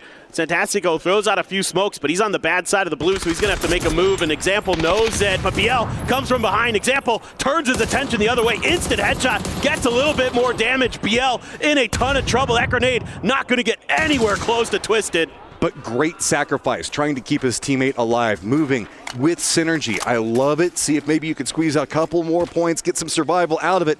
Navi did hear this firefight. They have to shift over from the west. Twisted can't be focused back on what's going on with Rock right now. They have to set their eyes over the west in this expectation of Navi now starting to crest up their hillside, using the same opportunity. GSW going to just try to skate on by this, but it's going to be actually Sosed really far back, trying to hold it out as the other members pushing the top of hill. I think that Example might have had an idea something was coming, but now it's just a firm regroup together. New circle's going to pop, leans more into the north. GSW loving that. Hakatori here might be able to spring a trap onto Twisted Minds. They're busy trying to deal with Toyo, but if he takes a little too long, Toyo might just get wiped out. That grenade did a lot of damage there to Toyo, but they should be A-OK at least momentarily. Now, Navi has revealed their presence to the Twisted Minds players. Some grenades are coming out. Oh boy, good throw. Connecting both of them. Yeah, that stalled them out. Twisted in high ground can do a lot of damage, but when those nades land right in your face, not too much you can do. They had to surrender the control that they had. Toyo's just hiding in the shade of the bullets that Twisted has been throwing at GSW. Now Twisted realizes they have to commit into this Navi defensive line. Sosed going to be creeping up back behind it. Toyo looks like they're going to hop in vehicles. They're going to lean into the north. They want to get away from all of this. Looks like they're going to be trying to go after this position. GSW can't really get too much more out of it. It's just going to be CC over here all by his lonesome. And Sosed taking the shots into Toyo to force their heads down. No, Sosed there claimed some of that level 3 gear I was talking about earlier. Got a Lynx, put it to great use early to open just a little bit of extra space. It helped out Toyo, maybe even more than it helped out Navi as they were trying to drive in and find some level of safety, maybe even claim that knock. Instead, they're stuck on the other side of the hill here as some util being thrown both different ways. That's a blue zone there, right on top of Benja. The grenade right in the middle of it. Benja, though, has the blue zone bag, so he is going to be A-OK for a moment. Meanwhile, Navi continuing to try to harass the flank of Twisted Minds. That's a hard hillside to push, and Twisted realizes they don't like how close this has gotten, and it's right on the edge of zone. Instead, give themselves a bit more breathing room. They hear the firefight up in the north. They know how many people are alive. So instead, start setting up for the later stages of it. They're going to leave Lou behind to see if Navi does do a push up. But Hakatori now has set his sights more into the field, and what was going on between CC as well as Toyo's, the new circle has popped up, and it is going to be favoring the shift coming up from Twisted. So now Navi, the odd team out. Twisted got 7 frag grenades, so they have a great opportunity to just knock Toyo, maybe even GSW, both of them out. But and then have to down this field. This is going to be the weird part. It depends on how clean this can be. Now you can see the hillside actually does obscure them from Navi's vision there. So there's a pretty significant gradient just to Twisted Minds West that they're able to hide behind. As soon as they get some kind of inkling, I think that Toyo's in that corner of the field, they might be able to find their moment to let loose with some grenades. But for now, I think they're going to let the other teams kind of make some noise, make some attention, and then find their moment to spring into action. Amy being on low life there says a lot about the economy going on with Toyo. They are just dropped down to their bellies just directly across from CC, and nothing really anybody can do in that lower section. Na'Vi is going to exploit that. It's so passive in the north. They can pretty much just walk down the hillside, no fear right now, using that a bit of a hillside break that we've got in between them and Twisted like you were talking about. So now Lou, really high up, gets a lot of vision. We can see that just a moment ago, looking at what's going on between Toyo and GSW, as they know exactly where CC is. It's just a matter of how much utility do they want to drop on him. Yeah, so the blue zone goes out first. I don't think it's quite close enough there. Yeah, CC, no problem. Still has a blue zone bag anyway, so he was A-okay no matter how you cut it. But Hakatori starting to drift towards his direction. He hasn't moved, now he does, and now he's taken down. As soon as he moved the muscle, Ferris was right there. This aggression could be good for getting kills, but the problem with it is they cannot really go after Toyo. There is a trap waiting to be sprung. Twisted has set up for anything that Na'Vi tries to go after with Toyo, but it doesn't look like Na'Vi is going to take the bait. Slower pacing in this game because we have Twisted one side, Na'Vi on the other side of it, and Toyo in the middle, and Toyo can't do anything at all. Instead, it's all going to be about trying to get information. Na'Vi knows that there was a team up on the high side. They know it was Twisted. They just don't know where Twisted is gone. I don't think Toyo has any heals. No, they don't have anything. They're just sitting there, not bandaging or first aiding or putting any poppers in their bodies. So Na'Vi throwing down a little bit of extra cover, and might end up being a similar situation to what we saw in the final game of the group stage where it's Twisted versus Na'Vi. Now the grenades, now the util comes through. That's a molly, and that's trouble for Toyo, who has nosebleed healed for that. Great timing from Perfectix, finds both of them. Perfect nades from Perfectix just to send Toyo back out of this one. Now it is a 3v3. We've got Doritos on one side for cover, a hill for Twisted Minds, both jockeying right next to the center point. Close between the two of them. I think that Ferris is just a bit closer right now, but high ground advantage still favoring Twisted Minds. They've got 2 members up there, and Lou an example. Smoke's coming down everywhere as there is near on no vision to be had. Twisted starting to step away from it, realizing this could be some problems. Watching where the smokes are being thrown from, so trying to see if they can get some retaliation nades back in that spot. Yeah, and they landed a bit of damage here onto Ferris, so he has to take a moment to try to go for some heals. These are great smokes from Na'Vi, though. They're keeping Twisted from being able to utilize that high ground advantage, at least initially, seeing if they can buy enough time to get underneath their noses, but Perfectix gets Ferris. That is a problem. He was their guy up on the edge of the zone wall to the north. Crossfire position now gone. 2 members up. Soset and Hakatori having to brave the smokes. Bounce between them. They've got a tree for cover. Soset starting to peek the outside of the smokes. Molotov right in front of Hakatori. Soset's going to go down. Twisted Minds rolls through and makes it look easy. Huge. So well played there at the end of that game. And just the initial position that they take on top of that hill is so powerful outside of Ohyang. You have so much cover up there. The people in Ohyang can't see you. You get to provide gatekeep from the teams that leave there. You're able to then kind of cut off the angles because of the way the circle was shifting in their direction. Man, oh man, they played that so darn well. Twisted staying in the bottom 8. Not in my PUBG as they find their game. Feeling way better about it again. Smiles from Twisted is always a scary, scary thing to see. Yeah, man, this is not a team that anybody wanted to see having success right now, but other than Twisted fans and Twisted themselves, who have a lot of fans in attendance who are going to be loving that they just got to see the Twisted Minds boys take home a chicken dinner. Also important for club championships, so much relies on what's going on in PUBG right now and who's going to perform, who's going to be at the top. We know that Twisted could do it. This is a squad that just decimated last year all the way up into the very end of it. They want to reinvigorate themselves. They want to have a big run. Opposite side of that, you can see it's going to be Na'Vi feeling good off that last game. VP going out early, though, does buy a lot of space on the leaderboard that GSW was trying to exploit, but just couldn't really find kills. They got late stage, but kills just nowhere to be had.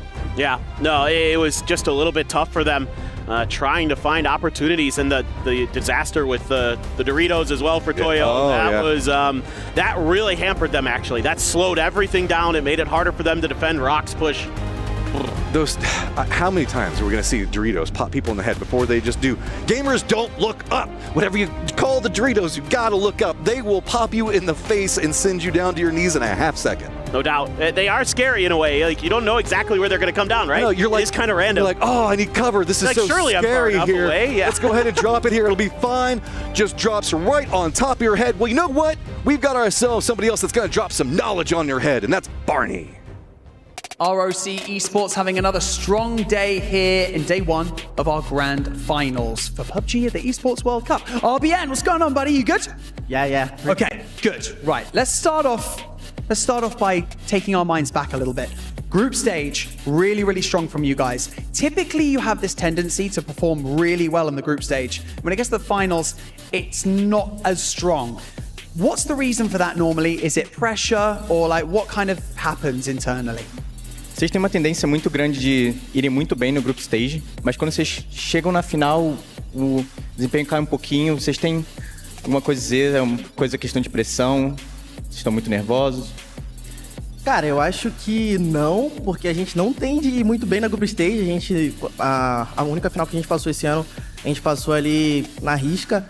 Então, não, sem pressão. É a primeira group stage que a gente joga bem, primeira vez que a gente joga de fato bem aqui no stage global. Então, zero pressão. A gente tá só tentando ir pro nosso jogo e se divertindo. We're not feeling that much of a pressure because it's the group stage that we've been the best in our whole career.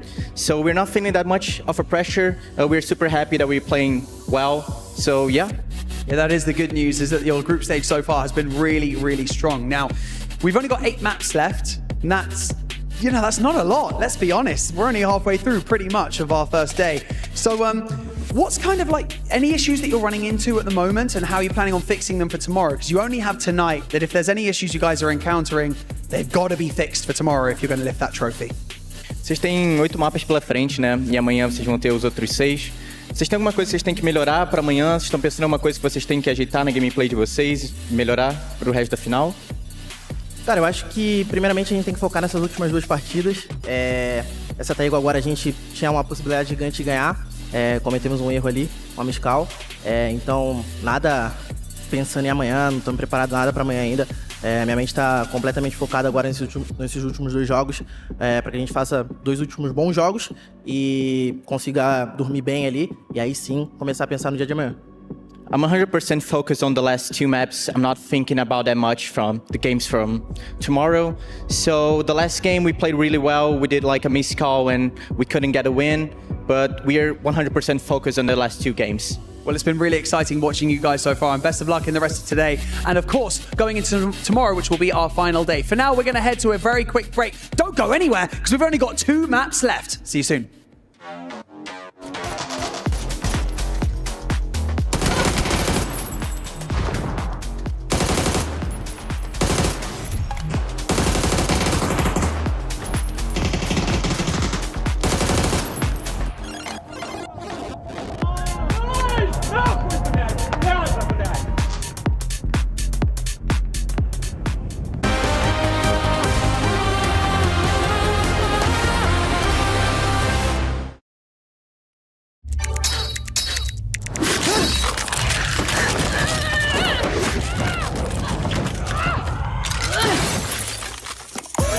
Reach your impossible, Lenovo Legion.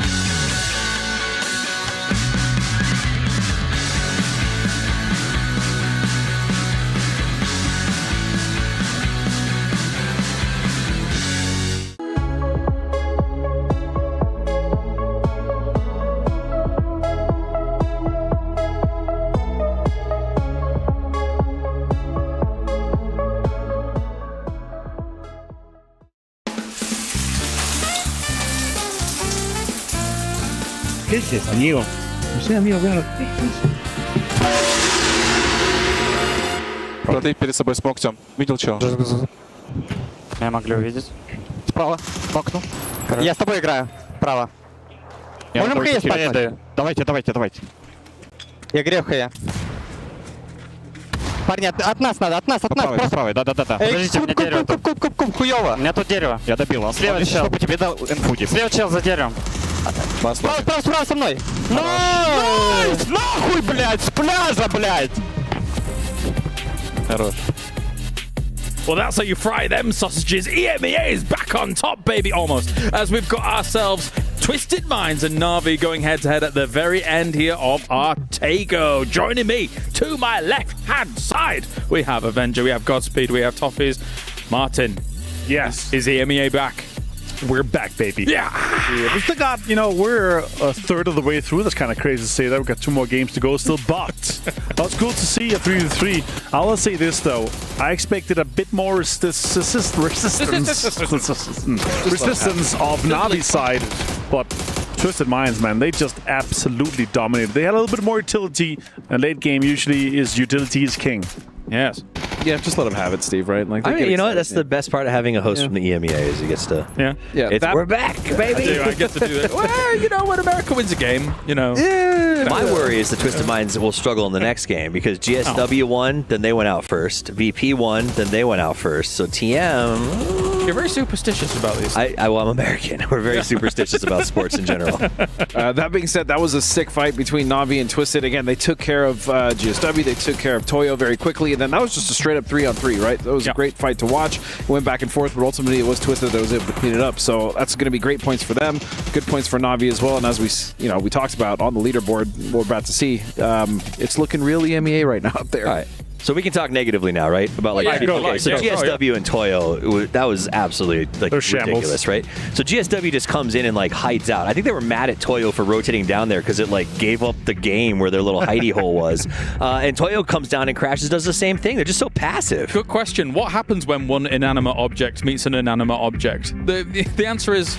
Nothing. Not much. Avoid it. The answer is free points for Twisted Minds and Na'Vi, essentially. Apparently. Let's take a look at the points coming in from this one. 21 versus 15 as Twisted Minds and Na'Vi go head-to-head with one another. Very close on the kills overall, but little old Twisted Minds doing some things with the winner with chicken dinner. Yeah, 35 versus 34 points is obviously huge. Great for Na'Vi to kind of come in here and get that many points now. Yeah. I mean, them stepping this up, getting... That western side is like... It's very...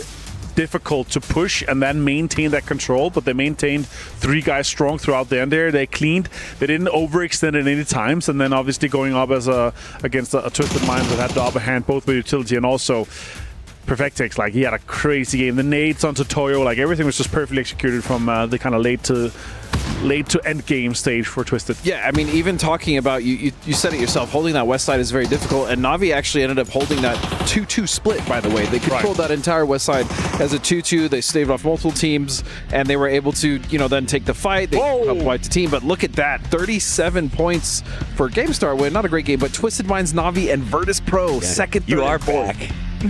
Yeah, we're doing second, all right. Third, that's fourth. Very close up at the top, Toffees. Yeah, it is very close up at the top. Game start win slides down. I kind of expect that to continue as we watch throughout the day today.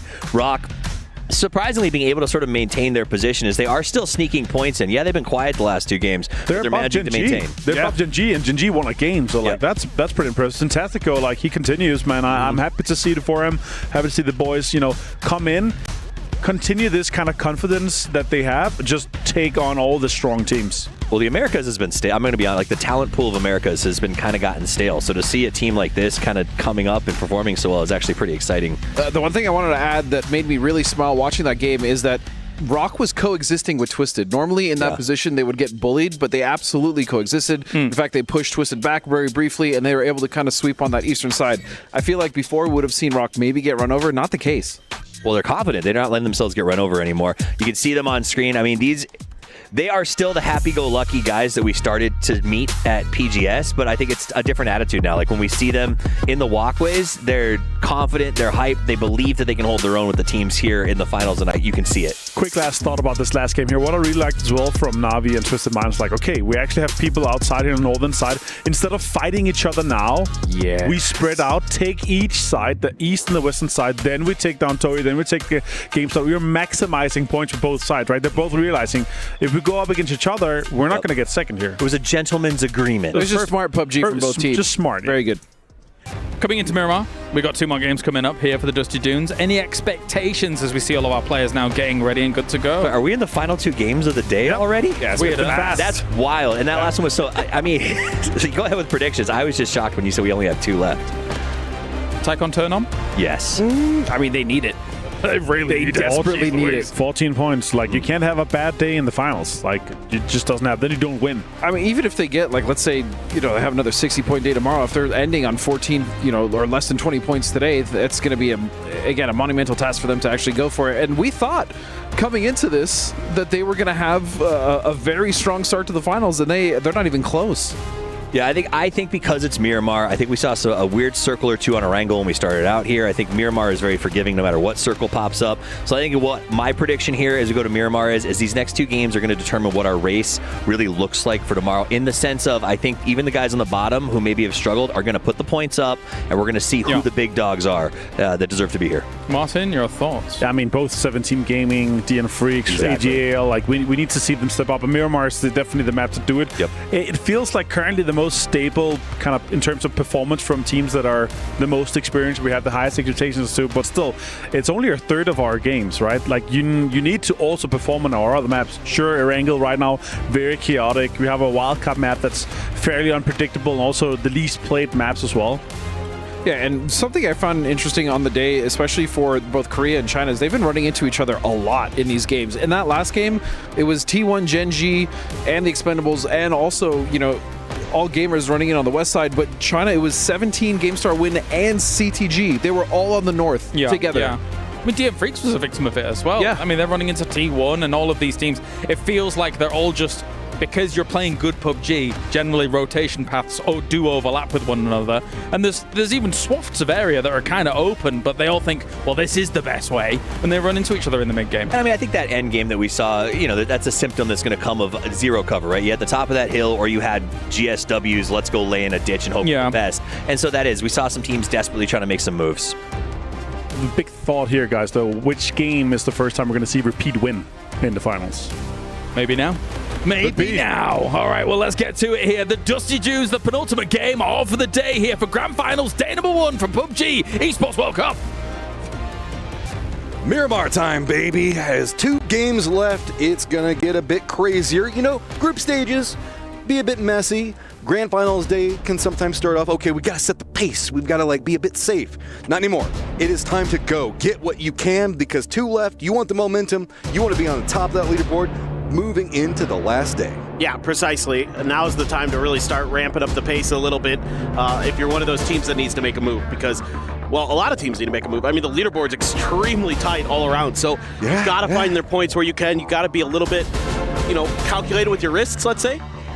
Or if you're somebody like, I don't know, AGAL, maybe be less calculated and just kind of go. That was the most passive I think that I've ever seen AGAL play. Yeah, I was a little bit concerned, actually, when they interviewed Hisaki at the beginning of the day, and he just kind of said, we just need to, play our game, take what's given to us. I'm like, I think your guys' sort of specialty is dropping down on teams and just bringing the hammer. Take what's given to us? AGAL? No, AGAL is the team that takes whatever they want. Exactly. That's the way they should think. I mean, Expendables, though, are starting to get back into that vibe. Yeah, they did go out early, but they still got a lot of kills, and that feels good for them. I mean, I think that they had 8 or something like that going out of it. 8 points in that game is not going to feel too bad. Yeah, and look, if there's any team that can come out of today with a midday, we'll say, that has, they're kind of in the middle of the leaderboard and can then rocket to the top tomorrow, it's the Expendables, because we saw them do it at PGC last year. So I'm not super concerned about the Expendables just yet. We'll have to see how they do in these Miramar games, as we have 2 of these coming up. And the plane path a little bit northernly shifted, heading just south of El Pozo over El Azahar. And seeing just if anybody's going to be contesting anything here. You kind of expect that there isn't going to be too much, but we have seen CTG getting some fights early, so maybe this this map is going to be a little bit different for them. I don't see anyone in the Hacienda split that they're taking that really is going to kind of give them any issues. Petrichor Road going to go far east. Navi going to go south of DN Freaks, and everything looks to be pretty ship-shape. Yeah, right in the middle of the plane path, we've got ourselves Falcons as well as GSW. GSW, man, just keeps finding the late game over and over again. They can't necessarily get too aggressive in the later stages of it, but the circle goes very far to the north. I mean, we have half the circle with not even a player in it. I'm okay with that because I don't want to see any more Impala circles. We're done with those, I hope. This is, yeah. It's Oasis time, baby. Oh, that's, oh God, please. But it's hard to say exactly, you know, where this one's going to go, but these tend to either go like east or hard west or north, but there's a lot of directions it can travel. So circle's still very much up in the air. Have to see exactly how our teams want to approach this. VP going to need to get some more vehiculars to get to Los Leones a little bit quicker, and that's what they're going to do. Is they're going to have a pretty long path to go. They're going to be one of the last teams to get to Luton. If not, they are the last team to get to Luton. Gen.G already into the southern part of the map, the southwestern part, so they're going to be having pretty easy access over towards the west, most likely, unless Toyo does something bizarre or Rock does something weird. Everybody else kind of has the opportunity to gun for some of those central circle positions that are to their north. Desk was talking about it quite gleefully, but, well, half of them were anyway, that right now, second, third, and fourth is all EMEA, and they are neck and neck with each other right up there chasing after GSW. Behind that's going to be Rock. Then we've got our Korean teams in GenG and T1 stacked up right next to each other as well. The circle, nobody in the upper area of it, should provide some pretty decent rotations for a lot of these teams, but I'm just worried that we might get one of those PUBG idea moments where everybody goes, oh, the north is going to be totally open, and then everybody rotates into the north. Oh, the Expendables are just roaming around with the Panzerfaust. Who would have thought? Lost it is. You can see aiming down at the tires. Not going to get what they wanted out of that.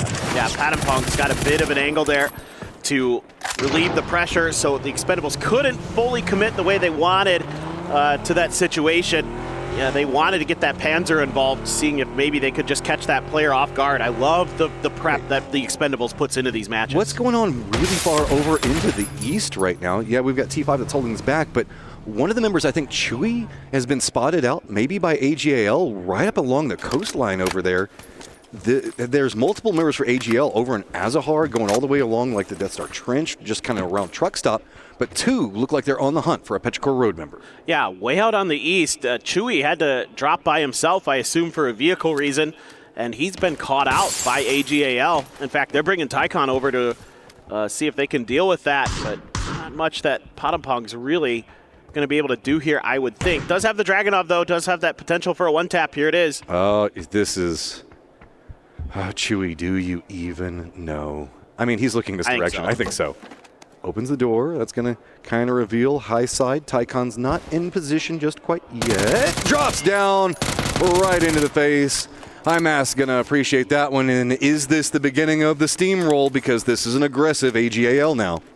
It's a fantastic start. I say an aggressive. They're kind of all by their lonesome and did find a solo, but proactive, I would say. There you go.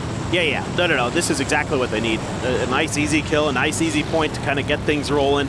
Petrichor Road, you know, maybe could drive up there, grab the chip potentially if it's still there, and go for the res and just kind of play for the later stages of gameplay to kind of take some blue and come through. They're way outside the circle anyway, so let's see what they decide to do. DN Freaks coming in towards water treatment. Navi driving through the sandstorm by Picado. They're going to be drifting a little bit further north. 17 leaving Picado more towards the west, heading up towards Power Grid. Not anything too dangerous otherwise that I'm seeing on the map. CTG going to make an early northern rotation towards the craters. Really the only team. I mean, I guess the Freaks kind of are also thinking about going north, but everybody is still south of Crateria right now, which is kind of surprising. I mean, you have to assume that we do see these circles kind of lean more crater fields and water treatment, that kind of direction. Pozo gets a lot of love in these type of circles as well, but there's a lot of pathing options if you go to the north because you can lean more into the west. There's a lot of roads over there that usually aren't too heavily defended. Yeah, that's usually the case. And I think eventually you're going to see maybe AGAL make a wide northern wrap.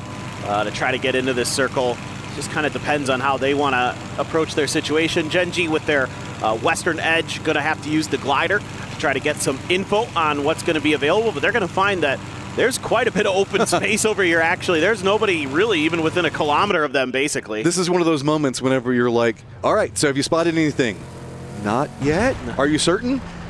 Yeah. Are we there yet? No, I mean, you go so long without seeing anything, you start having that idea of, did I miss something? Is there something here that I just have not spotted? But no, Gen.G, it's just open for you. There is nothing over there. Yeah, so it kind of just depends on how they want to play it. Are they just going to go for an edge of one of the craters, try to use the high ground to get more info and let the glider be sort of a flank protection device? It's a 2-2 huge split for the Falcons here in the middle of the circle. So everybody's going to be kind of bunching up just to the northwest of San Martin for the most part, because again, that's where people are going to read that. That's where the percentages are that the circle's going to go. And Falcons want to hedge their bets. They have a huge split across that plateau mountain that's just to the northwest of San Martin. But that gives them a lot of flexibility there in the center of that circle if they can maintain it. So if we stay down into the south, where everybody is clustering at right now, there's the roads that run through it, a lot of really high peaks that are going to be coming through. So it's going to mean that we're going to end up with a lot of differently contained firefights, specifically low ground versus high ground, in a lot of cases. So teams that are in those high ground positions early going to be heavily rewarded for that, but a couple of them are a bit more on the passive side. So we do have expendables with a lot of high ground information. I believe it's going to be Duck Juice up on the top of everything right now, kind of watching everything. 17 is going to try to crest in a bit closer into Twisted. But the expendables did lose a player. They lost Glory somewhere along the way. We didn't get to see it on screen, but that's a big loss for them. Losing a really talented fragger is going to hamstring them a little bit coming into the later stages of the game, potentially. 17 just gets a little bit of a spot and then says, oop, we're getting shot at by Toyo. Capitan there, just grazing 17, and they're going to just have to fall back a bit. Oh, no. Oh, no. I mean, it should be okay. I think he got knocked kind of in the dip between the two hillsides. A bit scary, but he should be okay and should be resable. Yeah. Just some PUBG stuff. It happens. Sometimes you get out of the car, or you hit a rock and your vehicle starts sliding, and all of a sudden you can't control it. Not the end of the world there for T1. Res, easy peasy. Should be able to get up to full health again, no problem as well. But T1 already starting to make a move down this hill. Yeah. 17's right up on the other side. So they don't have vision yet in 17, but if they continue to push up, they will in just a moment, because yes, this is a good approach coming up from T1, because see, they use that giant rock facing to give space to anybody that's going to be on the other side of that.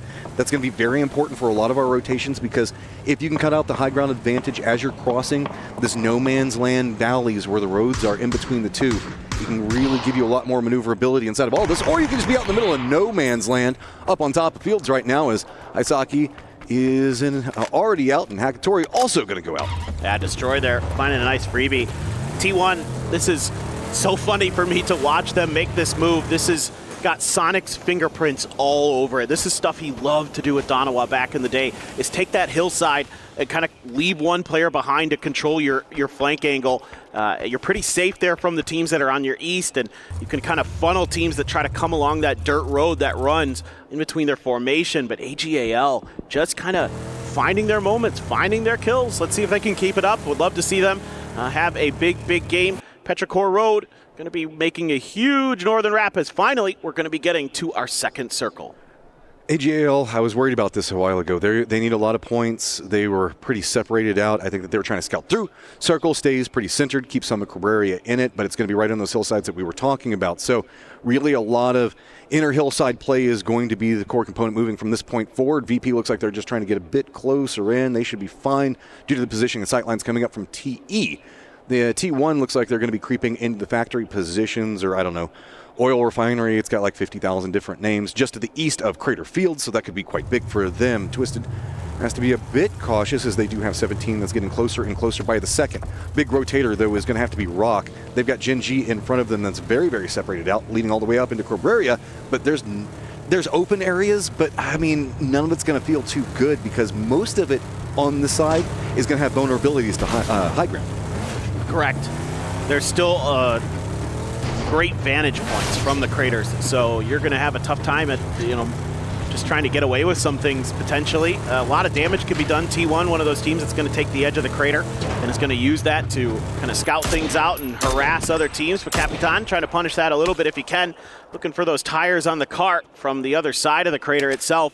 There's a 2-2 split here for T1. This is good for Rock right now, since we can see Toyo is pretty much caught up looking at T1 as they're jockeying for positions along that side. That means that Rock is going to have more maneuverability that they can go for. Gen.G has already passed by Cabrera. They're getting shot at by Change the Game, so that's going to stop them in their point. We did have a blue chip call in, and I believe it's going to be Hakatori coming back into play. So he's going to be very far up into the north, so he should be able to get a res, should be fine. Looks like Orca is also going to be catching some airtime, but I think he's going to be fine. Yeah, Orca's, mission accomplished here with the glider, it looks like. So back to the ground he goes.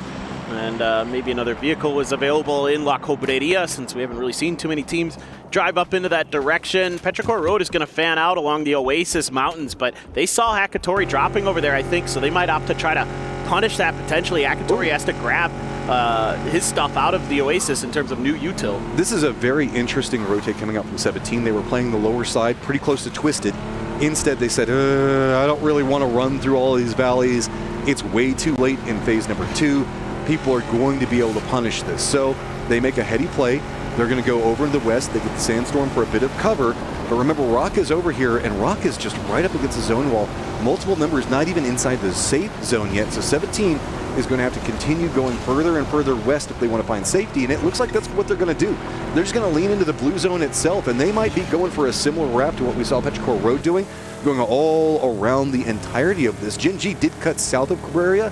I wouldn't be surprised if 17 goes north of it. Could be. I mean, it's the best of a bad situation for 17. Like you said, just not great options to try to get into the center of this circle right now, with all of the roads just being covered by players and teams. And 17 loves these really big, wide wraps, specifically in circles 2 and 3. They're not afraid to eat some blue zone and just really get out there, get away from anybody that could maybe be going for any type of firefight around them. They are going to be able to circumvent Rock for the most part, but now it looks like they might be kind of coming a bit closer to Crater Fields. Yeah, Hakatori's still looting. Aches left trying to keep track of him as best as he can. Ming Ming was kind of angling to try to find some kind of damage as well. It's just a matter of, how does Hakatori get out of there? Ooh, that's an interesting shift. Oh, wow. That pulled a lot of these hillsides that we were talking about out of play. So Twisted, Falcons, Na'Vi, all in some problem situations that they're going to be playing from. VP does have an emergency pickup that looks like they managed to drop down. They might use that to try to jump over that hillside so that way they don't have to deal with what's going on with T1 as well as Toyo. This entirely opened up the north, Cabrera being a big component inside of the circle now. Yeah, this is great for Makes Left. Tremendous patience being shown. Find another point, at least get something out of this game for Petrichor Road. Who knows, maybe they can go a little bit further into it, as the circle is somewhat favorable to them, to be frank, because nobody's really that close to them. They can kind of saddle in up on the north side, maybe on the edge of Cobreria. Expendables? This is scary, VP. Go. If you can jump away from it, it's going to be great, but there's going to be a couple of teams that are going to really want it. They've already spotted it out, waiting. Duck Juice, you can see it on his face. He wants it so bad. Spray's coming through, gets a lot of damage. Up, there's one down. Beanie goes down. Shots continuing to come after him as they're getting tracers just chasing after them up into the sky. That's 2, 3, 4 different teams that were taking shots, but they do manage to leapfrog over Toyo in the high ground position. Now flying over 17. Where are they going to cut out? If they opt into going into Cabrera, there is nobody there. That could be massive for them. Yeah, there's a little bit of damage being done there by T5 to the Expendables, who are still in the circle but on the edge. We get a little replay there from Aches Left. Quick, easy work with the SOR, finds the headshot, and able to just finish the job. It's tough when you're in Oasis trying to get out if any teams have control over that mountain, because you are completely exposed from that southern side. Falcons have to make a move as well. Na'Vi in the blue trying to find their way in. Twisted Minds has wrapped over towards the edge of the southwestern side of the military base crater. And here goes the Falcons. They've got some space to work with. It's just not a lot. This crater's just kind of weird. Yeah, it has a lot of open angles. It's actually not that steep in a lot of it, so they're taking some damage. Okay, they managed to get past that. If they do get to the high ground over here, they should be safe. They just got to get up next to where H-Win's at. Punishment is not going to find the angle enough to really punish. Well, I say that Ross actually did spot out Kickstart, but he's in a safer position up there, so could be resible. T1, are you going to allow this encroachment, or are you going to chase it? If they do, they could be vulnerable from T5, so they just might have to let this sit. This is ambitious from EN. I think he's just taken a better position to maybe hold the angle here if the Falcons were to swing in their direction, but the rest of T1 starting to think about angling in this direction. Him and Raining getting their way a little bit further forward. Going to get the spot on the Tiggleton, but Tiggleton has good eyes as well. Instantly knew Raining was there and able to win this battle so far. Man, Raining going for some aggressive re-peeks, and he's going to pay the price. Okay, Tiggleton starting to try to get something rolling over there. New circle about to pop. Na'Vi did wrap over to the west, and Cabrera stays a big part of this. So 17 due up in the center of the circle. The high ground Toyo is going to be holding down very, very big. Down in the south, it's going to be pretty crazy. A lot of these teams now have to come to their high ground positions and roam down into the lower sections to make a rotate. It's going to be very difficult where we see Falcons T1 going to be playing from. Twisted going to be on the tail end of the circle. Rock do have one member that's going to be in play, but has spotted out Na'Vi, so that could slow down their rotate. Over into the east, we still have the Expendables, T5, GSW, change the game, as well as the Freaks, all needing to find some type of pathing into the circle. The east is a bit more open, but it's not going to be for long. Gen.G tried to make a move more towards La Coveted, but they're way too late to the punch here. With VP, AGAL already in there, Gen.G is only going to be able to get Tosi into the city. They lose Flame, Orca's already down, Bean gone, and Grenade's already ringing out in his face. VP knows that this is probably an isolated player, and they have an opportunity to knock him out of the game. Tosi just going to be trying to take his time, but some decent grenades connecting just a little bit. Still, though, he okay for now, and let's see if he can hold on and buy himself a little bit of time. Some of the other teams from up on the hill starting to see and hear what's going on below them and putting some shots towards VP, keeping them a little bit honest. The Freaks are wrapping into the rail yard of La Coveted. So we've had a couple of teams manage to get some separation away from each other. Twisted does look like they've managed to spot out T1. T1 opted going through Factory. Falcons are going to be wrapping in back behind that while we see these reses come out. Another wrap. Most of the teams in the east have opted into going for a very southern wrap round, seeing if they can come in maybe a bit more on that western side. So that's getting a lot heavier than we saw it a while ago. Now we have Na'Vi, Rock, Twisted, Falcons, T1, maybe even the Expendables all over here with Toyo having that high ground. Rock, though, knows exactly where Na'Vi is. Can they line this one up? Finish out, get some kills off of it. Looks like the beat in is a bit more to the left. Yeah, not going to connect the way they want, but other members from Na'Vi, pretty safe for the time being. Well, they're trying to get something done, but you're in phase 4 blue, so things getting very, very dire for Na'Vi, being pinned by Rock on the edge of the crater fields. Not going to be easy. Twisted Minds in a big fight here with the Falcons, as well as T5 fighting GSW. This is on the outside of the zone. Toyo still having high ground on it. Blue zone nades coming out. Ranger X has to stay away from it. Game start win, wanting to hold on to that first place position. Coming in, having a ton of good games. Going to be change the game off in the distance, trying to wrap back around. Looks like they're trying to get some high ground in. GSW going for the foot push. Not a lot of vision to be had. Ranger X in some trouble, getting under massive duress right now, but somehow surviving it for the time being. And that is going to be game start win, running right into it. But it is getting messy in between all of these shacks. Yeah, Toyo's getting an angle into these fights now as well.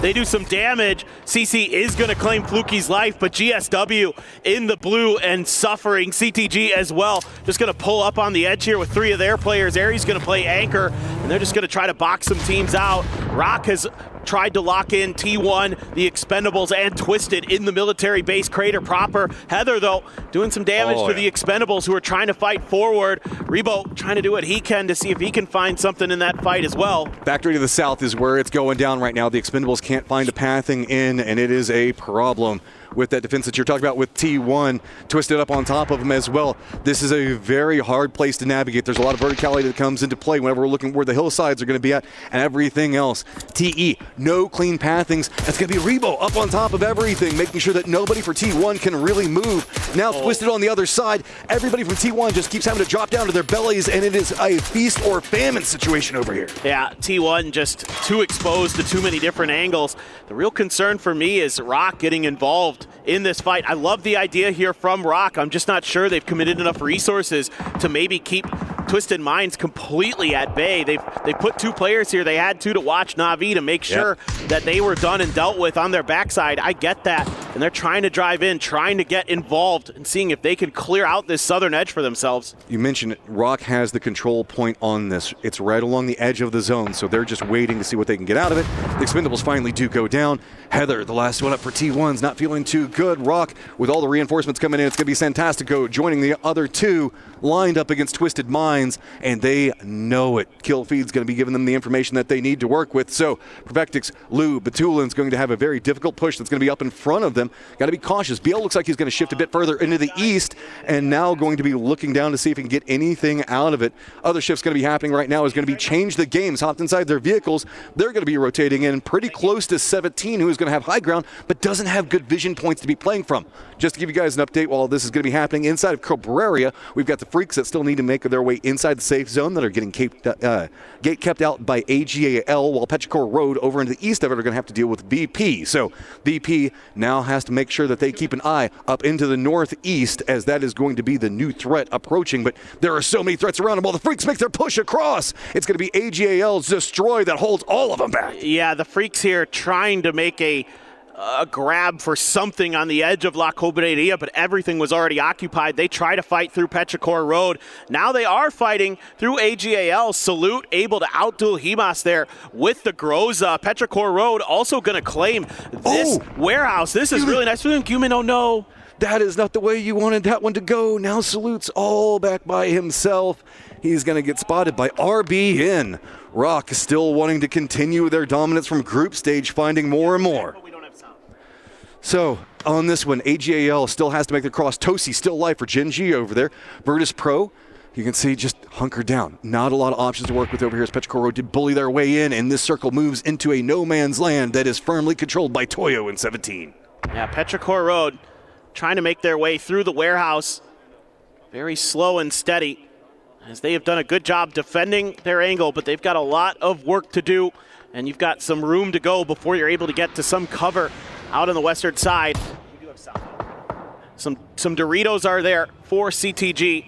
Try to keep themselves hunkered in, but 17 with that, remember that rotation they made so long ago, paying huge dividends for right now, for them right now, is they've got the center of the circle. They've got a pretty safe spot. Here's the thing, everybody in Cabreria's got to go, man. We've got AGAL over here, Tosi still up for Gen.G, VP duo. We've got Petrichor Road.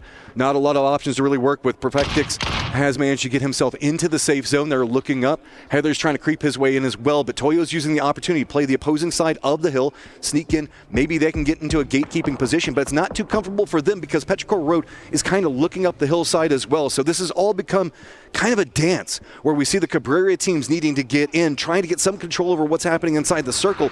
But there's just so many dips along this hillside. Everybody's finding some way to kind of sneak their way in. The Cabreria side, though, is just got the road and an open entrance for everybody on the high ground to peek down from. Yeah, exactly. Getting out of Cobreria can be a little bit challenging to say the least, but still fighting is Tosi from Gen.G, trying to do what he can to get something done here for their team in this game. He gets Tycon out of the equation. Capitan making it raid on top of Petrichor Road, who tries to make that escape out of the city proper and is going to pay the price because it is just so difficult to get there. Oh, it's going to get messy in a lot of different spots right now. Toyo has managed to get this dip. That's going to be pretty big for them. We have seen them trying to be a bit more active. Sometimes we can see Toyo do. They realize that they've got a terrain that they can really exploit over here. Twisted just doesn't have the pathing options that they want out of position right now. So Toyo with the high ground just to the west of them is going to be Rock. Everybody else, you can see Rock using that high ground, just looking down into everything that's going on. Everybody that's coming out of Cabreria, that's the kill feed that's popping off over there. Is Heather also going to get spotted out and eliminated. Those are beautiful grenades there from Twisted Minds, able to take T1 out. T1 going to get some kind of points, but not much out of this game. They will get that one placement point, some kills along the way for sure. But Twisted Minds hanging on by a thread here. They've got the edge of the circle still in their favor, but they've got Toyo completely cutting them off from entrance into any other future rotations, most likely, unless you get the craziest shifts you've ever seen here for Twisted Minds. And it's going to be tough going uphill, but those are some nice shots to open things up a little bit. Toyo's got control of pretty much everything except for where Rock is playing for right now. So Twisted trying to creep forward right now as Twisted tries to creep forward. There's nowhere to go. Luke tries to go for a couple of peeks, but it is getting punished. Emmy's high ground just so strong, but he takes some damage off of it. Twisted, can you creep your way in? But Rock hears this. They're starting to get aggressive onto Toyo's positioning, realizing the fact that it is really strong. They want to try to cut that out before the entirety of this game is choked out. 17 changed the game, could be a big beneficiary of this. If they look back up, we know that 17 is going to be very close, but Rock can't pull the trigger yet. There's going to be a Rock right next to him. Funnily enough, that's kind of stopping this one out. So BL wants to make the push, but he's got to be careful. Everybody from Toyo still focused in on Twisted. If you're going to make your move, Rock, it's got to be fast. I'm looking at 17 right now. What kind of utility do they have? I want to see if they have some nades, because they could just wipe CTG out here in a heartbeat if they can find some good nades and mollies and blue zones to just put right on top of them. I suspect they have somebody. They're getting a little bit of help now. Rebo from Toyo is actually going to get the knock on the Tiantian. Toyo here trying to fight a couple different battles on a couple different fronts. You've got Rock over on their west. Twisted Minds is now tanking through some blue. Just Lou left there. And they are just holding the line. It could be a big battle here up on the southern side. Could be a potential factor that dictates the end game. If one of them could come through with 4, they might be able to challenge 17. 17 is a similar situation where if they could just wipe CTG out, come out with 4 of their own, they should be looking very pretty going into this late game. Just going to chain med over here as we are starting to get a couple of exchanges going on between CTG as well as 17, but nothing big firefight happening. They're just kind of spotting each other out. Jonking for high ground position is the big factor right now, as BL, Rock, the rest of the crew just really can't make the move just quite yet because they don't want to reveal their push coming up. Can Lou actually kind of sneak his way into the circle? With the threat of Rock, Toyo has leaned more into the north. Nobody really looking down over here as Lou is finally going to go down and roll down the hillside. Okay, Rock has now realized they have an opportunity. Of course, it is going to be Santastico that opens up the door for the high ground fight. The other members for Rock now starting to move up the hillside, spot this one out. They know that they've got the opportunity, but it's going to be Emmy on the other side. Here we go, Wenbo trying to do some damage. Xiaobei re-knocked Tiantian immediately. Hung Tuai gonna go for the stick here. Emmy gonna get the knock. BL Santastico sold. Just destroy Toyo. Snap your fingers and they are gone from the lobby. So that comes at a cost. Multiple members now down for Rock. They have to commit control in the high ground. The circle has now left them. Sure, they can rain down the damage, but they can't let 17 get control over everything. 17 wants to remove out, change the game. They're all stacked up on top of each other. Xiaobei runs into the smokes, trying to use it for some type of cover from Soul's angle. The other members for 17 can't do anything but just provide reinforcements. Xiaobei up in the face of everybody from Change the Game. He's now spotted out. He has to run. Nades raining down next to him. He chokes the bullets, but does manage to get away. I cannot believe he survived. I thought he was just dead. I thought he was in so much trouble there. Had a smoke in front of him, had a couple players of Rock looking at him. Speaking of, they're going to get the knock on the Xiao Wu here. So RBN going to open things up on this fight. 17 in a precarious position now. They weren't able to deal with CTG. They didn't commit any of their frags. They still have 4 left, and they are now going to be fighting a battle on multiple fronts, potentially. CTG now starting to charge their way forward. Rock, though, doing some serious damage. I mean, the high ground here is just so strong. Change the game now out. Rock getting more position. They got the reses back up, so they're sitting strong. They have the high ground. They have vision. But yes, we are in phase number 8. 17 is closer to the center dot. That could be a problem. Rock needs to get some retaliation, get some knocks back into this. 13 kills. Rock presently in first place at the top of the leaderboard. Look how many stuns Rock has. That actually could be a deciding factor in this game to kind of break down. Yes, 7-7 trying to hold a flank angle, but they need to get down this hill. That's going to be the real problem here for Rock, is eventually they're going to have to try to make a move. So they know about 7-7. He was not stealthy about this at all. But it is pulling aggression away. Multiple members now for Rock having to look over here. That's getting more space for 17 to try to exploit something with. They're using the hillside, staying right up on top of it. Multiple members now starting to push onto this point. 7-7 has to be careful. He has to continue to be a distraction. He's got his meds back into a good position. Little Ghost is the closest member to the center dot. Santastico playing very far back behind the entirety of this one. Just doesn't really have the angle he wants. He finally spots out 7-7, but he can't get the knock he so desperately needs. This is so tough right now for Rock, because they have to go so downhill and it's so steep and there isn't a ton of cover along the way. Meanwhile, 17, yeah, they're taking damage. They're getting lit up a bit, but they're able to survive off the back of it. So now you're going to use all this util here for Rock just to try to get down the hill, to try to breach the front lines of 17. Look at the leaderboard right now. A win for 17 right now could be big. It could really push them up the leaderboard, get them into a much better position. But Rock wants to hold on to the top. This is where they were through the entirety of the group stage. 17 going back and forth. Soul down.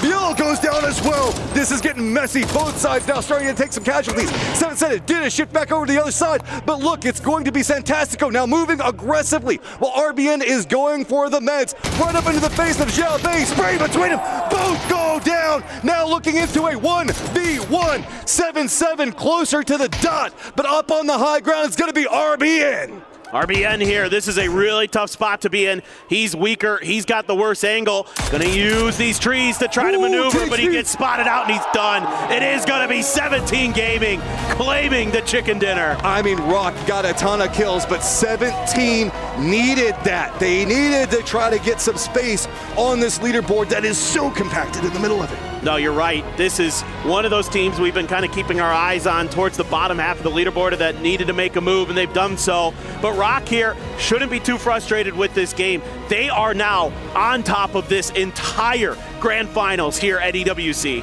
No group stage hero to be found. These guys are coming to play and make a name for themselves at Esports World Cup. I love it. I absolutely love it. The way they played that game, so good. Playing contain on the edges of those craters extremely effectively. Kept a bunch of teams either gate-kept or just destroyed underneath their gunfire. That was so well handled in the macro game. Yeah, again, even from holding back, I think it was Navi in the later stages of the game.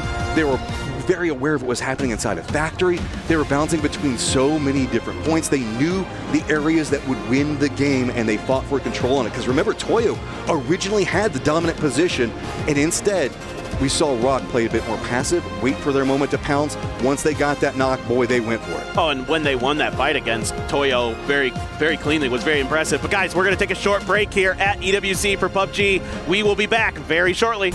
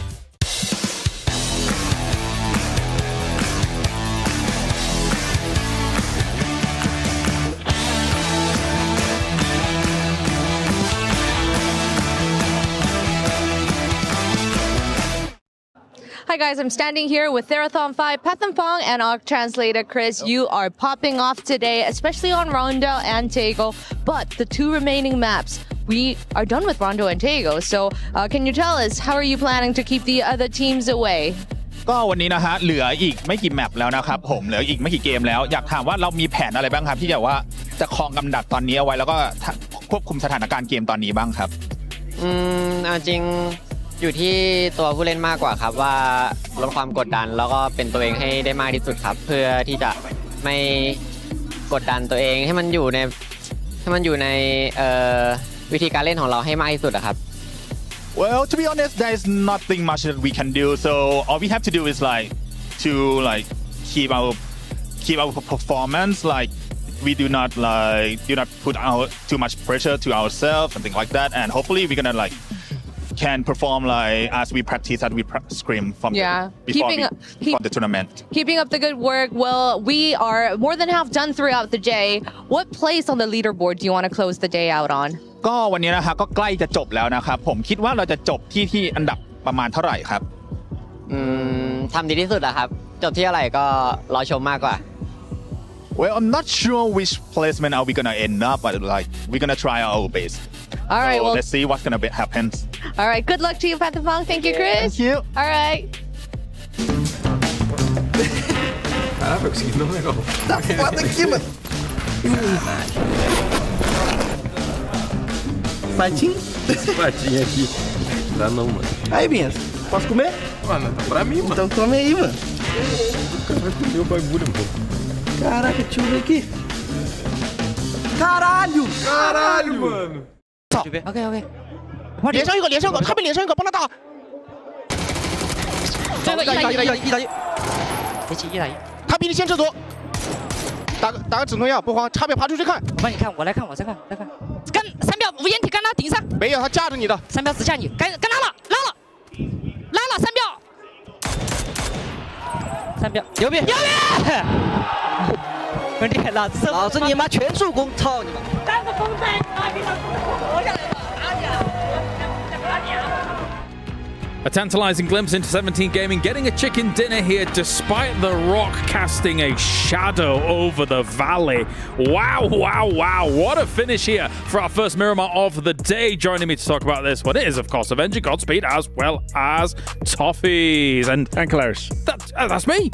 Yes. No, obviously, though. 17 Gaming do get the victory here, Martin, but it's not really their story at the end of it, it feels. No, but then again, when you go into a dip, just, above the cup rear like that, you're not expecting to get, the big kill wins. You're expecting to go there, get the win, close it out, but what a game for Rock, man. I mean, that being said, 17 had an opportunity to kill CTG, right? Change the Game was above them for a long time. They opted to just kind of ignore them, but again, that's not a 17 win for me, right? That's generally not how they play. They're much more aggressive. I feel like overall 17 have been much more passive so far in this grand finals. I just love how hot Rock was at the end of this game. Like the fact that they kept track of Lou and they didn't move on Toyo until Lou died in the blue. And the second he went down, they pulled a 4-man trigger and just went straight up that hill, erased Toyo, and then from there it was just a winning downhill. I think if anything happens from here on out, the story of the tournament really so far has not only been Rock, but also them kind of dispelling this myth of, we're just doing it in groups. So far, they're doing it in grand finals as well. And if this continues to kind of evolve, continues to move as we see the points coming in here, they are able to take the top spot regardless for this game here. Godspeed, 19 points going their way. I mean, again, the amount of control that they had, the presence they had in that circle, and then the decision-making, like you said, waiting for Lou to go down in the blue. Then, I mean, they ran over Toyo. It wasn't a fight. They literally just ran over Toyo, and then you saw 17 that was trying to, get shots onto CTG. They just took those kills as well. I mean, just incredibly impressive play. And it's just decision-making on top of the fact that they're all playing mechanically just so perfect almost. Yeah, I mean, get to the end game there, and there's already 6 kills and that hopper. And then once they eliminate Toyo, they're able to just sort of take all of the work from the high ground. They knew that's why this was a valuable position, that even if they didn't get first place in terms of chicken, they were going to rack up a bunch of kills. Take a look at those numbers coming in from the top 5 MVP so far. Sentastico is currently at number 1. And do bear in mind, this is him running for the MVP overall when it comes to tournament MVP at the end of tomorrow. Now, also, whilst we take a look at those 5 names here, Martin, I think what's been really impressive about Rock is that it's not just been Sentastico and BL. It's like the other 2 as well have really kind of bounced off the back of their great performances and are also performing up to the level as well. Yeah, I mean, 2,800 damage in just 5 games. That's just simply incredible. You have 700 more damage than Ike's left. He's usually farming the lobby, right? Yeah. So it's huge. It's massive to see these guys here. And now I was questioning, are they able to roll this, absolute insane confidence and high morale from the group stage into the finals? I mean, I think it's the system that they've established where they make their moves early, they're running high percentage chances, they're avoiding these early crash fights. It's working really well for them, and you can tell that they feel as they walk around like we can finally compete with these guys, and that's, I think, the most important part. And the way they're able to pull up and kind of control Na'Vi on that west side as well. But look at this. Rock is in first place, 3 points above Twisted Minds. And that, again, is just not something With no I wins, expected, by but the way. I'm fine with that. These are kids who were excitedly taking a picture at a leaderboard at PGS because they got to be on the top for the first time, and now look at them. And first place with no wins, by the way, right? With 20 placement points. That's insane consistency. But you know what? Maybe PGS was the impetus, right? And I think James also brought up a phenomenal point. Solds and RBN are also now, you can nod your head. You can pat yourself on the back. Solds and RBN are now also performing. I mean, they weren't performing poorly in groups. Right, I'm just saying they're performing even better than they did in groups because of Santastico and BL. I think specifically their vibe, right? I think these two guys bring this sort of hard work team that we trust everybody. And I will say, traditionally, those other two gentlemen have traveled through some different rosters. Yeah. I'm not sure that all those rosters have always gotten along the best. And I think this is a place where a player feels like they can just play, and they've built a really good group. Just to step away for a moment from this game, you know, how things have gone throughout the day, what a dream it will be for this roster to win a tournament like this. It's like, that's actually life-changing. Everyone loves a good underdog story, and if this wasn't that, wow. Like, when we started, we were saying a little bit, you know, we could put them in there in the dark horse when we started. I think it was you that said it. Could be a potential dark horse, but still, like, a dream run through the group stage to then continue that, to be in the lead with no wins here. And it's not given wins. They're thoughtful. They're staying full squad. They're moving together as a unit. They're backing each other up. They're just winning so many insane fights. Santastico currently in the lead for MVP. That's crazy. Yeah, and again, it's just you talk about life-changing money for any team, but especially for these guys who've been competing for so long, finally finding that system you were talking about with this roster, stepping up at an event like this. Again, regardless of whether they win or not, I want to see this continue throughout the rest of the year as well, right? That's the big thing. But coming into this grand finals, I'm sure they probably will. I'm a Rock fan. We're all getting there, I think. Yes, sir. We're all getting I think we all there. are. It's crazy stuff. That said, though, if there's any teams that are going to solve the puzzle, they're on the battlegrounds with them right now. That's the problem, right? The AMAA team's obviously looking great there. You've got some of our Chinese teams up towards the top as well. And even the teams that are kind of down towards that half bottom side there, Toffees, they can also have a double pop-off game and be right up there as well. Yeah, I don't think there's any runaway. With the last game coming off here, there are chances for some of our teams, like maybe Freaks, to put up another big number game and get right back into that discussion. 17 is another one where it's like we need to have that big one to sort of end out the day, and that's definitely possible. My other last thing for Rock is I worry that tomorrow they might be figured out. Their system is a little repetitive, and I'm worried that some teams might set some traps or sort of bait them tomorrow. We'll see. Avenger, your thoughts? Yeah, I mean, at that point, still, they would just take the fight, right? Like, they're ahead, and unless somebody completely agrees to kind of stop.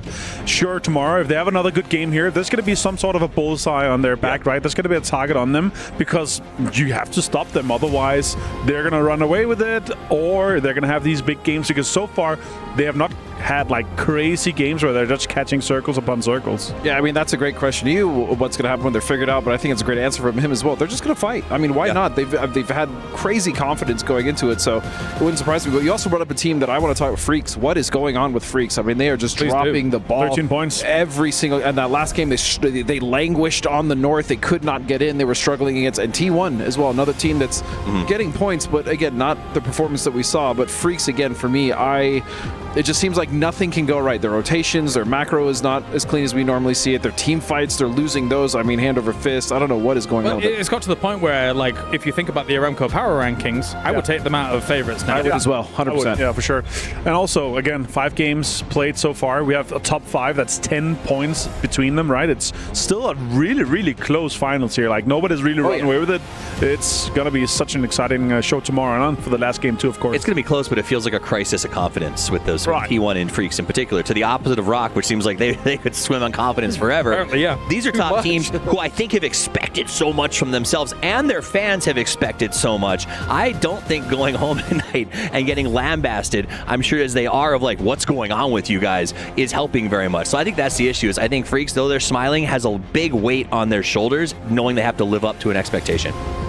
Well, I mean, they need to start winning team fights first and foremost. Like, their macro can be fixed. They can look over the VODs, but that's not going to do anything. If you're getting positions and you can't actually kill anything, then it doesn't really matter, does it? The only thing at that point you're doing is playing for placements, which, sure, for Change the Game, and Toyo is kind of working, but that's not going to win you the event. That's not going to put you in the top 3.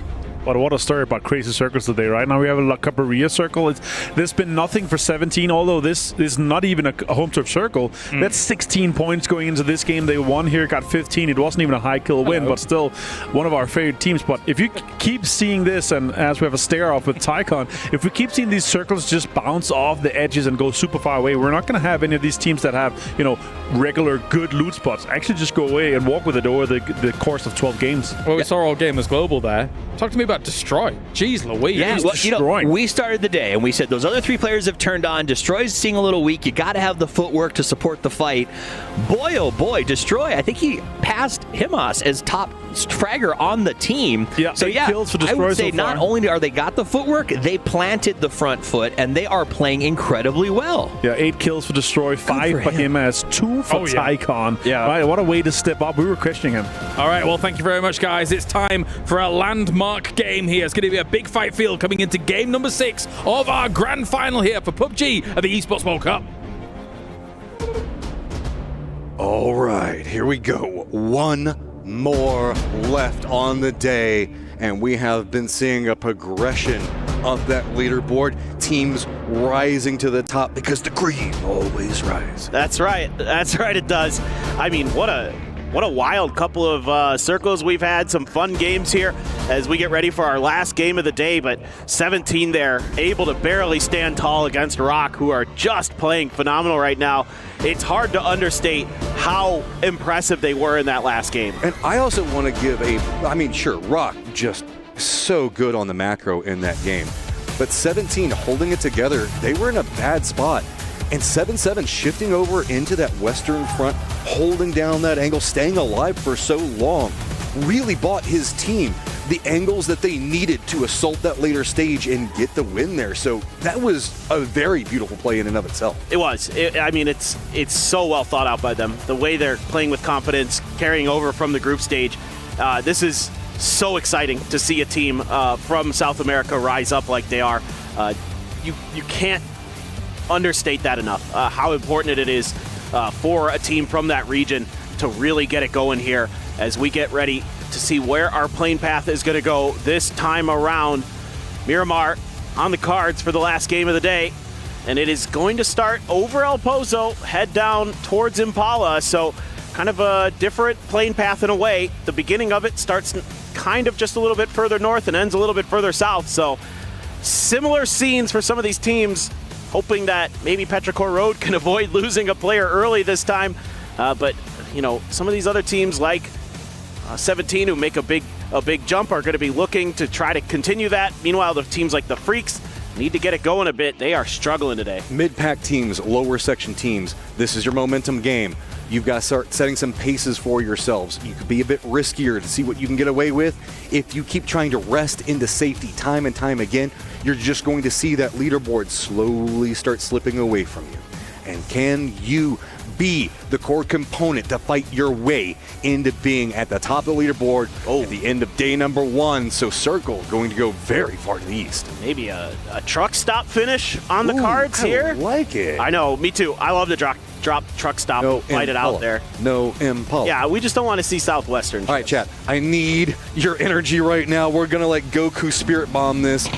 No Impala. We want to get away from that. We've seen it a couple times as we're going to see a little bit of airtime coming up. I don't know if you want to Goku Spirit Bomb it. It only worked like one time. Oh, you're right. You got to think about that, Matt. Before you try to channel the Spirit Bomb. Yeah. Everybody wasted their energy, stupid Goku. Yeah, it's like it did work against Vegeta. It didn't work against Frieza.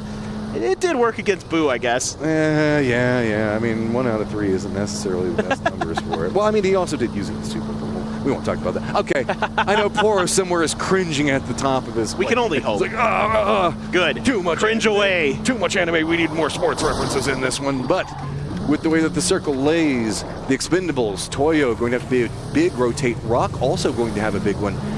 There is, yes, pathing in the circle, but with the fields being pretty much the entirety of the southern section combined in with water, you have to assume that most of the teams are just going to be aiming for that northern section of the circle because it's the only thing that's really good to play. For sure.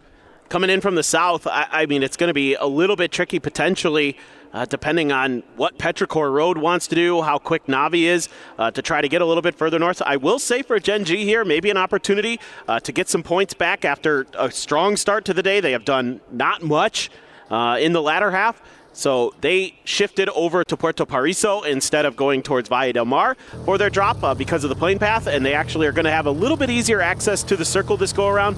Look into them to try to get something going again, see if they can replicate some of that success they had earlier. But again, they need to take good team fights. That's kind of my concern with them, and like the desk was talking about, that's the concern for some of these teams. A couple of the big Korean teams, you know, DNF on the bottom of the leaderboard right now, 13 points across 5 games is well under their standards. How does it make you feel to know that GSW is 3rd while Freaks are last? Not great. I don't think. Well, only because I have bias for my region, but I'm actually happy for GSW. CC and AZ have been really playing. They're really playing.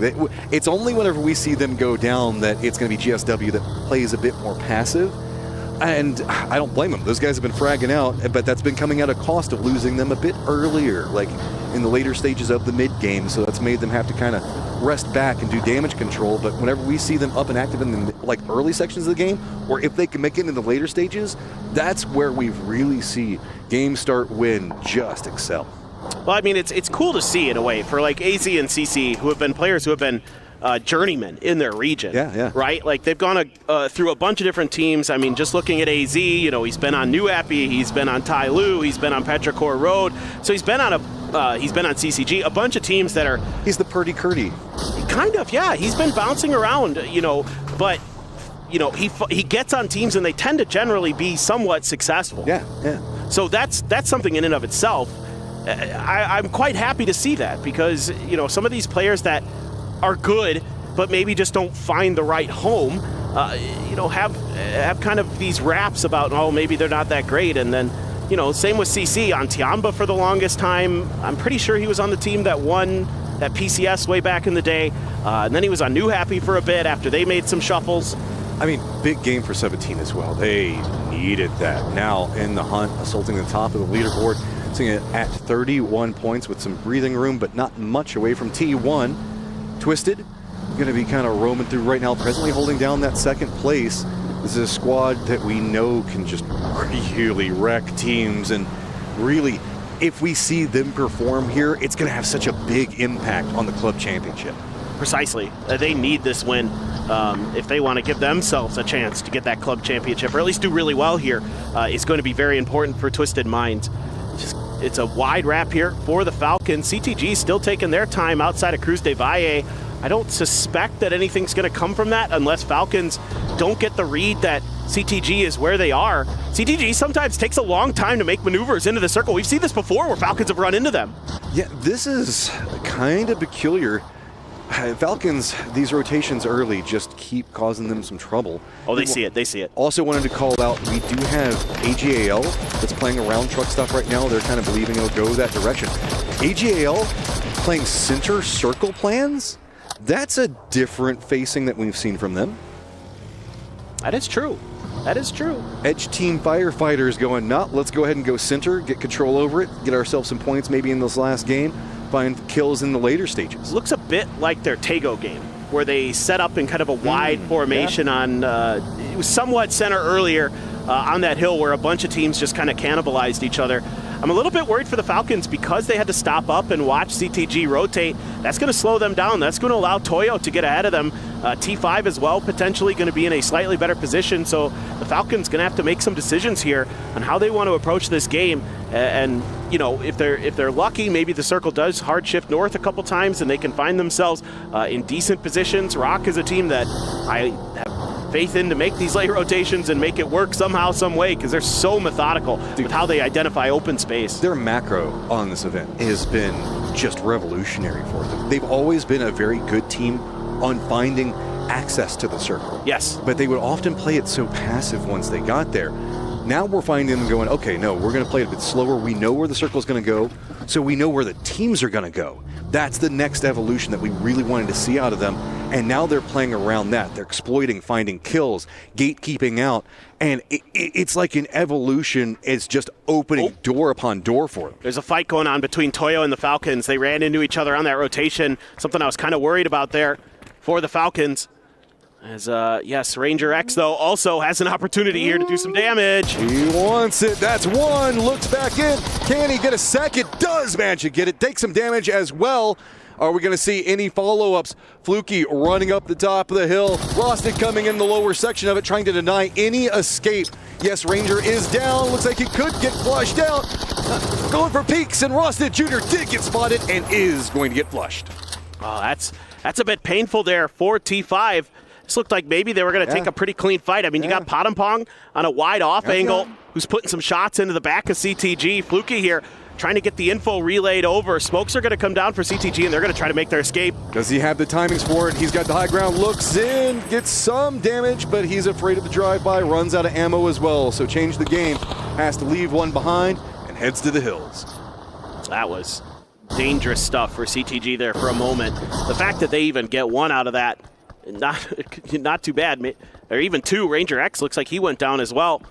So Theraton 5, I thought, had a great trap sprung, especially get those first two kills. And they had the back position behind it, but I guess Rosted just went a bit too far, gave them cover to work around, and allowed them to push that hillside. Things can get a bit messy in these kind of early game skirmishes because it's really hard to know exactly where you need to be pushing in from. Circle pretty much calm right now everywhere else. We've got Toyo as well as Rock, the teams that are needing to come in. Speaking of Rocks, that's a big one. It is. Petrichor Road opted to go for the northern side of Impala, looking to give themselves some pivot points and maybe play a little gatekeep on the teams that are going to be coming out of the south. I know James is back there losing his mind. I hope so. It's a mythical bird. I know, James, but there's so many rock puns, man. I know. How can we not? Yeah. No. Anything you can do to tilt James is okay in my book. If you didn't know, that's why there is a bird in their logo, guys, is because it's based after. That's why there's no K at the end of it. Rock is the mythical bird of giant proportions. So, circle quiet. Where are we going to go? Oh, my God. Ooh, hard shift up to the northeast. Okay, we were wanting a bit more into truck stop, but it says, nah, let's go more for... Wow. So over to the east here, this is kind of weird because there's a big mountain on the western side of the circle. There's obviously Al Azahar and the mountain around it. Oh, Correxy. Oh, my God. Chewy. Never mind. Does stop that one in the trash. No, this is my house. You can't have it. He's got to be careful, though. There are more players from VP there, so he couldn't confirm that flush in time. As Petrichor Road started to fall apart, Hype shows up, gets two. Everything is coming apart over here. There is just a ton of teams right in the thick of this. Virtus.pro trying to see if they can get some kills of their own. T1 all up on top of it. Everybody get involved in the dust-up. There is nowhere to go inside the circle, so it's time to get bloodthirsty. Down in the death funnel, everybody's caught up, going for the stop-off. Petrichor Road stopped in their tracks. There are just bodies littering the hillside. Everybody losing players there. Navi as well running into Gen.G, and they're going to trade kills each, but Virtus.pro looking for whatever's going on, if there's any players still there, and Heather had tucked in, gets a little bit of damage, and Lucarux suffering down to low health. Raining as well, still in the fight. I mean, kudos. We can see that VP navigated that very, very cleanly. AGL had themselves a good spot in the circle, and now they don't? Away from them, and now I thought that they had inside tracked position. I don't know what happened there. I was busy watching the fire. Yeah, we missed that one. Gen.G, here's that battle with Navi. They're pulling back a little bit. Both teams losing a player in the fray so far. Bean going to be driving away there with Tosi is going to be the one who died for Gen.G as some shots bringing out from Navi. As Gen.G does make their escape, they have a little bit of stability now, kind of set up on the side of the road. A little bit of a compound for themselves. Well, they also have the gatekeep position on what's going on with this T1 VP weirdness that's happening over here. Rock is also going to be rotating along that pathing, so Gen.G trying to now make sure that Navi doesn't have too much space to play with. We've got just kind of a scattering of teams around. It does look like Fluky did manage to at least get one of the blue chips, maybe more, and has now headed up to Tierra Bronca, so should be bringing some more friends back in. 17's going to be a tail end of this. Rock, I don't know if this is the neighborhood you want to go into because it has been nasty over here. Well, and VP got the res on the Nixie. He was knocked over in the industrial park of Impala, and now that's offered them stability here to set up this trap. Oh, Rock, you're in trouble. runs right through, doesn't get the knock just quite yet, but it's going to be a follow-up. Lukerups, Nixie also do find that one very, very easy. Santastico still alive, running for the hillside, but that is a big cost to Rock. This is all just a consequence of all that fighting around here. The fact that VP comes out with 4 alive still and 5 kills, absolutely massive for them. They're 2 points away from Rock, and they just did them dirty. They got 2 players off of them.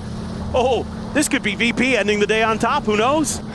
This is going to get dirty really, really quick. Twisted's also in a strong spot. Everybody that's in contention looking for something on it. GSW, the only team that was really playing along this coastern area at the start of it, so they have themselves a pretty decent amount of space to work around for the time being. You can see it all messed down there to south. Extends is kind of caught out. Can't do too much and regroup with the rest of his friends yet, but VP is just going to go ahead, find their pathing, and the circle should be just fine. Toyo going to have some friends with 17 up there, so going to have to be pretty cautious. Might have some vengeance and some words after that last game. The circle does pop. Freaks and TE feeling good about it. There's probably going to be some fights around Gen.G and GSW. GSW in control of the church right now along the road. Gen.G going to have a little bit of access to the circle thanks to Bean, but they're likely going to have to play a little bit of defense. And it might be better to just wait it out in that compound as long as possible. It's just on the edge of the circle. Not sure if any of it is in this next one or not. Toyo and some others coming through with some reses. Going to have to assume that's T5 in that helicopter as well. VP setting up for the emergency pickup, try to find a way into this next circle. We can see on the map that there's actually some compounds on the eastern edge that are open. Those are a little tricky, but at least it's something. If you need loot, I guess T5 might set their eyes on that. I think that they've got a couple of compounds that they're playing. Extends, you can see, and now very extended away from his team. He's going to go down. T1 finding more points as we're still in the thick of all of this. I mean, 45 up on the top of it, but one good game going all the way down to really quick. Toyo in 9th can shift you around as we're starting to see a lot of these teams take casualties early. Navi, T1, Rock, all in some trouble right now where it feels like momentum is leaning into VP. Twisted.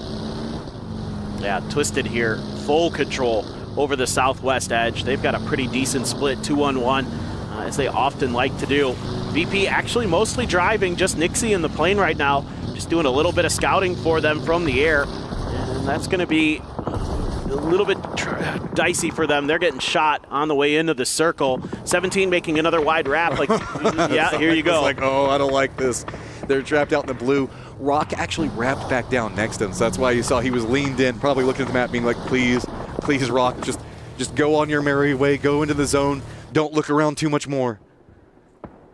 T5 got all of their players back up in that saloon compound that's to the northeast of El Azahar, so they're ready to rock and roll as 17 now going to be making their entrance. There's still some firefights going through, but every time VP tries to go for some peaks, they're kind of getting shot at from some different angles. Maybe DNF or the Expendables potentially getting a few shots in here and there, but you can see Beamy's position actually safe from their angles, but they don't like this fight. They're going to peel off and just play for safety. Lay of the land right now is most of the teams are avoiding the very far east of this because it's just going to be open fields. Just Navi, we saw them kind of rolling around the hillsides a while ago. They're going to go for that compound that you were talking about earlier, so that's going to find them some space. Up into the north, we can see right now it's going to be Toyo 17, T5 trying to regroup, get their loot back underneath of them, and T5. Falcons does look like they're leaning a bit more north. They've got a 2-2 split that looks like it's kind of brewing over here. South is going to be its own hillside. So really just look what's going to be happening. The roads are going to be the different bisecting parts of this. So we've got the center of it that's going to be TE, Freaks, as well as VP. Up into the north, the potential firefights of that. And oh, the circle shifts right into Freaks and TE's favor. Well, this may be the game for the Freaks. VP's going to be next to him. Yeah, that's true. That's not comfortable, but they need a big one. As Gen.G starting to win a few fights here and there. That's another kill for them. The circle. No. Raining's still out by truck stop. I mean, that's just cooked. They were trying to fight Rock. That's the funny thing is they saw Rock coming in while they were still stuck in the blue, and they were like, well, I guess we have to fight this. And then Santastico's like, nah, I'm going to go try to salvage something, but he's going to be driving towards El Azahar, towards the Falcons direction. Going to be tough for him. Raining, yes, alive, A-OK. Toyo making a move up on the north as they're trying to cut underneath T5 sightlines. T5 did get a player here. Knocked. It's Padampong.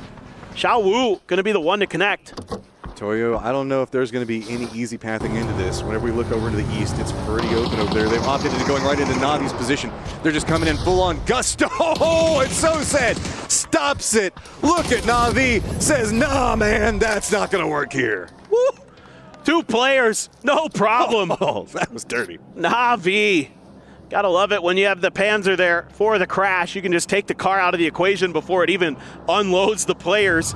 Crazy stuff for them. What is going on? This is madness. This has been so back and forth for so long. All right, RBN. They know that they're in a salvage position. RBN stayed back over here. Santastico is like forever away from him, up closer to the Falcons right now, and he's going to be sneaking in. Falcons do spot out, change the game, take them out. That's going to give them some high ground and a good position to play for the time being. Freaks have spotted out a rotating 17, so that's why 17 is going to be hunkered down in the spot. Can't make too big of a move. Guess what? There's going to be a new approach on that angle, Falcons, so keep looking that direction because T5 is going to be right back behind them. I think the only thing for the Falcons now that they probably don't realize is that Santastico has crept up behind them. But that was huge to win that fight against CTG. Now they have the hillside actually available above them to go up to. Usually it's pretty hard to get out of this position on the map because you're really pinned in by the mountainsides themselves. It's tough to climb them. Santastico looking for an opportunity, checking behind him. It just depends if he's going to be able to get there in time to punish the Falcons. This is, again, great macro. Understanding the circle, this is going to be one of the easier ways to sneak in because with all of these like oil derricks that are going to be over here, you can you've got a lot more pathing options to deal with than just trying to push through the hillside. You're going to have to assume that there's probably a team over here. So as long as you play it slow, steady, wait to hear where the firefights, where the shots are going to control the territory, you can really sneak in. I don't really see the Falcons controlling this area or these angles too much, but they have to make the assumption for it in a second. Here comes the distraction that Santastico might like, though, as it's going to be T5, rolls down the hillside. Tickleton shuts down Rosted. Remember, this is a very weakened T5 as they've already been rezzed once, and there's not a lot to work with. So they just cut a path, and they're going to get right up next to the Freaks, but they can't stop off because there is going to be a hill that denies that, but not from 17's angle. Yeah, they're trying to use the cars to block off the angles as best as they can, but 17 still doing some damage. And here comes Guman. He finds a big grenade right on top of him. DL follows up. Bye-bye, T5.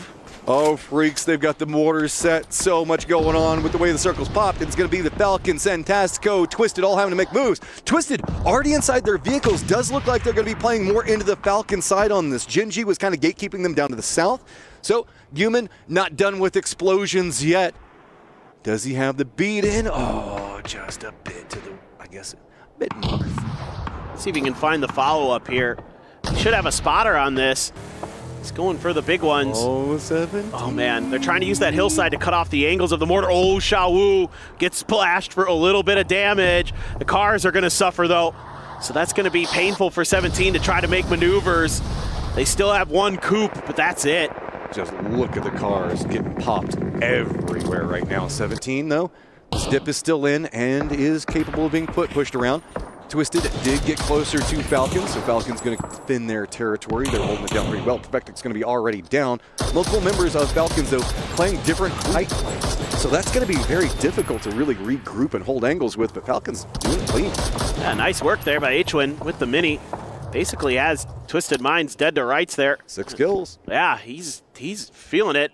So are the Falcons, who got up in this hill just in time before Twisted Minds arrived, so they're able to set up a nice defense to keep Twisted Minds pinned on the bad side of the circle. I think Twisted Minds was looking over there for the longest time, didn't see anything, and thought, well, maybe nobody just got up there.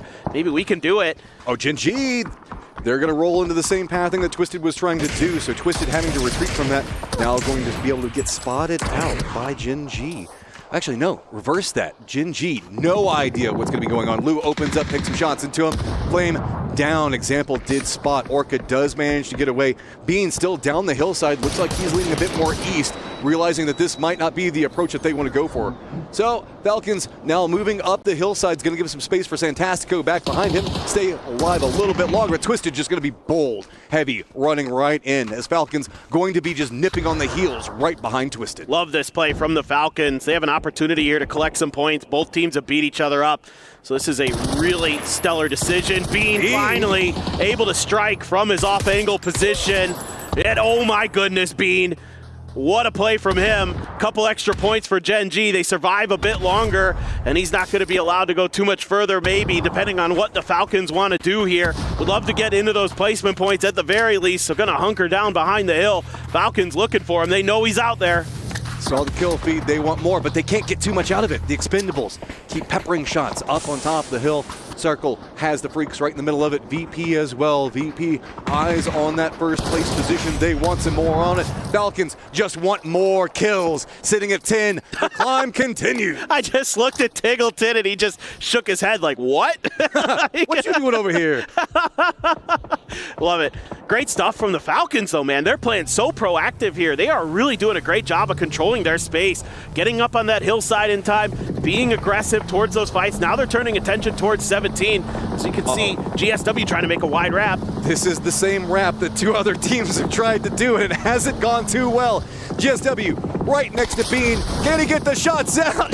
No! AZ just drops a tire on his face. Just took tire in the mouth there. That is unpleasant for Bean, but great for GSW. Probably more damage with the car than his gun. Yeah, you're not wrong. You're absolutely not wrong. Hey, but they've got themselves the Gold Murado.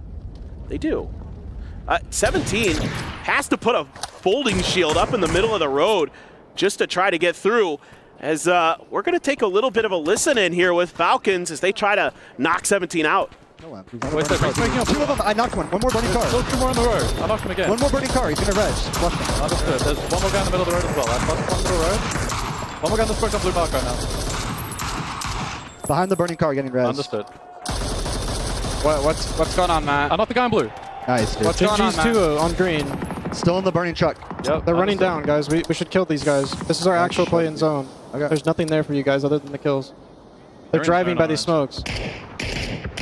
Okay, I mean, how do we kill them? You can come to me and I have a good day. All right, well then let's focus that, guys. Yep. Can we get your flush stick? I'm going to get my flush on blue in a second, and then I'm coming. H, you can leave, actually, if you want. I'm holding these 17 guys. We can run this line, I think, and peek down these guys. We just did this. We were in the open, No, we were higher up. Okay, go to them, H1, I think. They're in on orange. They're not going to move. They're not in. Yeah, we go as 4. Fuck the other ones. There's a nade spam underneath. They're not in there. They're taking. Yeah, they're driving, guys. Let's do it. We could drop a fucking nuke. I'm leaving. I'm coming with them. Gen.G's getting mortared here as well. They're crashing the fight. The knocked another 17. Nice. Listen, H1, come over. Bro, we're in the wide open. Yeah, we are. I think we can make it down here, though. We just do it on the time. I'm down. No, this is fucking. Yeah, it's bad. It's bad. Come back, Shrimp. Stop. I mean, what are we doing? They drove down. We have to do something. We can't do anything. Yeah, I mean, I'm down to do it. Who do you guys need me to cover? I think they left green. Cover orange if you can. I think we should run it down on fucking Gen.G, honestly. Can we see this next pop in 10 seconds, We have guys? nothing to play. There's literally nothing. Wait for the pop. We can get hard. We're already pushing. Wait for these flushes. Guys, wide open yellow. Wide open yellow. Comps, do not shoot. Please, comps, yes. We open with nades here, okay? Sure. Slow down. I'm pulling out my nade. I'm gone out. Group me on the mid. Roger. I'm just going to try to get 17 kills. Super close underneath. High ground has been strong for a while for Falcons, but now it is time to just join the rest of the mortals in the thick of the firefight. Falcons, the moment that they start going after this, though, tons of teams looking at them. It's going to be the Freaks as well as the Expendables. Any peak that they go for from here is going to get punished. It's just going to be a matter of fighting your way down. H1 still playing back, seeing if they can secure the kills onto 17. The other members trying to brute force their way down next to GSW.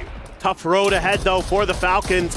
Need to prioritize some of these kills inside of this shack if they can. Would love to get a grenade in there, but the double blue zones right on top of GSW is chewing them apart. As soon as they go outside, Shrimzy ready with the mini there. That's actually going to be Tanbu who's going to steal that kill. Now the smokes have to come down, but 13 kills here for the Falcons.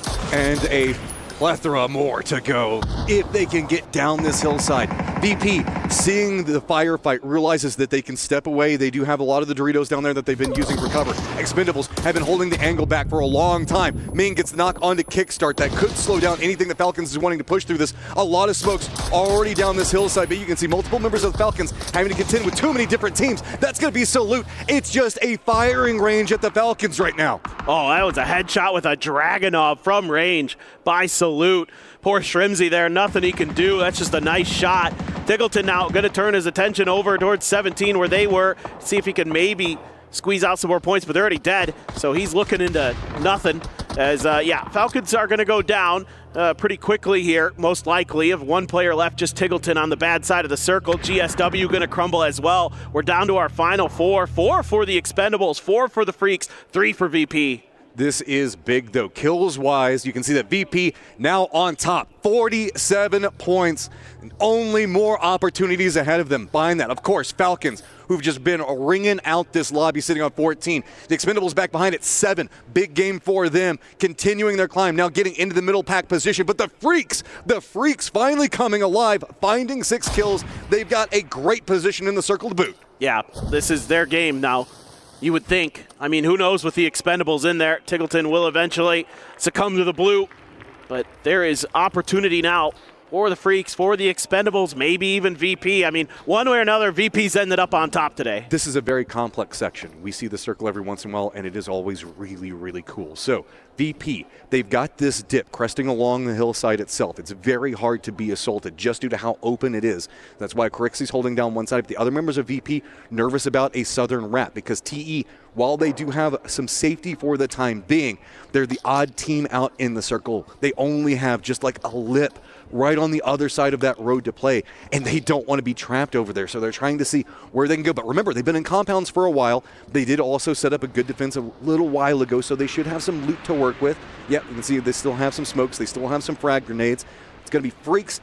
Yes, they have the strong compound to play from, but it's going to be very hard to gather information in the circle. Exactly. Because they're up on the pinnacle of everything, and there's so many moving factors in the lower ground. And this compound's actually in kind of a bit of a bowl. Yeah, so it makes it a little tricky in a way. VP actually has access to the eastern side of DNF's compound if they're not careful about it. I've seen teams crumble in DNF's position because the team that's in Virtus.pro's position gets close enough, uses smokes offensively to cut off the vision from those buildings, and then is able to make a good assault, but they might get beat to the punch here as grenade is out for Delwyn. Has another one back there, doesn't connect with the first. Beamy able to sidestep that well enough as VP just trying to wait this out. The Expendables, I mean, crossing this road, normally you would think crossing road pretty tricky. Actually, they have a little bit of access and they pre-fired. Exactly. Do they go for it, though? It feels like a trap, and you can see they're like, okay, there's cover there. But if they do, they're walking into a potential crossfire. Everybody right now is just trying to get any idea on what's going on. Sure, the Freaks and VP both know that the Expendables are not going to be comfortable in position, but they're not really too comfortable either because they don't know is the other team that they're lined up against on the side of the road jockeying up, getting ready to make their own pounce. Are they getting ready to go for it? See, the Expendables playing it slow. They're going to use that lip for as long as they've got it. As now we are in phase number 9. Center dot. Yeah, okay, we've got VP and Freaks pretty close to it, but slowly creeping up closer and closer, using those Doritos. They decide that they've just got to do it. Can they find the angles on this? Because they're in a no man's land. There is no cover except for what they have brought. Clories has a Panzer in the back pocket. The Expendables here could be kings because they're up on a little bit of a hill, and they've done a good job of getting some cover in front of them initially. Delwyn going to use that last frag grenade, try to see if he can get lucky on the VP. Only does a little bit of damage, but here comes some more. Oh, they're just coming up short.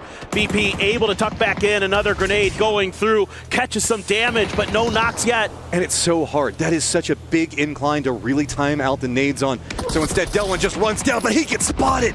Big crossfire, 2 different teams instantly drop him out. Vehicles being sent in. I don't trust it. Not with what's going on with C4s right now. Rolls it in the middle. And yes, the Freaks manage to drop it right on top of the Expendables. That's one of the best uses of C4 we've seen. That is absolutely stellar from the Freaks. Well thought out. Now they could take the fight right to VP. They've got control of the hillside. VP's pinned down. Here comes the util. Beamy on the off angle has to make it happen, but he's lined up against Salute. He goes down. It's going to be Heaven that spots him. Quick flush coming out.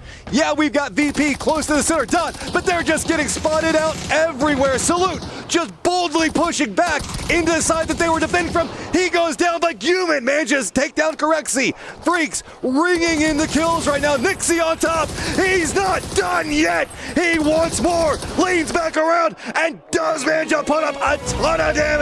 But it is going to be the Freaks that take the round. Oh boy, that got a little dicey at the end for the Freaks. Looked like should be a clean one, but Nixie able to pull a little bit of a switcheroo there, got behind him, got a few extra points for VP. That could be a big difference maker for them in the long run. But VP is at the top right now. They are feeling it. This is big for them as players, big for their team, and big in the club championship. Yeah, man, what a day for them. What an absolute, just phenomenal turnaround for them. You know, coming into this event, there were maybe some questions with the new player coming through with Corexi, and they have shown that they are now a force to be reckoned with.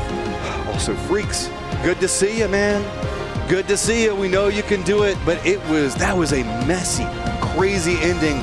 And it is such, again, a complicated section of the map to play. It is. It's tricky because there's so many ways that can change, because there's actually quite a bit of changes in the terrain in that part of the map. And you can see that road is actually elevated compared to the rest of what's on the other side of it for the Expendables. You know what would have changed that terrain?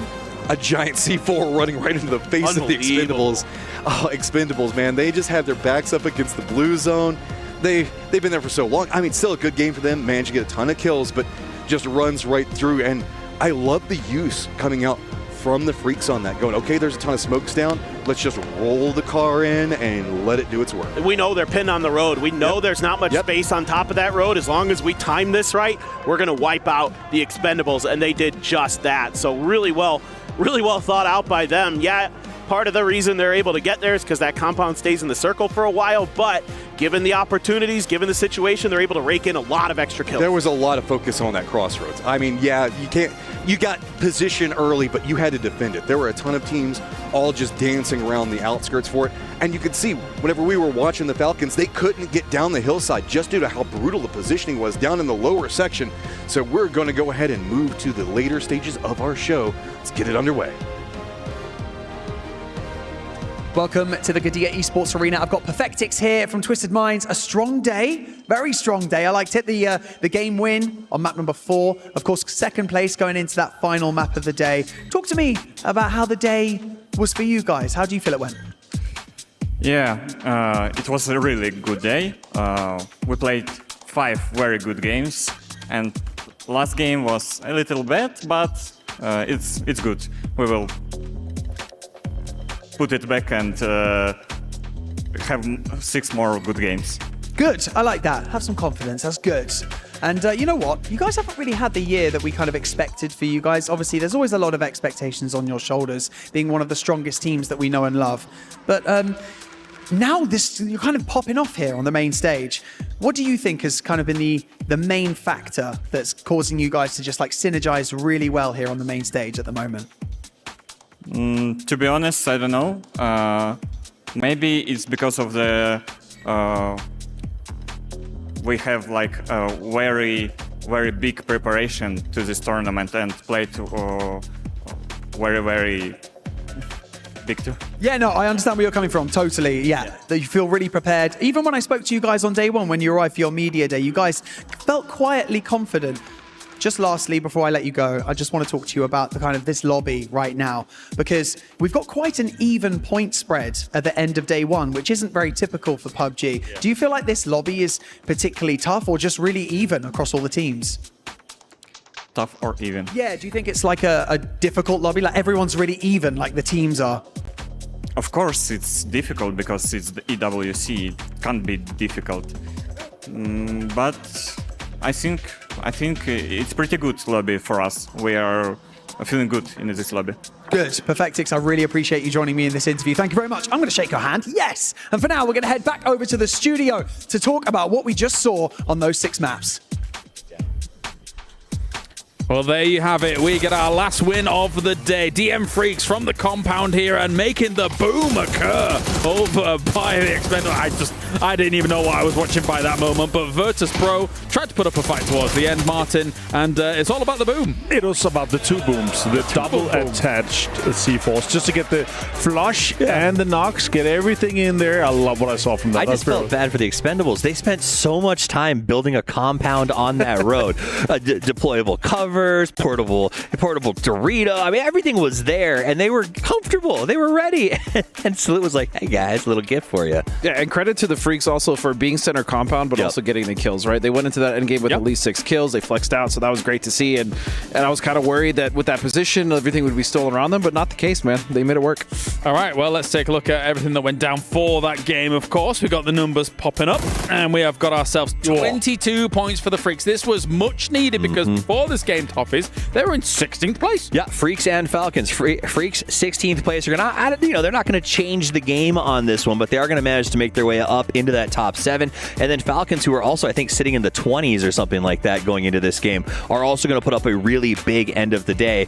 Finally, Virtus.pro. I mean, these guys are now in a pole position to take this thing home off the back of a trade. And there was about 10 minutes of this game where I was like, okay, let's look at the kill feed. Oh, it's the Falcons. It's the Falcons. It's the Falcons, and it continues to be the Falcons.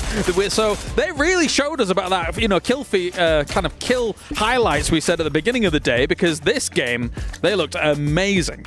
Yeah, and it continues to be Huynh, man. Huynh is just leading the charge in frags today. He had a disappointing group stage, but that has not deterred him from playing well here, Steve. So as we watch the end of that, I'm kind of curious what you guys think about this. It seemed like they were killing it, smashing, and then we heard a little bit of arguing going on about like what's the next move. H-Win, Trimzy, Kickstart kind of going off each other. And then do you feel like that's where it fell apart? That's what got them, or was it just they couldn't play off the hilltop? I just think the hilltop was really hard to come off, especially. I think that they were. You have 2 C4s you can put in a car to reach. You know what I mean? Yeah, I don't necessarily fault them for that. They had a hell of a game, and again, from dropping 2 donuts at the beginning of the day to getting 2 18-point games and finishing strong like this is a huge, especially going into the final day. I will preach them as much as they want for this game and the other big game, but the fact is they had 2 0-point games, a 1-point game, and a 3-point game. Is it going to be enough? All right. It's only 12 points, though, from first place here. The overall rankings, Virtus.pro wrestles away number 1. The Bear is stronger than the Rock at the top here for that. But Game Start Win jumps into 3rd place position. You used to tell me this at the beginning of the day, Toffees. I'd have called you a liar. I still want to call you a liar. 45 points up there in 3rd place, but it has been kind of a slow fall off. They've been preserving points the last 2 or 3 games, so they need to come in and have a big one tomorrow. Na'Vi has been exciting to watch. Twisted Minds climbing up there. For me, AGAL down here on the bottom with the dismal 22 is a shock. Yeah, aside from the highlight of Destroy finally showing up, that team is just, again, running into the same issues that they did in the first day of groups, which is they can't get past their macro, their rotations. They're getting cut off. They're losing members, and it is just not working for them at all. Yeah, the one thing that I look at with that leaderboard, though, is if you get 2 pop-off games, you're right back in it, truly. Like, with only the 12 games to play out for our grand finals, we've got a lot of those teams on that last side of the board here, Martin, with, like, between 30 and 20 some points. With only 52 points being our leader, right? Remember, AGL had 67. We saw Rock with 63. We saw T5 with 60. Like, it's actually quite a low threshold for our lead. We had, 113 points, I believe, was what the Falcons boys they won with yesterday. Like, it's very, very tight right now. Here's a Gadir top players all for the day as well. We started off with T5 doing some stuff. Pathongpong, this triple was awesome. I feel like all day he's been awesome. T5, not necessarily the best, but Pathongpong has been a wonderful delight to watch. Right, let me see that Pathongpong all the time in front of the rest of the team, making the charge, making the plays, and over again here as the top play of the day, deserve. Also, Freaks. I mean, the fact that Freaks turned on, they're right there with the Falcons pushing towards the top. Not a lot of grind left for them tomorrow to make the run. I think that's when you want to see the Freaks fire up, end of the day, I guess. Yeah, and just real quick to go back to GSW, I will say we were kind of like, how are they doing this? They're actually just finding I look back at every game. They're just finding center circle super early, and they're preserving that position. Like you said, they're not necessarily getting all the kills, but that's helping them a lot with placement and then just getting those errant pickups on steals here and there. Which works because no one's running away with it, right? It's working. Yeah, it's fair. All right. The MVP here. Do we all want to say our name in unison? Are we all thinking the same name? 3, 2, 1, Fantastico! All right, let's see if that's I think it's true. What if we're wrong? I think it's Petrichor. I was like, there's no way, surely. It would have actually been better if we were wrong. We were like, well, we just... That last game where he's the last alive, that added to the minutes of the survival time, right? Damage, kill, survival time is all the MVP calculator, right? So him being able to survive to the, I think, 21, 22 point mark kept his average up quite a high. Like, if you go out within the first 5 minutes, that's where you really start dropping off. But wow, what a game today. Again, 17 gaming gave him 3 1v1s, and he dominated them. I think what's really impressive about this is that it is a position at the EWC Grand Finals enough for us all in unison to say this name when you've got the lobby like Ixleft, like Example, like Himas, like all of these huge names. He is having a star-studded performance right now, which is career-defining almost. Yeah, career-defining, and it's one of those things, like when I see a new team come up and have a player have a career-defining moment, I start to worry about who's going to steal this player away. What's going to happen to this team? But I'm starting to worry for the other teams in the region that they're going to be the one who get to pick if they want to steal some away. Yeah, and the wonderful thing about Santastico being the MVP is his whole team is coming up with him, right? Yes. They're all performing, and he is doing so much work, but it's just wonderful to watch him and Rock. Final thoughts, Avenger? Yeah, I mean, if it wasn't for the Expendables running into VP, I think they would have run away with the win. The only bad game they had was the 1 point game where they ran into Antego, where they ran into the Expendables. That would have been another good game. That's somewhat of a home turf circle for them, right? They would probably been into maybe fighting Na'Vi later stages of the game. Well, thank you very much, gentlemen. Time to end things here for day number 1 of our grand final. Let's head over to the stage to wrap it all up. I have got the best moustache in the lobby joining me. It is, of course, the Fantastico Santastico. Congratulations. MVP of day 1 of the grand finals. A huge performance from yourself. 11 kills, 17 knocks. How do you feel today went, buddy? Você teve 17 knocks, muitas kills. O que você está sentindo hoje? O que você tem a dizer sobre isso? Eu tô muito feliz. Mas a melhor parte mesmo é que o time tá desempenhando bem. A gente tá mais solto jogando e tá sendo mais fácil as coisas, então pegar kill, pô, e dar a knock tá sendo barbada pra mim, pô, tá sendo fácil. So I'm very happy for the performance of the team in general. Is everyone playing good? And yeah, I'm getting a lot of kills and it's feeling a little bit easy. Oh, I like that. The confidence. It's obviously going to give you a confidence boost going into tomorrow as well. Now, I want to ask you the same question that I asked Perfectix earlier. You've got a point spread from 1st to 11th is roughly 20 points. At least it was going into game 6. Does this lobby feel stacked? Does it feel like one of the toughest lobbies that you've played on? Because, you know, we've got the best teams in the world here now, man. Então, a diferença entre o primeiro colocado e o 12º tá bem pequena.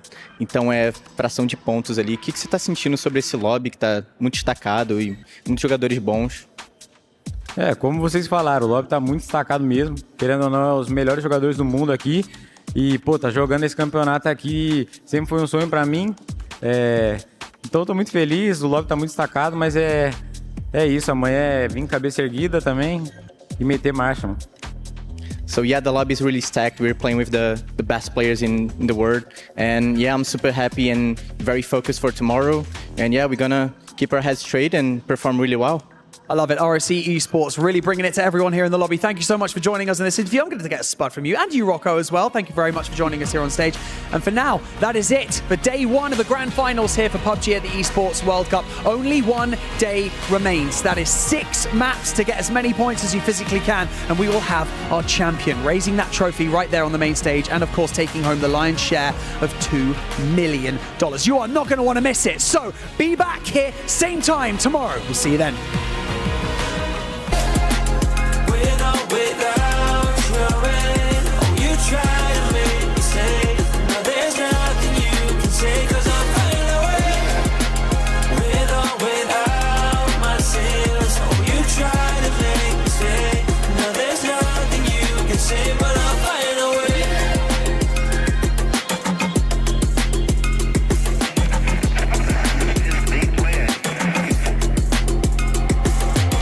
Now I ain't looking for handouts, I'm looking to stand out. Got the vision coming, watch how it pans out. I've been writing my plans down, trying to stay focused, put out the notice. Who the GOAT is, me hands down, yeah. No time for arguments, I cut out the politics, no. It's all my competence, I could cause your apocalypse. Ambition, it ain't for the weak, get it even when I sleep. Ready and willing, what you ready to see. But I'm flying away.